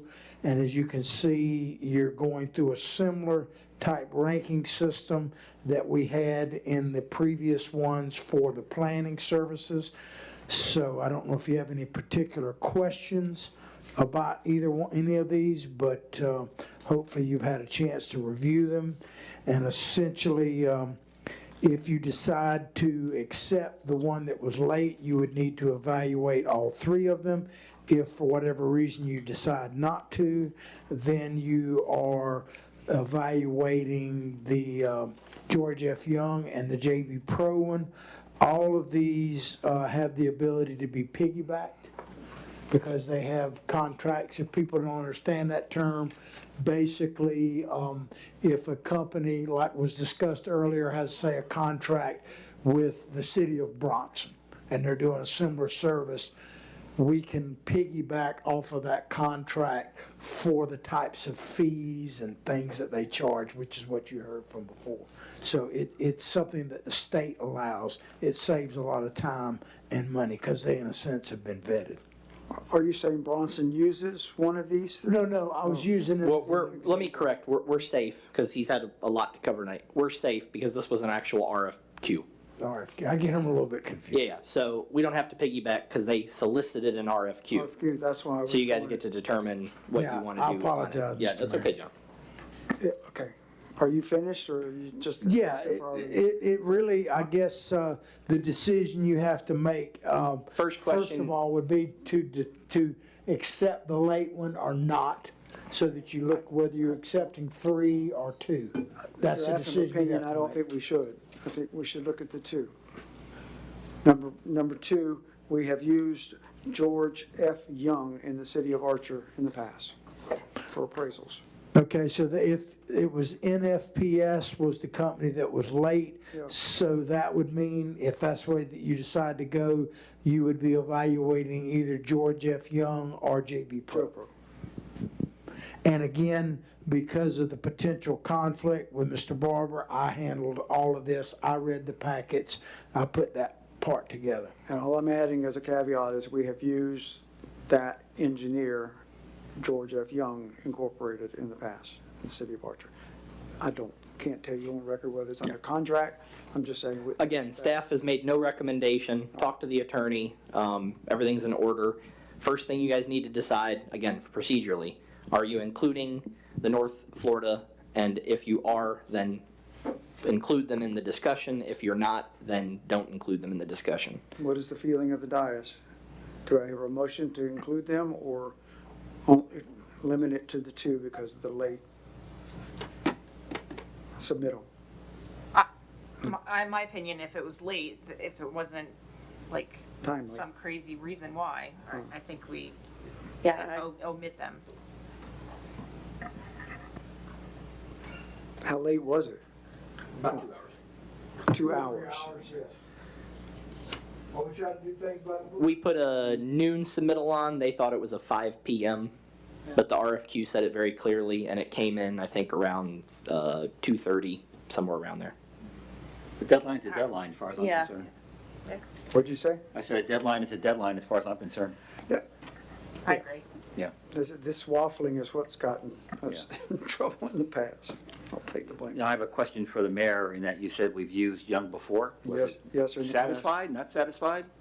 And historically, that's what I'm saying. They did so, you know, not stellar, but they completed the. I hate to be a stickler here. If we could determine that, if you guys are making a motion for that, and then we can go on to more We need discussion. a motion for that? To exclude them? Yes. Yeah. Yeah, at least a consensus, but By consensus, Yes. we want to exclude the late Okay. submittal. we didn't make an affirmative. I just want to make Okay. sure. Yes. I mean, because we're Yes. trying to move the meeting on. Okay, perfect. I'm All sorry. right. There you go. Go ahead, have your All discussion. right, so that by consensus, we're removing North Florida Professional Services. And then the other just caveat I added is this city, municipality, has used George F. Young successfully incorporated in the past. And I'm talking about from the time of 23 years of Tilly Davis. George F. Young was used as an appraisal for property or surplusing it to sell it. Prior to my years as commissioner, I have no family connected to that, I'm just saying. We're not ranking these today, right?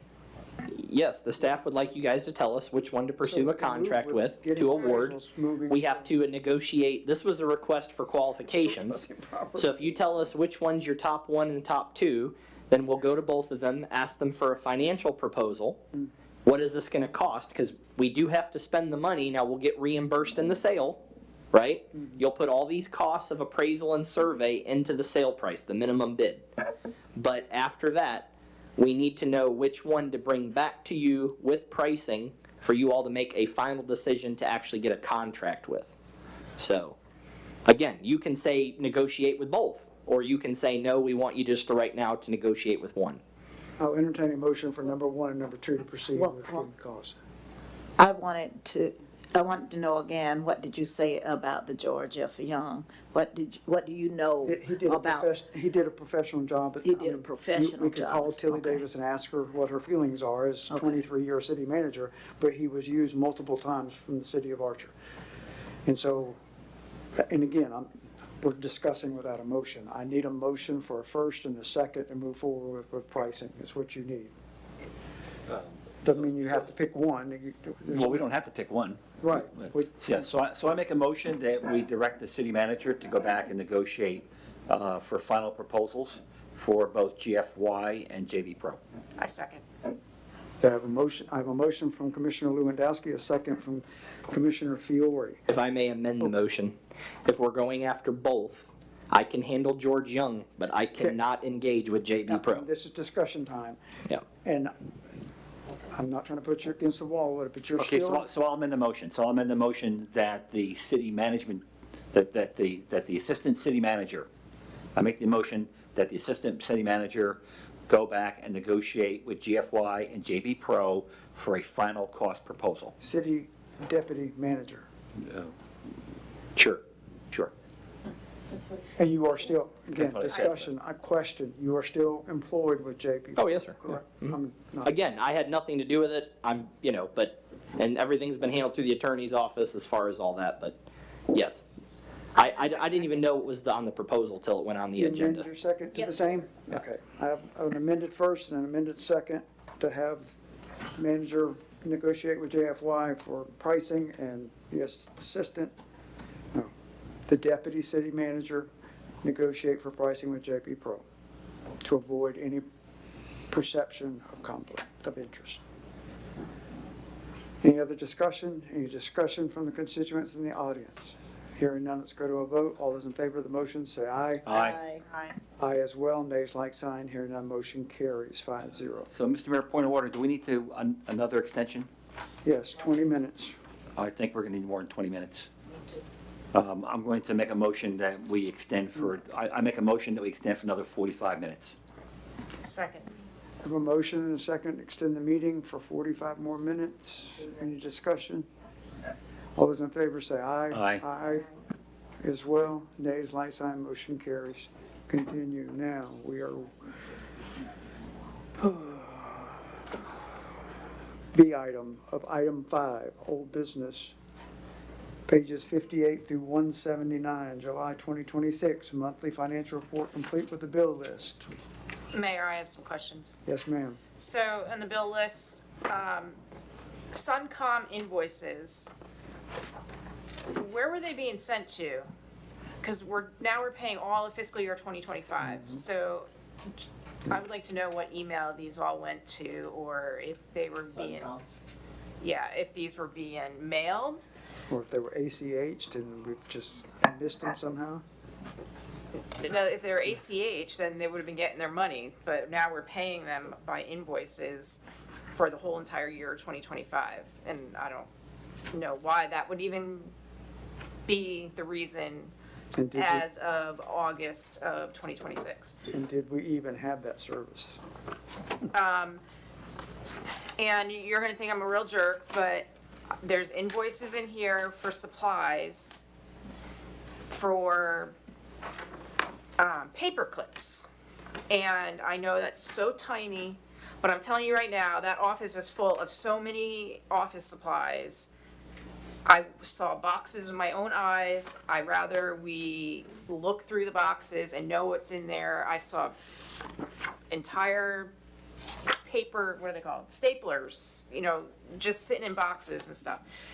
I don't like when we spend money on little things like that, little organizers to put paper clips in. I mean, that, when I saw those invoices, made me angry. And I will note for the audience that in those bill pays, you'll see that there were additional payments for cleaning of our buildings during the budget workshop. That needs to be discussed to be removed from the budget as a decrement to have the city manager instruct staff to be cleaning the offices. Because we paid over, for the year 2026 so far, I think it was like 35. over $7,000 in cleaning services. That's all I have on the bills. And then Commissioner Lewandowski, he's left, but he had the question about Gainesville Ice. I can't remember what the basis of his question was. Yeah, so that's a yearly charge. They, you'll see Quarterly. that, it's not quarterly. It's quarterly? I've only seen it come through one time. But maybe you're right. I mean, I only see one payment to them each year. It's times 4, so we're paying $1,600 for sanitizing and servicing, which is a lot, when they could use the same cleaner and do it themselves, the SOP. What was your question on the? Yeah, the Gainesville Ice question, we're in bills, and you had a question about Gainesville Ice, I think it was? You know, why are we having an ice machine? Like, I mean, do we need an ice machine? Oh, yes. Yeah, Yeah, you have to have an ice machine for staff, but yes. the sanitizing and servicing if it's the motor component or whatever, fine. Oh, Because 182, I think it was. it's their piece of equipment, not ours. Correct, it's a rental from my It's a understanding. rental, and that's why I would expect them to annually service it. So we'd have to look at the contract to see whether or not we're allowed to clean it, and if we are, I think that's great that we can pursue that. If it's part of their contract that they have to clean it, then we have to look at the contract. So sometimes when they have rental agreements, they require certain activities, so I just want to check into that. I'm not saying that's the case, but I want to check Looking into for the it. peanuts on the ground, that's Yeah. all. It just, the ice machine, yes, we need it. I've asked in the past, in my tenure here, why don't we just purchase our own? And- Because we did that in a couple other cities and it cost us 10 times more. Okay, Yeah, because if the machine breaks, they don't keep fixing it, they get a new one in here. When you own it, you gotta keep fixing it and fixing it and fixing it, and it gets very really costly. Okay, expensive. all right. Yeah. I just- Think it. But we've never done it, so that's why I just always bring that up when we spending over $1,000. I would never make a recommendation that you buy an ice machine. Any other questions about bills? I'm still surprised that that's quarterly, because last year, we only Yes. paid it one time, and, See, it's quarterly cleaning well, service. that's what someone wrote on it. Yeah, but I know that's, Okay. I thought it was, into it for sure. yeah, I thought it was yearly. That's all I have.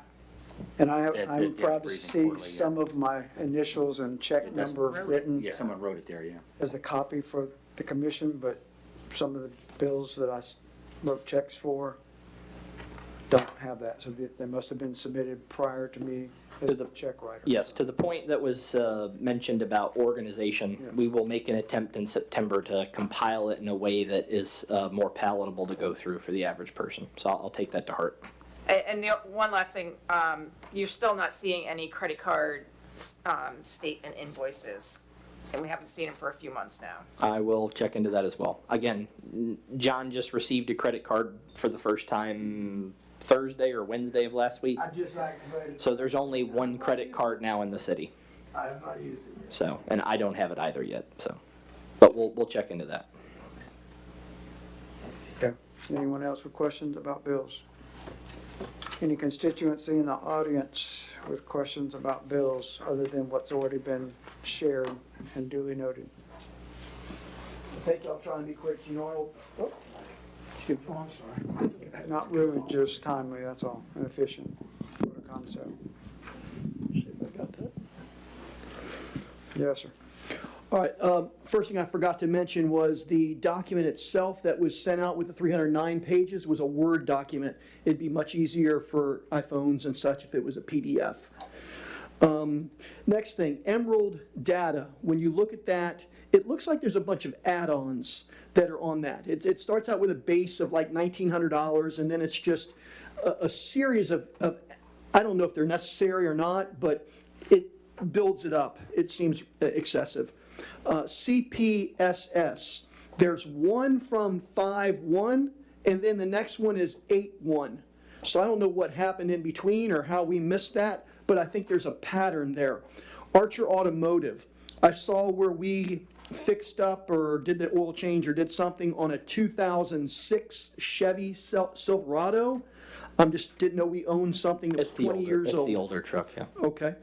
Sistine's has contract overage for color copies where I guess we have some type of contract, and the fact that we ran 9,794 color copies that ended up costing us $519. We should do something better with that. Crystal Clean, she sent us bills for $3,300 for for December through June. And then another bill for $500 from February to June. I don't know, we're just willy-nilly paying people when they don't bill us for, 8 months. Canon, not sure what that was for. It looked like it was color copy rental. And on that bill, we've got, there's multiple bills. Each one of them has a late fee associated with it. One being $80.37, another being $68.76, and then I think there's a third one, but the bill wasn't complete. Victory Farm, I think it is, generator. They billed us $681 because of a cut wire. Don't really understand that, but that seems like... Let me answer that one. We were using Ring Power, and Ring Power would have been triple that. And I asked the staff to go out and work with 2 other companies to get a cheaper quote. They had to diagnose the problem, and yes, that's what the problem turned out to be. None of our staff are certified in generator repair. I saved a bunch of money on that. Okay, well, there is a Ring Power bill for the generator of $465. But that's a service agreement, that's totally different. But the repair bill was gonna go to Ring Power, and I prevented that. And they were gonna charge us, I think they were gonna charge us like $400 for just showing up before they even touched anything. Okay, it goes back to what's odd is a cut wire. I don't know, it seems like vandalism or something. I don't know what happened there, but anyways. The Suncom invoices, they weren't from all year, but they were from June 2025, July, August, September, October, November, December. And then what's interesting is, then the next bill is July 26th. So somehow there's a gap of 6 months. Again, I'm trying to make sense of it. Lewis AC out in Hawthorne, their invoice, you can't read it, okay? It's scribbled and, it's not legible. And then the other one, there's 2 of them. The other one looks like for $480, they replaced 4 filters. Please tell me they didn't replace 4 filters and get charged us $480. I'm just going what I can kind of read on there. Gainesville Ice. I'm going to say this, one of the best probably purchases that we've ever made as a company is buying an ice machine. Just saying. If someone said, what was the best purchase you ever made? An ice machine. It is a no-brainer. But anyways, we clean ours once a year. We do a deep clean, we take the filter out, change the filter, all that stuff. So doing it quarterly for $400, again, excessive. Cox Cable, internet for 2 cameras. I'm hoping those 2 cameras are working at least, and we get feeds or footage somehow. Folds and Walker, love them. they bill in advance. So when they bill you, they're billing you for the next month before it even happens. Just food for thought. Ace Hardware, that is confusing in and of itself, but I am curious, there's a rewards ID type thing. I don't know who's getting that or where that rewards ID goes, but someone's getting credit for all those purchases. Anyways, there you go. Thank you. Yes, ma'am. My question is, why do we have to have an ice machine for 3 employees? Where is it required at? It's not required, it's a safety thing. Yep. You have to provide ice and have water for workers. We can't just buy. Sure, you can go buy ice, but they would have to have the city reimburse them for going and buying ice. So we can buy bags and bags of ice every day and have half of it go to waste. And for Well, any I mean, that community-sponsored still would event. be a whole lot cheaper than doing this, renting the No. ice machine and the maintenance. Because I know it was about 2 years ago, we spent like almost $1,500 on the maintenance. Think what? If it's a rental, you shouldn't be spending money on maintenance. It was changing the filter and something else, and I was shocked. In fact, I was livid. We can look at the contract, commissioners. You know, that's another, we're doing that with a lot of things. We're going back and looking at contracts, so we don't have any problem looking at the What else, contract. Ms. Costello? The bills from Ace Hardware, they're not readable on a phone. You can't even make them that big to even be readable. But my comment was Dallas had showed us an example of what should be written on those bills. And it's not. I mean, they need to be more specific than water or for the water leak. You know, that really doesn't tell me anything. And there's a lot of things that they buy at Ace Hardware. I would like to know what they're for. I mean, that's why they're supposed to be written on the bill, what they're for, not just a water leak or water. I'd like to be more specific on those bills. And somehow, if you could make them that we could see them, I actually had to come here early so I could just look at the paper copy because I couldn't see them on my phone, don't matter how big I tried to. What else? That's it, those two Thank you. things. All right. I've written them down, thank you. Mayor, the ma'am. actual bills from ACE are extremely tiny. Tiny. They're actually like that, yeah. Thank you. So I have a question in regards to the, some of these back bills. So are they just coming in now, or they just found them, or what's going on? A mixture of both. Mixture of both.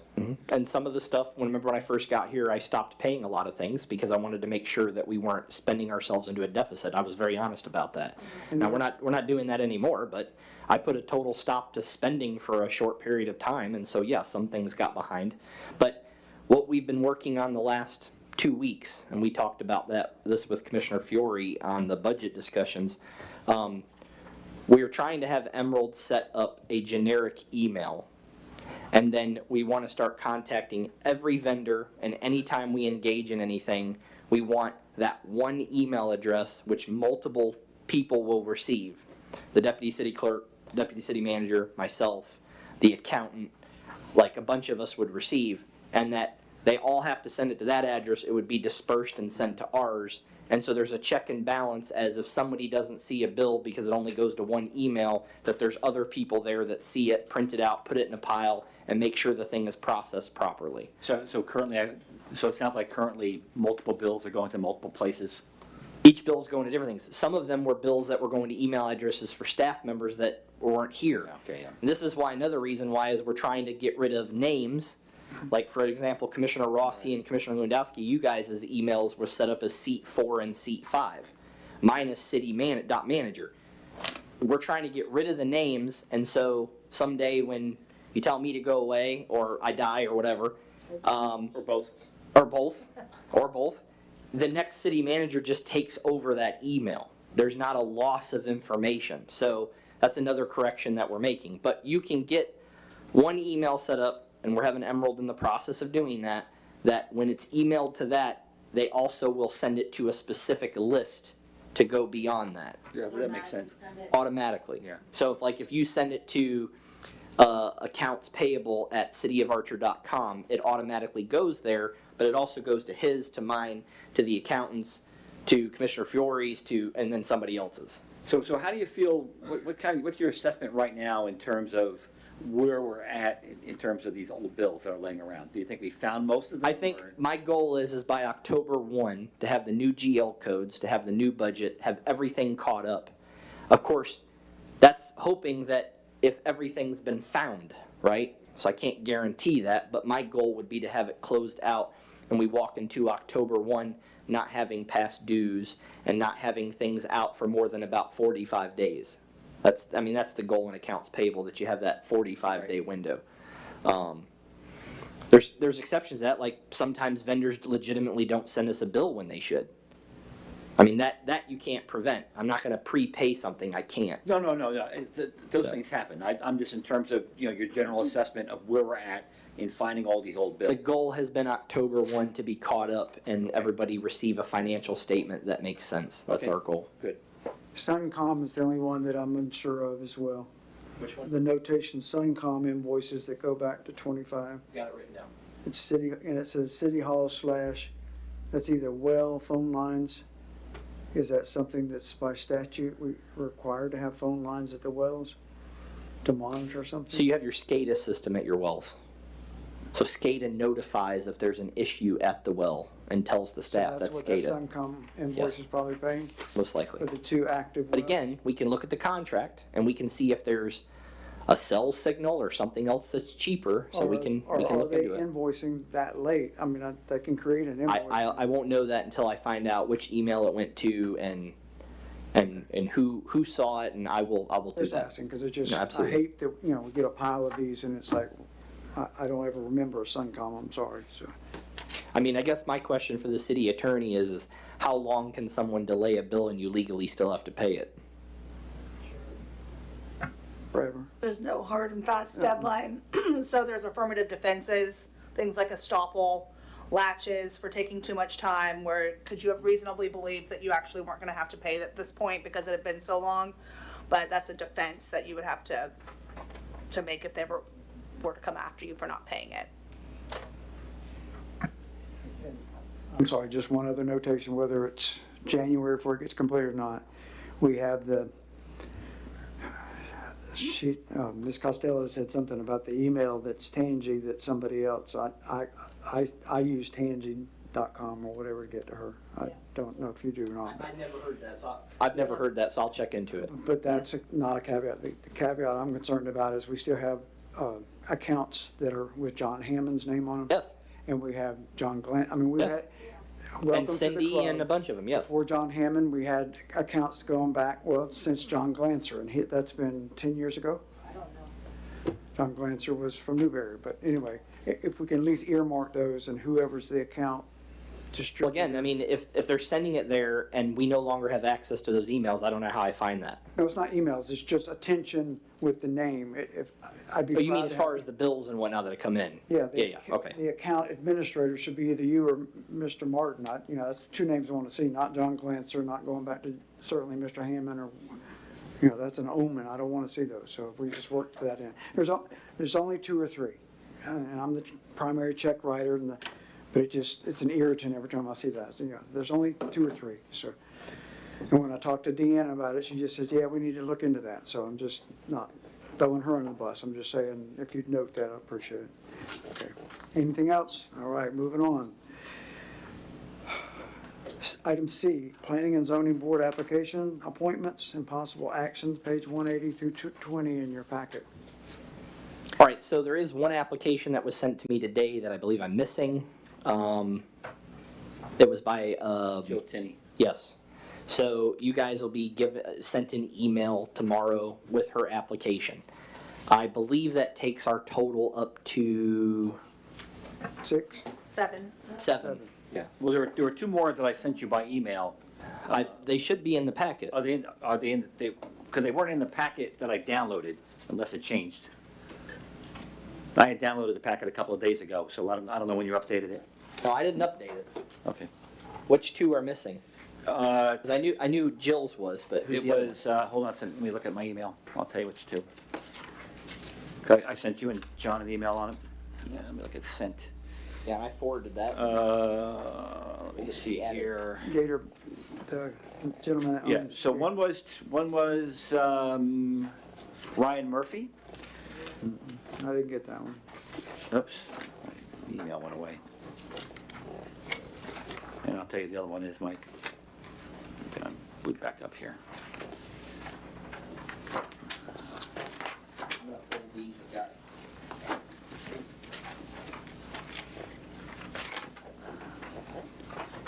See, Ryan, I've got Mr. Dreyfus.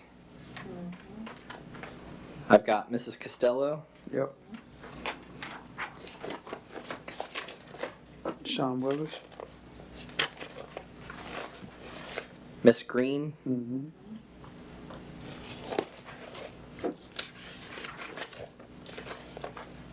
I did not receive Lester, oh no, Bo Copeland is the one. Mrs. Kasicki. Bo Copeland was a Citizen Advisory Board. No, he used that And Mr. Willis. application form, but he puts on their planning commission. All right, so you're saying I'm missing one from. Two, so yeah, it was the one I gave you, Ryan, and Marlies Jones. Last name Jones? Correct, last name Jones. Those So what's Ryan's last name? Murphy. Okay. Murphy. Okay, so we've got, then it looks like 1, 2, 3, 4, 5, 6, 7. All right, so I just need to know from you all, they've put in their applications. I mean, unless there's any issues with any of them that you all see, you need to select 5.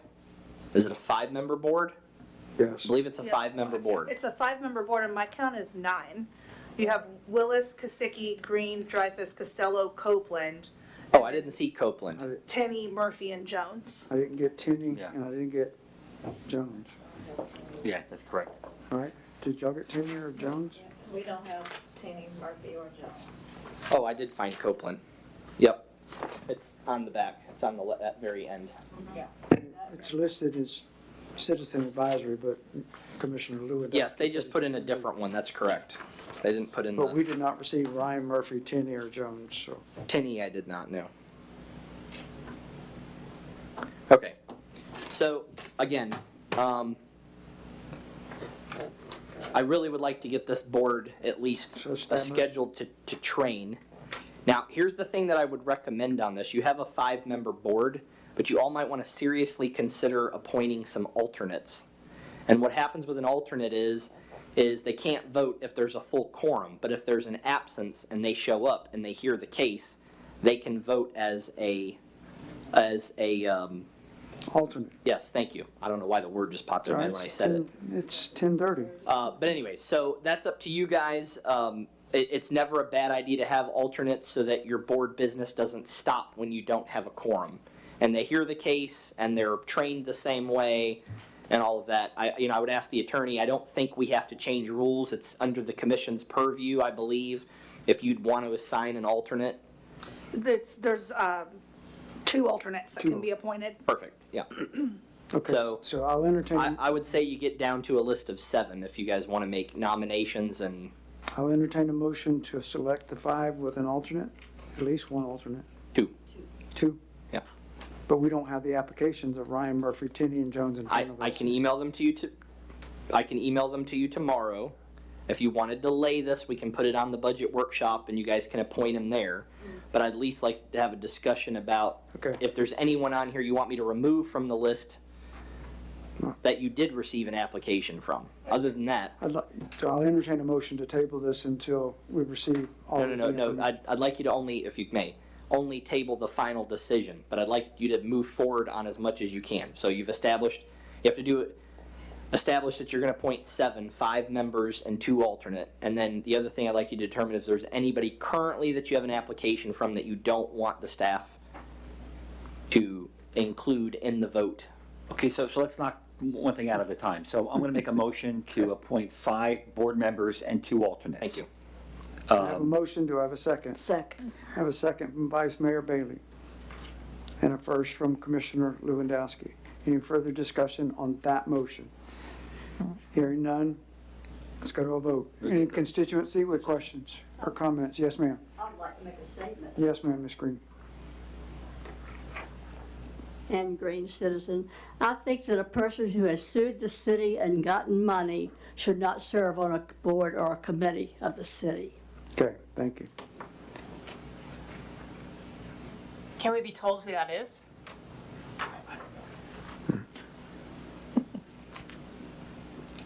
Well, right now it's out of order because we haven't selected anybody. Oh, I'll tell you who's Laurie Costello. That's incorrect. Totally incorrect. Okay, well, point of order, we're not appointing Okay, I anybody just- at this point anyway. That's a discussion before we actually appoint somebody. I did not. Okay, sorry. You did not, did it? Yeah. I did not get one. Not Where you heard Mr. Little got all the money? Okay, point of order. Thank you for the comment. Anything else? Let's go to a vote. All those in favor Aye. Hi. of the motion, say aye. Aye. Commissioner Rossi, I'm sorry, I didn't hear you. She said aye. I'm sorry, your mic wasn't on. I didn't hear you. So, an So aye the- as well. Motion carries 5-0. So- Second, so the- Commission, So the second. second part, it's not a motion yet, but I want to ask the city manager. So I have an impression you probably hadn't gone through and checked all the addresses, right? So it said in the, and I haven't gone back and looked at the ordinance myself. So in your write-up, it says registered voters. I haven't personally verified that, but let's just say that's true. So it sounds like you would have to check. No. So in an application, it's a voluntary board. They just have to be honest. For us as a city to go in and check that, it puts us in a precarious situation. So we don't background check, you go based on the information they provide. If you're uncertain about it or you're questionable on it, then don't appoint them. But we don't get in the business on the advisory boards, whether it's this, whether you got a code enforcement, we don't get in the business. I serve on an advisory board. There's no background checks done. I do it for a county. You get yourself in a place where then once you do that, you have liability. Yeah, well, I'm talking about our ordinances. So I understand that, You but- said there's two criteria, at least if it's correct. Yes, and I but don't they know. have to be honest whether or not they agree with that criteria and whether they claim it. Okay, so there's two criteria then. There is registered voter, well, there's adult, I guess, but there's registered voter, and there is living in the city limits. Correct. Now, there's a couple of them we should probably check on, the addresses, because a lot of people will think they're in the city limits, but they may not be. So there's. So I can check the addresses they write down, that's fine. Correct, right. And as far as I know, I mean, we did look through some of them, the ones that we received other than the last late two. I don't know of any of the addresses that don't exist in the city, unless you're correcting me. The only two that I questioned, I hadn't looked up myself, the only two I questioned was, three. So Mr. Copeland. Okay. I wasn't sure if he lived in the city or not.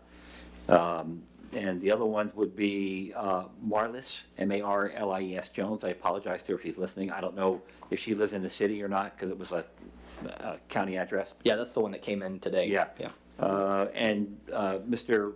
Ryan Thomas was another one where I think that Murphy. Thank you, Mr. Okay. Ryan Murphy. So I just want to make sure those addresses are within the city. I'll just check the addresses, I have no Yeah, problem with that's that. it, And you're Okay. gonna send those out to us for review. That's part of your second motion. I'm gonna add the other two, email them you, and I'll confirm addresses are within city limits. Did you make a second motion? I didn't make a motion, Oh, no. okay, I just I wanted to ask. Okay, you asked questions before motion, so do you want to make the second part of the motion or someone else? So I'll make a motion that the city manager, two parts.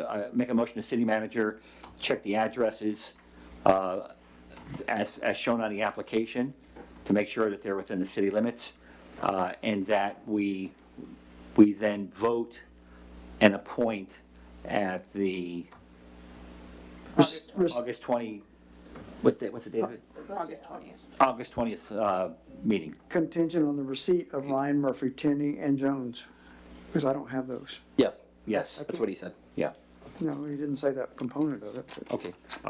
Contingent upon all the commissioners receiving their resumes, applications. And pulling any of those that aren't living in the city. Yes, Correct? I will. Okay. All right, I have a motion. Do I have a second? Second. Second from Vice Mayor. Do I have any further discussion regarding the motion? Anything from the constituency in the audience regarding this motion? Hearing none, let's go to a vote. All those One more discussion component. I just think that we, it's not part of the motion, but it's part of the discussion, we should probably, you have the emails, let them know that we're going to be voting on it on the 20th, and then we should invite them to come if they Okay. want to speak. That's good. Because I don't think everybody knows everybody who's Are you applied. amending your first to add that, or are you? No, it's just, No, it's just a direction. just a Just a direction. caveat. Yeah. A caveat, okay, at 10:40, all right? Any other discussion? Hearing none, let's go to a vote. All those in favor of the motion say aye. Aye. Aye. Aye as well, nays like sign, motion carries. Okay. New business, item D, resolution 2026-37, PRM board appointment, possible action. Page 296 to 298. Mr. Mayor, I'll read the resolution by title only. Resolution 2026-37, a resolution of the City Commission of the City of Archer, Florida, superseding the prior designation of Commissioner Kathy Penny as the city's representative and Commissioner Marilyn Green as the alternate representative to the Public Risk Management of Florida Board of Directors, appointing a current primary representative and alternate representative, authorizing transmittal of the updated designation, providing for conflicts, and providing an effective date. So the appropriate motion would be to nominate and vote upon a primary and an alternate, and then we can insert those names into this ordinance. I'll entertain a motion to select the primary and the alternate. Commissioner, seated. I suggest we ask for a volunteer first. Somebody needs to step up to the Would plate. anyone like to volunteer to be then in the motion to serve in this role? It's not high, What does that entail? it's not high risk. You just review something that comes before us. Mr. Barber, Commissioner Fiore is asking what it entails. Yes, Do you- so the Public Risk Management Florida Board of Directors is basically a primary representative that meets with other municipalities and county agencies and comes up with policies and best practices for governance of public risk management. So this has to do with making recommendations for storm hazard mitigation. It has to do with a whole host of other types Maybe of. 2 meetings a year. Yeah, they have 2 meetings a year, that's correct. Maybe. Yeah, we have one coming up, which is why this is important. I want to give Commissioner Lewandowski credit. He got this to me, and I was able to get this on the agenda, because if we don't appoint it, It's 2 meetings. we're going to miss it. Yeah, this yeah, next and one. I'm not sure if that is a general, it's an executive board meeting on the 14th. Yeah. So I don't think the person we appoint tonight has to go to that, because that's the executive board. They don't have to, but it's advisable that they Right. watch it or And that's in whatever. Lakeland, I think. Yeah. August 14th, Lakeland, Florida. I can send that email out to whoever you guys appoint, and then the second backup person. Yeah, volunteer. To Not all at represent once, City of everybody. Archer. Yeah, don't everybody get excited. No. Sorry. Then, with no volunteers, I'll entertain a motion for a selection of a primary and an alternate. We have to represent the city of Archer, sorry. I should have had straws. Thank you, I was about, I was gonna pass the gavel and. All right, that's one. She's your primary. That's fantastic if you all vote that way. Which I can't see why you wouldn't. Thank you, thank you. But you still need somebody to do a backup. If she can't go, somebody needs to represent Archer. Thank you, So. Commissioner Rossi, and I'll entertain a motion for someone to be. I would be happy to be the second person, but we all have jobs. Right. So what happens if she, I can't guarantee I can go to a meeting. Aren't most of these at night? Well, I also have other Commitments. Yeah, I commission understand. meetings and stuff. So I just don't know what would happen if I couldn't make the meeting. You're fired. What, Joy, I don't think anything happens. It's just they're asking for representation, and it's good for us to have representation. I mean, it's nothing that you guys will fail the city at, but I mean, we want to be involved in as Miss many of Kathy these Penny things was as here possible. earlier, we should have just asked her how many meetings. Yeah, I'll do it, but I mean, if, you know, I don't remember them hopefully talking about once a nothing, year. conflicts will come up, but yeah, you can put me down. Thank you. Thank you. Okay, so I make a motion that we appoint Commissioner Rossi as the primary representative to the board and Commissioner Fiore as the second. Okay, do I have a second? Second. I have a motion from Commissioner Lewandowski with a volunteer recital from Commissioner Rossi, thank you, volunteering, and Commissioner Fiore is the second. Any discussion? Anyone from the constituents in the audience with any comments regarding this motion? Hearing none, let's go to a vote. All those in favor of the motion say aye. Aye. Aye. Aye as well. Nays like sign, motion carries. Thank you, ladies. 5-0. Thank you Thank you. very much. You're very welcome. Okay, and then E, 2026-27 budget adoption provision, page 299 to 309. Mr. Mayor, if I also may start. Yes, sir. I did not mislabel this. This was not done in any deceitful way. I labeled it this way because you all discussed it at a budget workshop. We have a second workshop coming up. This is less about the contract and more about direction for what we need to do as far as amending or adjusting the budget that you all discussed in your first workshop, which is why it had that title, and it was an appropriate title. The agenda items listed, if anybody reviewed the packet, they saw very first page in bold letters, a contract. So I just want to make sure that the public knows I was not trying to hide anything. As a matter of fact, I'll let the attorney address this. I had nothing to do with the drafting of this. Madam Legal? I'll read the resolution first, and then I'll go over what the contract says. There's resolution number 2026-41, a resolution of the City Commission of the City of Archer, Florida, approving a full-time city manager employment agreement between the City of Archer and Donald Barber, authorizing the mayor to execute the agreement, authorizing the deputy city clerk to attest, providing for implementation, providing for conflicts, severability, and an effective date. So the contract that is included in here was drafted by our office based on previous full-time city manager contracts that we've done for our other municipalities. It has the standard provisions. It is completely up to the commission whether or not to accept the terms, but the provisions are legally sound. So it creates a one-year term starting today with an auto renewal each year unless 90-day notice of termination with an annual performance review. It maintains Mr. Barber's direction to implement his three-step plan that was part of the original contract. The prior part-time employment contract permitted renegotiation of his salary and inclusion of retirement benefits. So that's what this is. The requested increase is from $30,000 per year to $90,000 per year, plus health insurance and retirement benefits. The vacation of 96 hours per year, which is 4 hours per pay period, which is the standard and the policy for all other full-time employees. He would not accrue any overtime compensation.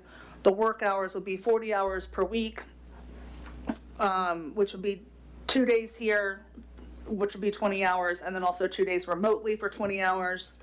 Severance pay of 20 weeks if terminated without cause. Accrual of sick leave like other full-time employees.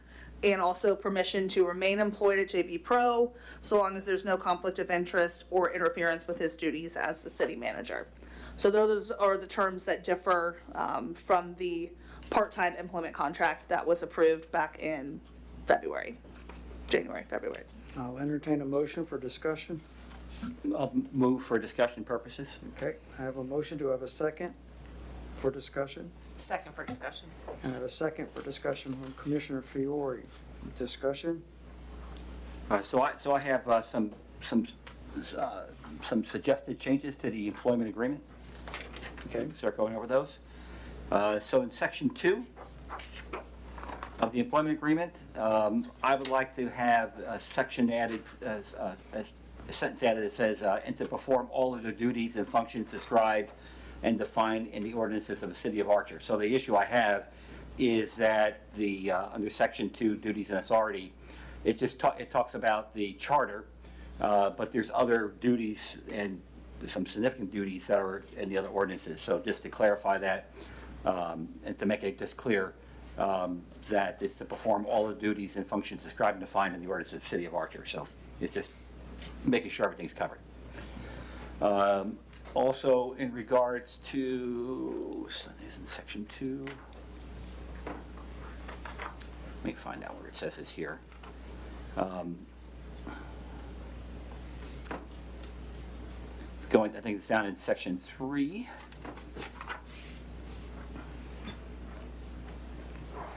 Trying to find it. I'm sorry, bear with me.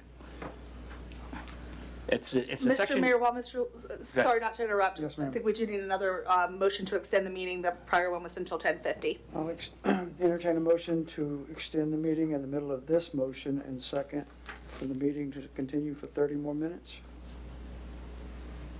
I make the motion. I have a motion from Commissioner Fiore. Do I have a second? Second. And a second from Commissioner Lewandowski. Any discussion? Yeah, so, no, sorry. No. No All in discussion. favor, say aye. Aye.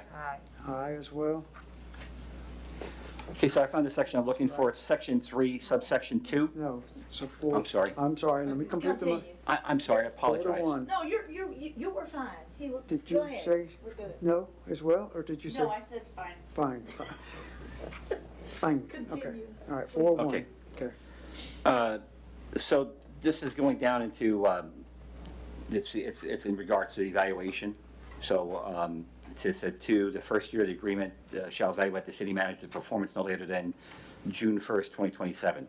And I'm not going to provide the wording for it, but this is the intent for the attorney to take a look at. So what I would like to see is instead of just this blanket discussion on an evaluation, and also the inclusion of these 3 items from the prior contract, what I would like to see instead is that there is get the right wording here, is that Mr. Barber will create, on every 6 months, Mr. Barber will create proposed performance objectives for each one of his functional areas of responsibility. And then those should not be broad statements, they should be specific and relevant measurable statements. And that they will then form his performance in the interim 6-month period, and then by the time we get to the 2027, it'll be now objectives for a 12-month period. But so the intent here is not to go back and say, well, we're going to just include these things from a prior contract, and we're not just going to start throwing stuff at Mr. Barber. He proposes specific performance objectives for his job that we agree to, and the city and the citizens have comment on, and that's his marching orders. And then he comes back to us in 6 months and says, hey, I'm here, I haven't done this, we need to make an adjustment to it, this doesn't make any sense. Okay, fine. Then we go for the next 6-month period, his annual evaluation's due, and we can look back at that 12-month period where we've had these performance objectives, and it's like, well, how well did we do? You know, have we done it, have we not done it? And there really is then not as much debate on how Mr. Barber has done his job, because we've all agreed on what it should be. We've agreed on what is success, and it's either there or not there. So it's a performance-oriented, job performance-oriented part on how they handle the employment. That's what I would like to see in that regard. So I would take out this former language that we had in terms of these 3 items that were in the previous contract. They can certainly be like the Friends of Archer, that can certainly be included in the performance objectives. That, you know, an example might be that he, I think you're like the, not manager, what's the right word? What's your role in that? Do you have a specific role in that? Thank you. Like, you know, so there's a specific performance objective of him being a executive director in that. That would be added to it. So that's how I think that's how we should structure that part of the contract. Going down, I have no problem with the pay piece of it. We've talked about that, so. What page are you on, 304? It's page 2 of 7 of his contract. So going down to page 2 of 7, we talked about 90,000. I get that. 207 of the contract. It's page 304. It's page 304 in your packet. It's page 2 of 7 in the. Yep. So going down to, going down to section 4. So under section 3, subsection 4, the city shall provide errors and omissions coverage applicable to the omissions of the city manager arising out of his employment. The city shall also defend, hold harmless, and indemnify the city manager against any claim. So I'm okay with that, with the exception of gross negligence and criminal acts. Because if you read that, and I'm not saying that I think Mr. Barber. No, that's excluded from Florida statute. Oh, okay, well, but it's still in the She can answer that. I know, but you don't have to put it in a contract when it's exempted from, I couldn't stand on that whether it was in the contract or not. It's exempted from Florida statute. Public servant.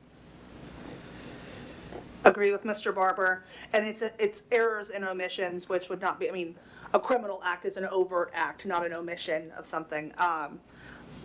I know there can be, debate of I'll go to purposely jail. I'll go to omitting jail something. regardless of what's in Yeah, there if I okay, do. well, okay, so you take the criminal act out, but again, if I read the plain language of the contract, which is what I'm apt to do, it goes on to say, against any claim, suit, action, demand, and or liability arising out of any act, alleged failure to act, omission, or any other incident involving or arising out of the scope of his employment and or performance of his duties as city manager. Again, this is not necessarily directed at it is not directed at Mr. Barber. I am thinking about prior city managers who I suspect had gross negligence, which we are still fiddling our thumbs on. So I really would like to make it clear in regards to acts of gross negligence, not criminal acts. Okay. Yeah. Is that all? No. The, let's see, going down there, there's a part about, part-time. Not going back to the 2 days on and 2 remote days. Yeah, so I'm in disagreement with how that's written. First of all, I think, if I recall on that, I'm trying to find it on here, the assistant city manager is mentioned in there, so he needs to go, that needs to be taken out of this contract. In regards to the city manager position, so it's a full-time position. I'm not in favor of saying that he needs to be, he gets 2 days at the office, 2 days at home. That's not at home, Commissioner. I have meetings that I have to represent the city. Yeah, That's well, what the other 2 days are talking about. But that's not what the language said, and I'm going to get to that. Okay. So I agree with that. It should say that, your full-time position within the city, with the understanding that you have to, when your job requirements don't require you to be somewhere else. So I'll go back on you and say that the reason why it's stated that way, and again, this was not done for me, this is done in any standard contract, is because it's good for the commissioners or the council and for the residents to understand there is a lot of business that does not happen in this building.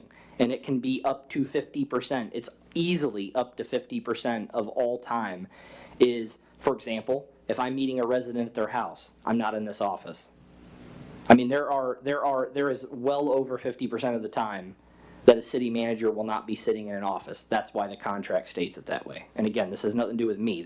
I didn't draft this. No, I know that. So let me look at let's read the language as it's written here. So it says, the city and the city manager acknowledge and understand the city manager is expected to work 40 hours a week to complete the duties and responsibilities assigned to the city manager. Get this out of here.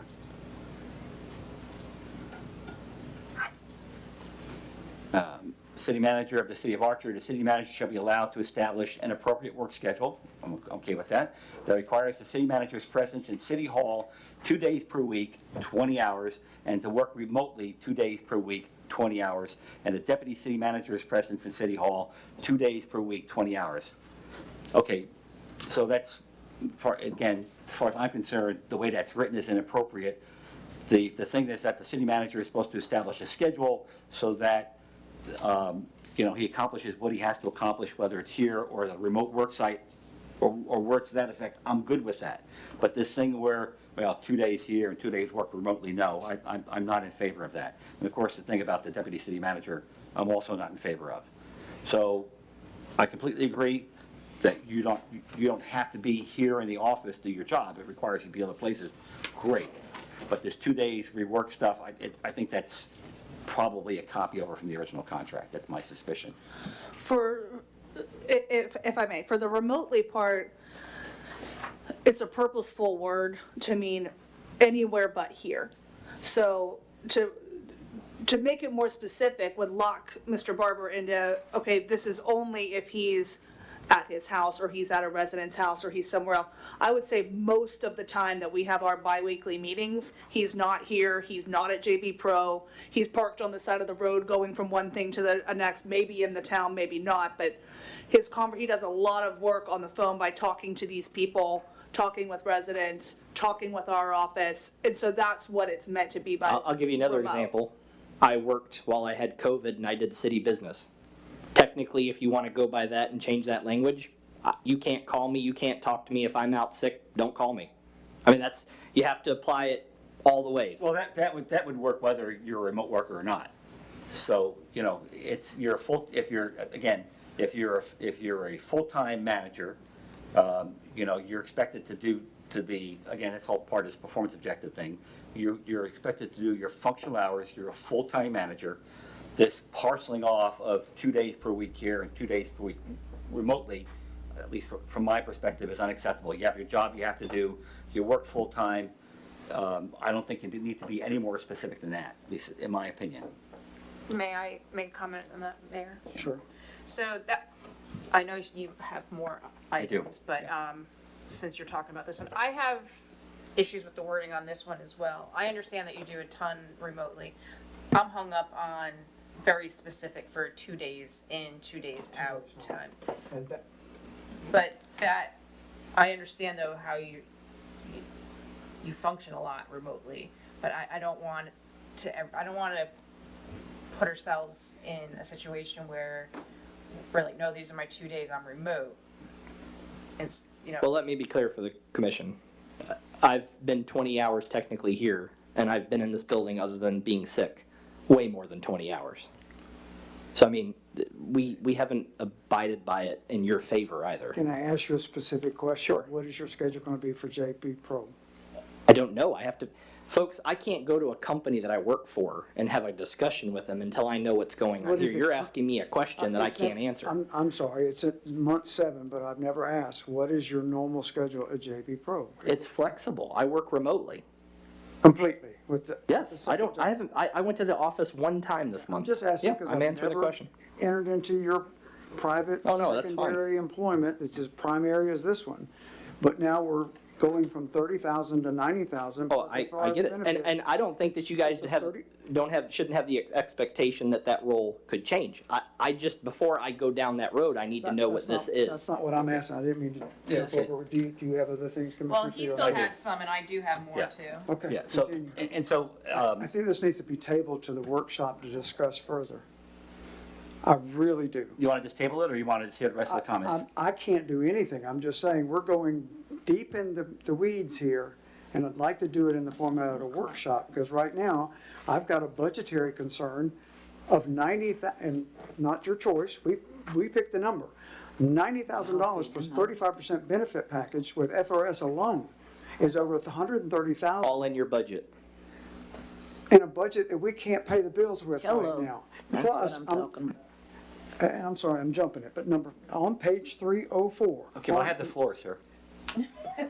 Number 5 through 8, what is the budgetary expense for that? That's all I want to know. I 5 want a through- number tonight Okay, before we so- come to so- any agreement. Okay, with so this. let me finish my comments, if I can. Sure. Okay. You got the floor. So, and I agree with you, and I'm going to get to that point. Thank Okay. you.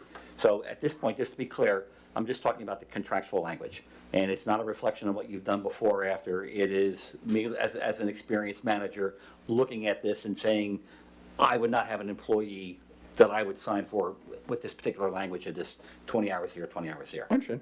Yeah, and also, it's a complete understanding that you're not supposed to be sitting at your desk 40 hours a week. So I just want to make sure that's clear, as far as how I look at it. In regards to outside activities, and getting to the point that the mayor was bringing up, so it also, in my opinion, on section 11, is that you would not maintain your current employment as a full-time employee at JV Pro.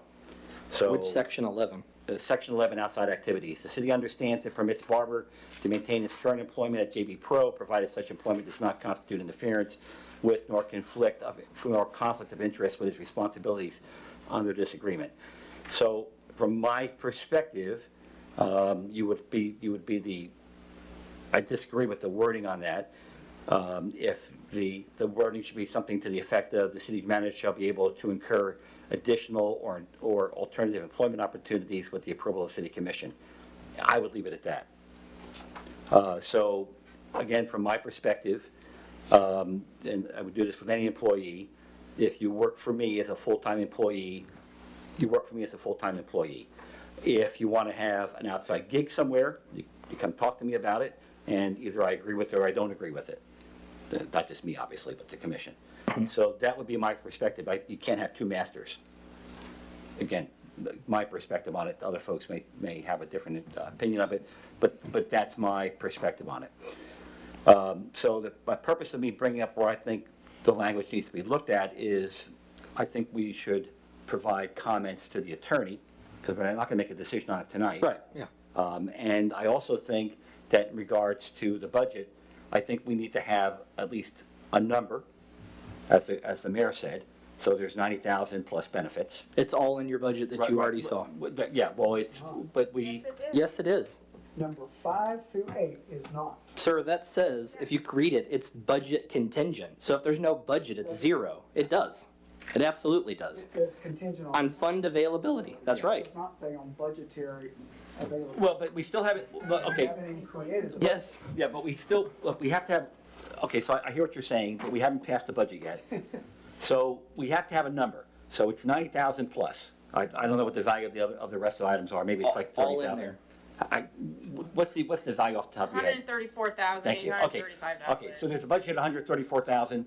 So when we go to the budget and we look at that and we say, okay, so based upon this contract, regardless of the wording, we're going to massage that, but regardless of the wording, there's a budget hit of $134,000.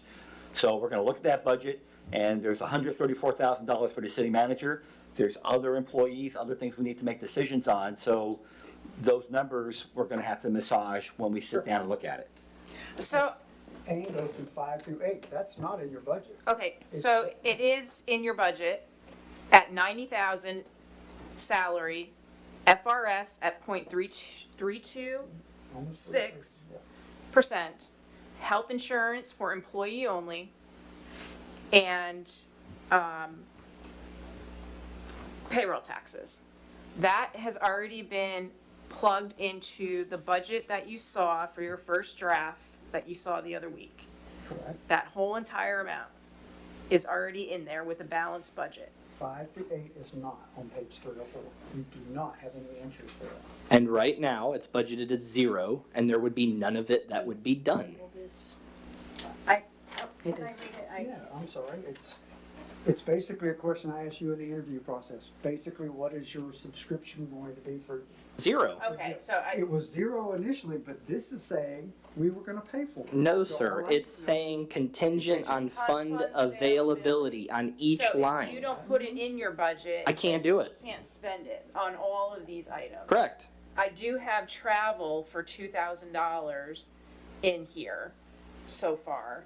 But no, there's no, like, memberships for. Zero. Yeah, there's none of that built in. Which, by the way, I have all and that I take care of. I pay. I mean, See currently, what you're saying. I but pay it's- all of it. It's only can be expended if you budget for it. Yeah. So again, so in terms of the discussion, just to recap. So I had concerns over the wording of the hourly piece, which I already described. I think that in terms of the former thing with these 3 items from the prior contract, I think that should go away. I think we should be adopting a performance objective-based management technique, which I think is appropriate for a salary employee, especially at this level. So I think that's the way to go, and that we do it every 6 months. We can have an annual evaluation, but we should be discussing the relative achievement of the performance objectives every 6 months to keep everything on track. I think that if Mr. Barber chooses to become a full-time employee, then he's a full-time employee and he doesn't have any other full-time employment. If he wants to work part-time, contract out whatever he wants to do, that's a discussion he has with us. Y'all know I don't just have JV Pro. Y'all know that I'm literally on Tuesday going to be voted for on a ballot, and this was all discussed pre-interview.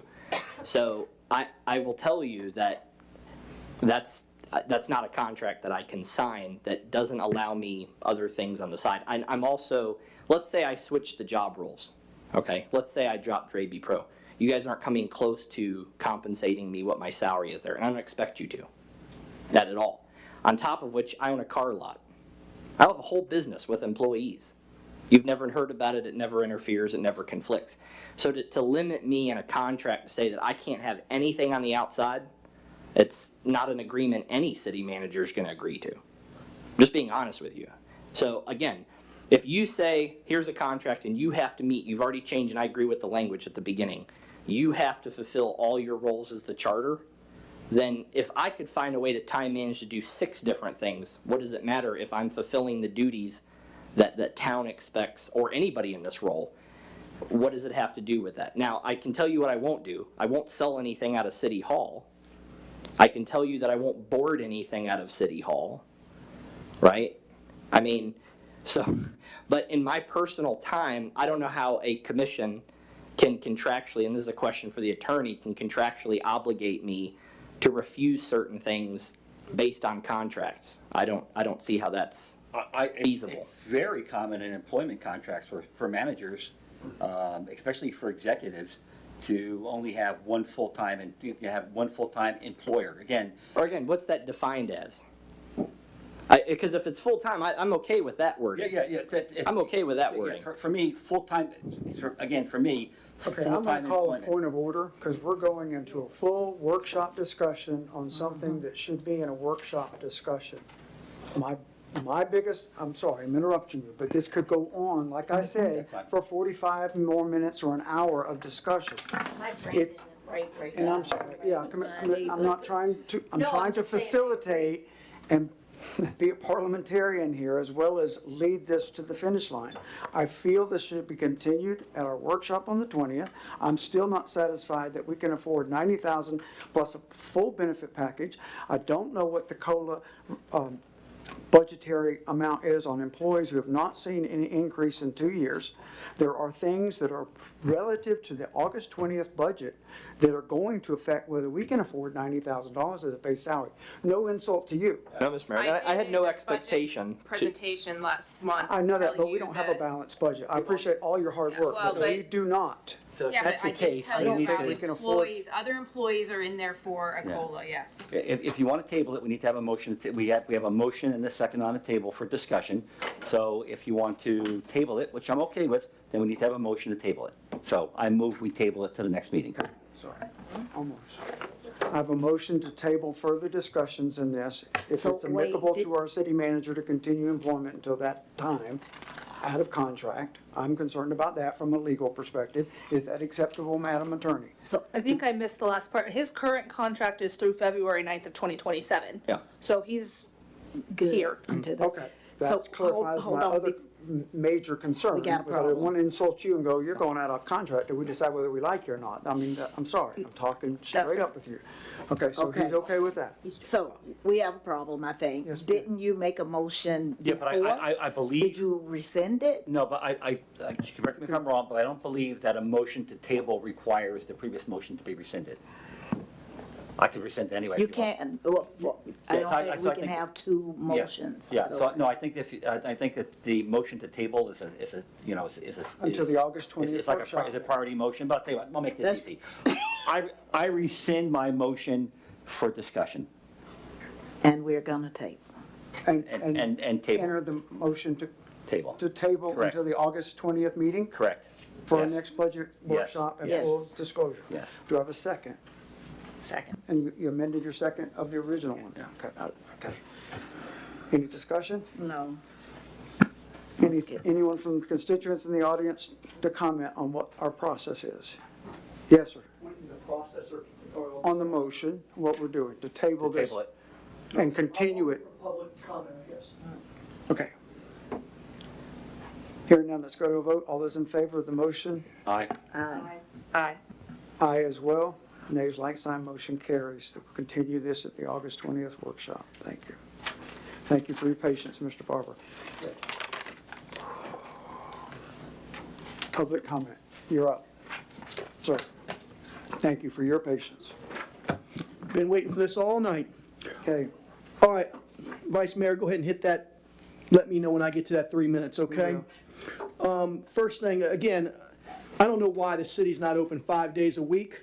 I'm gonna keep beating that drum over and over again. The next thing, when the city attorney says that this contract is for other municipalities, I know you deal with Newberry, Arch, or Alachua, High Springs. Those are in a different league. For instance, Newberry's budget, do you know what it is right now? It's almost $1 billion, okay? We are not in the same ballpark of those other municipalities. Let's just make sure so when you do a contract that has 96 hours of sick time or of all this other stuff, and I'll go through it, but the financial status of our city is unknown, to your point, Mr. Mayor. We don't know if we're even profitable month to month. We don't know.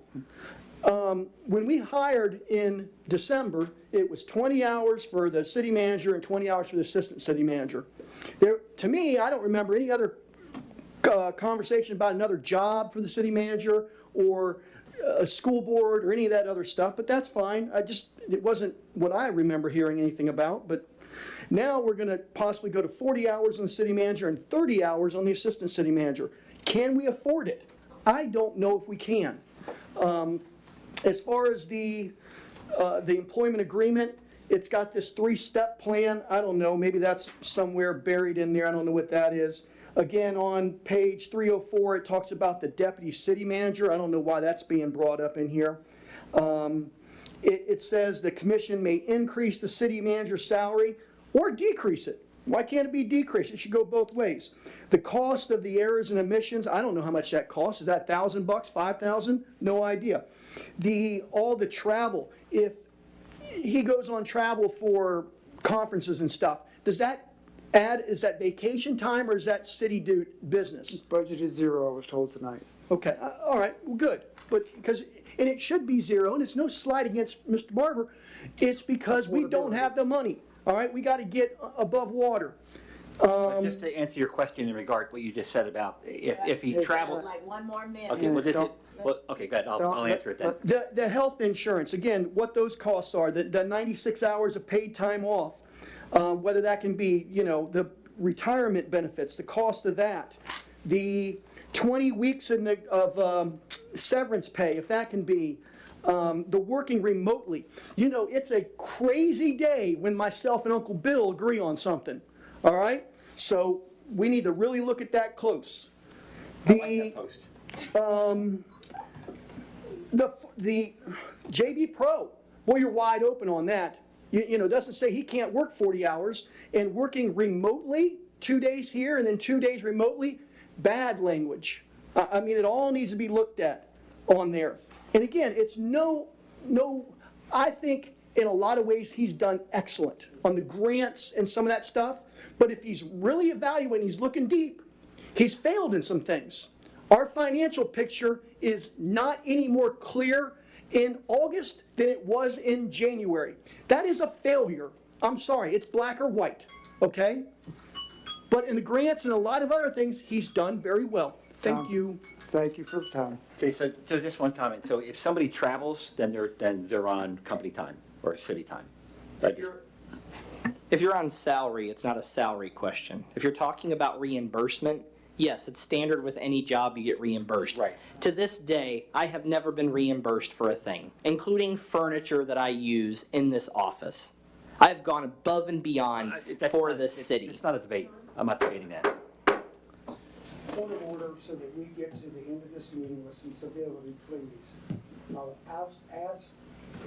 ask for a motion to extend for comment period courtesy 10 minutes. So moved. I have a motion, do I have a second? Second. I have a second from Commissioner Fiore, a first from Commissioner Lewandowski. Any discussion? Let's go to a vote. All those in favor of an additional 10 minutes, say aye. Aye.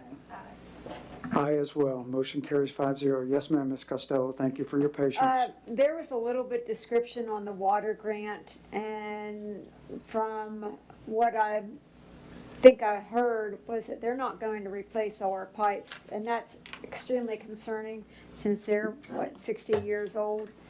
I would like to know more information about that because, we're spending all this money for the sewer and our water lines are terrible.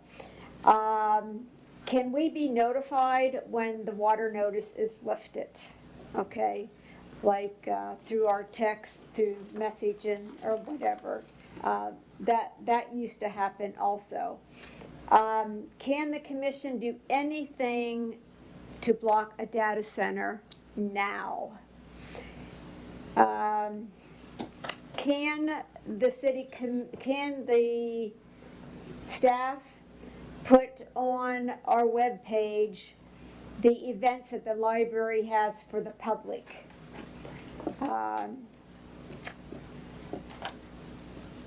Let me see. And Mayor, I emailed and I texted you, and I have not heard back on either one of them. I have that information, it just did not get in my 309 pages. I apologize. I will email it to you tomorrow. Thank you. Yes, ma'am. And I've seen it mentioned in the contract about a three-step process, but where is that? I don't even know what that is. What, can somebody put it online or something like that? I've sent it to you. You sent it to me? Archer Ascending, I've sent it to you multiple times. Okay, well, could you send it to me again? Yes, ma'am. That would be great. It's on the website as well. Oh, it is? Yes, Okay, ma'am. could you tell me where to look for it at? Yes, ma'am. Oh, okay. I think that's it. Thank you, ma'am.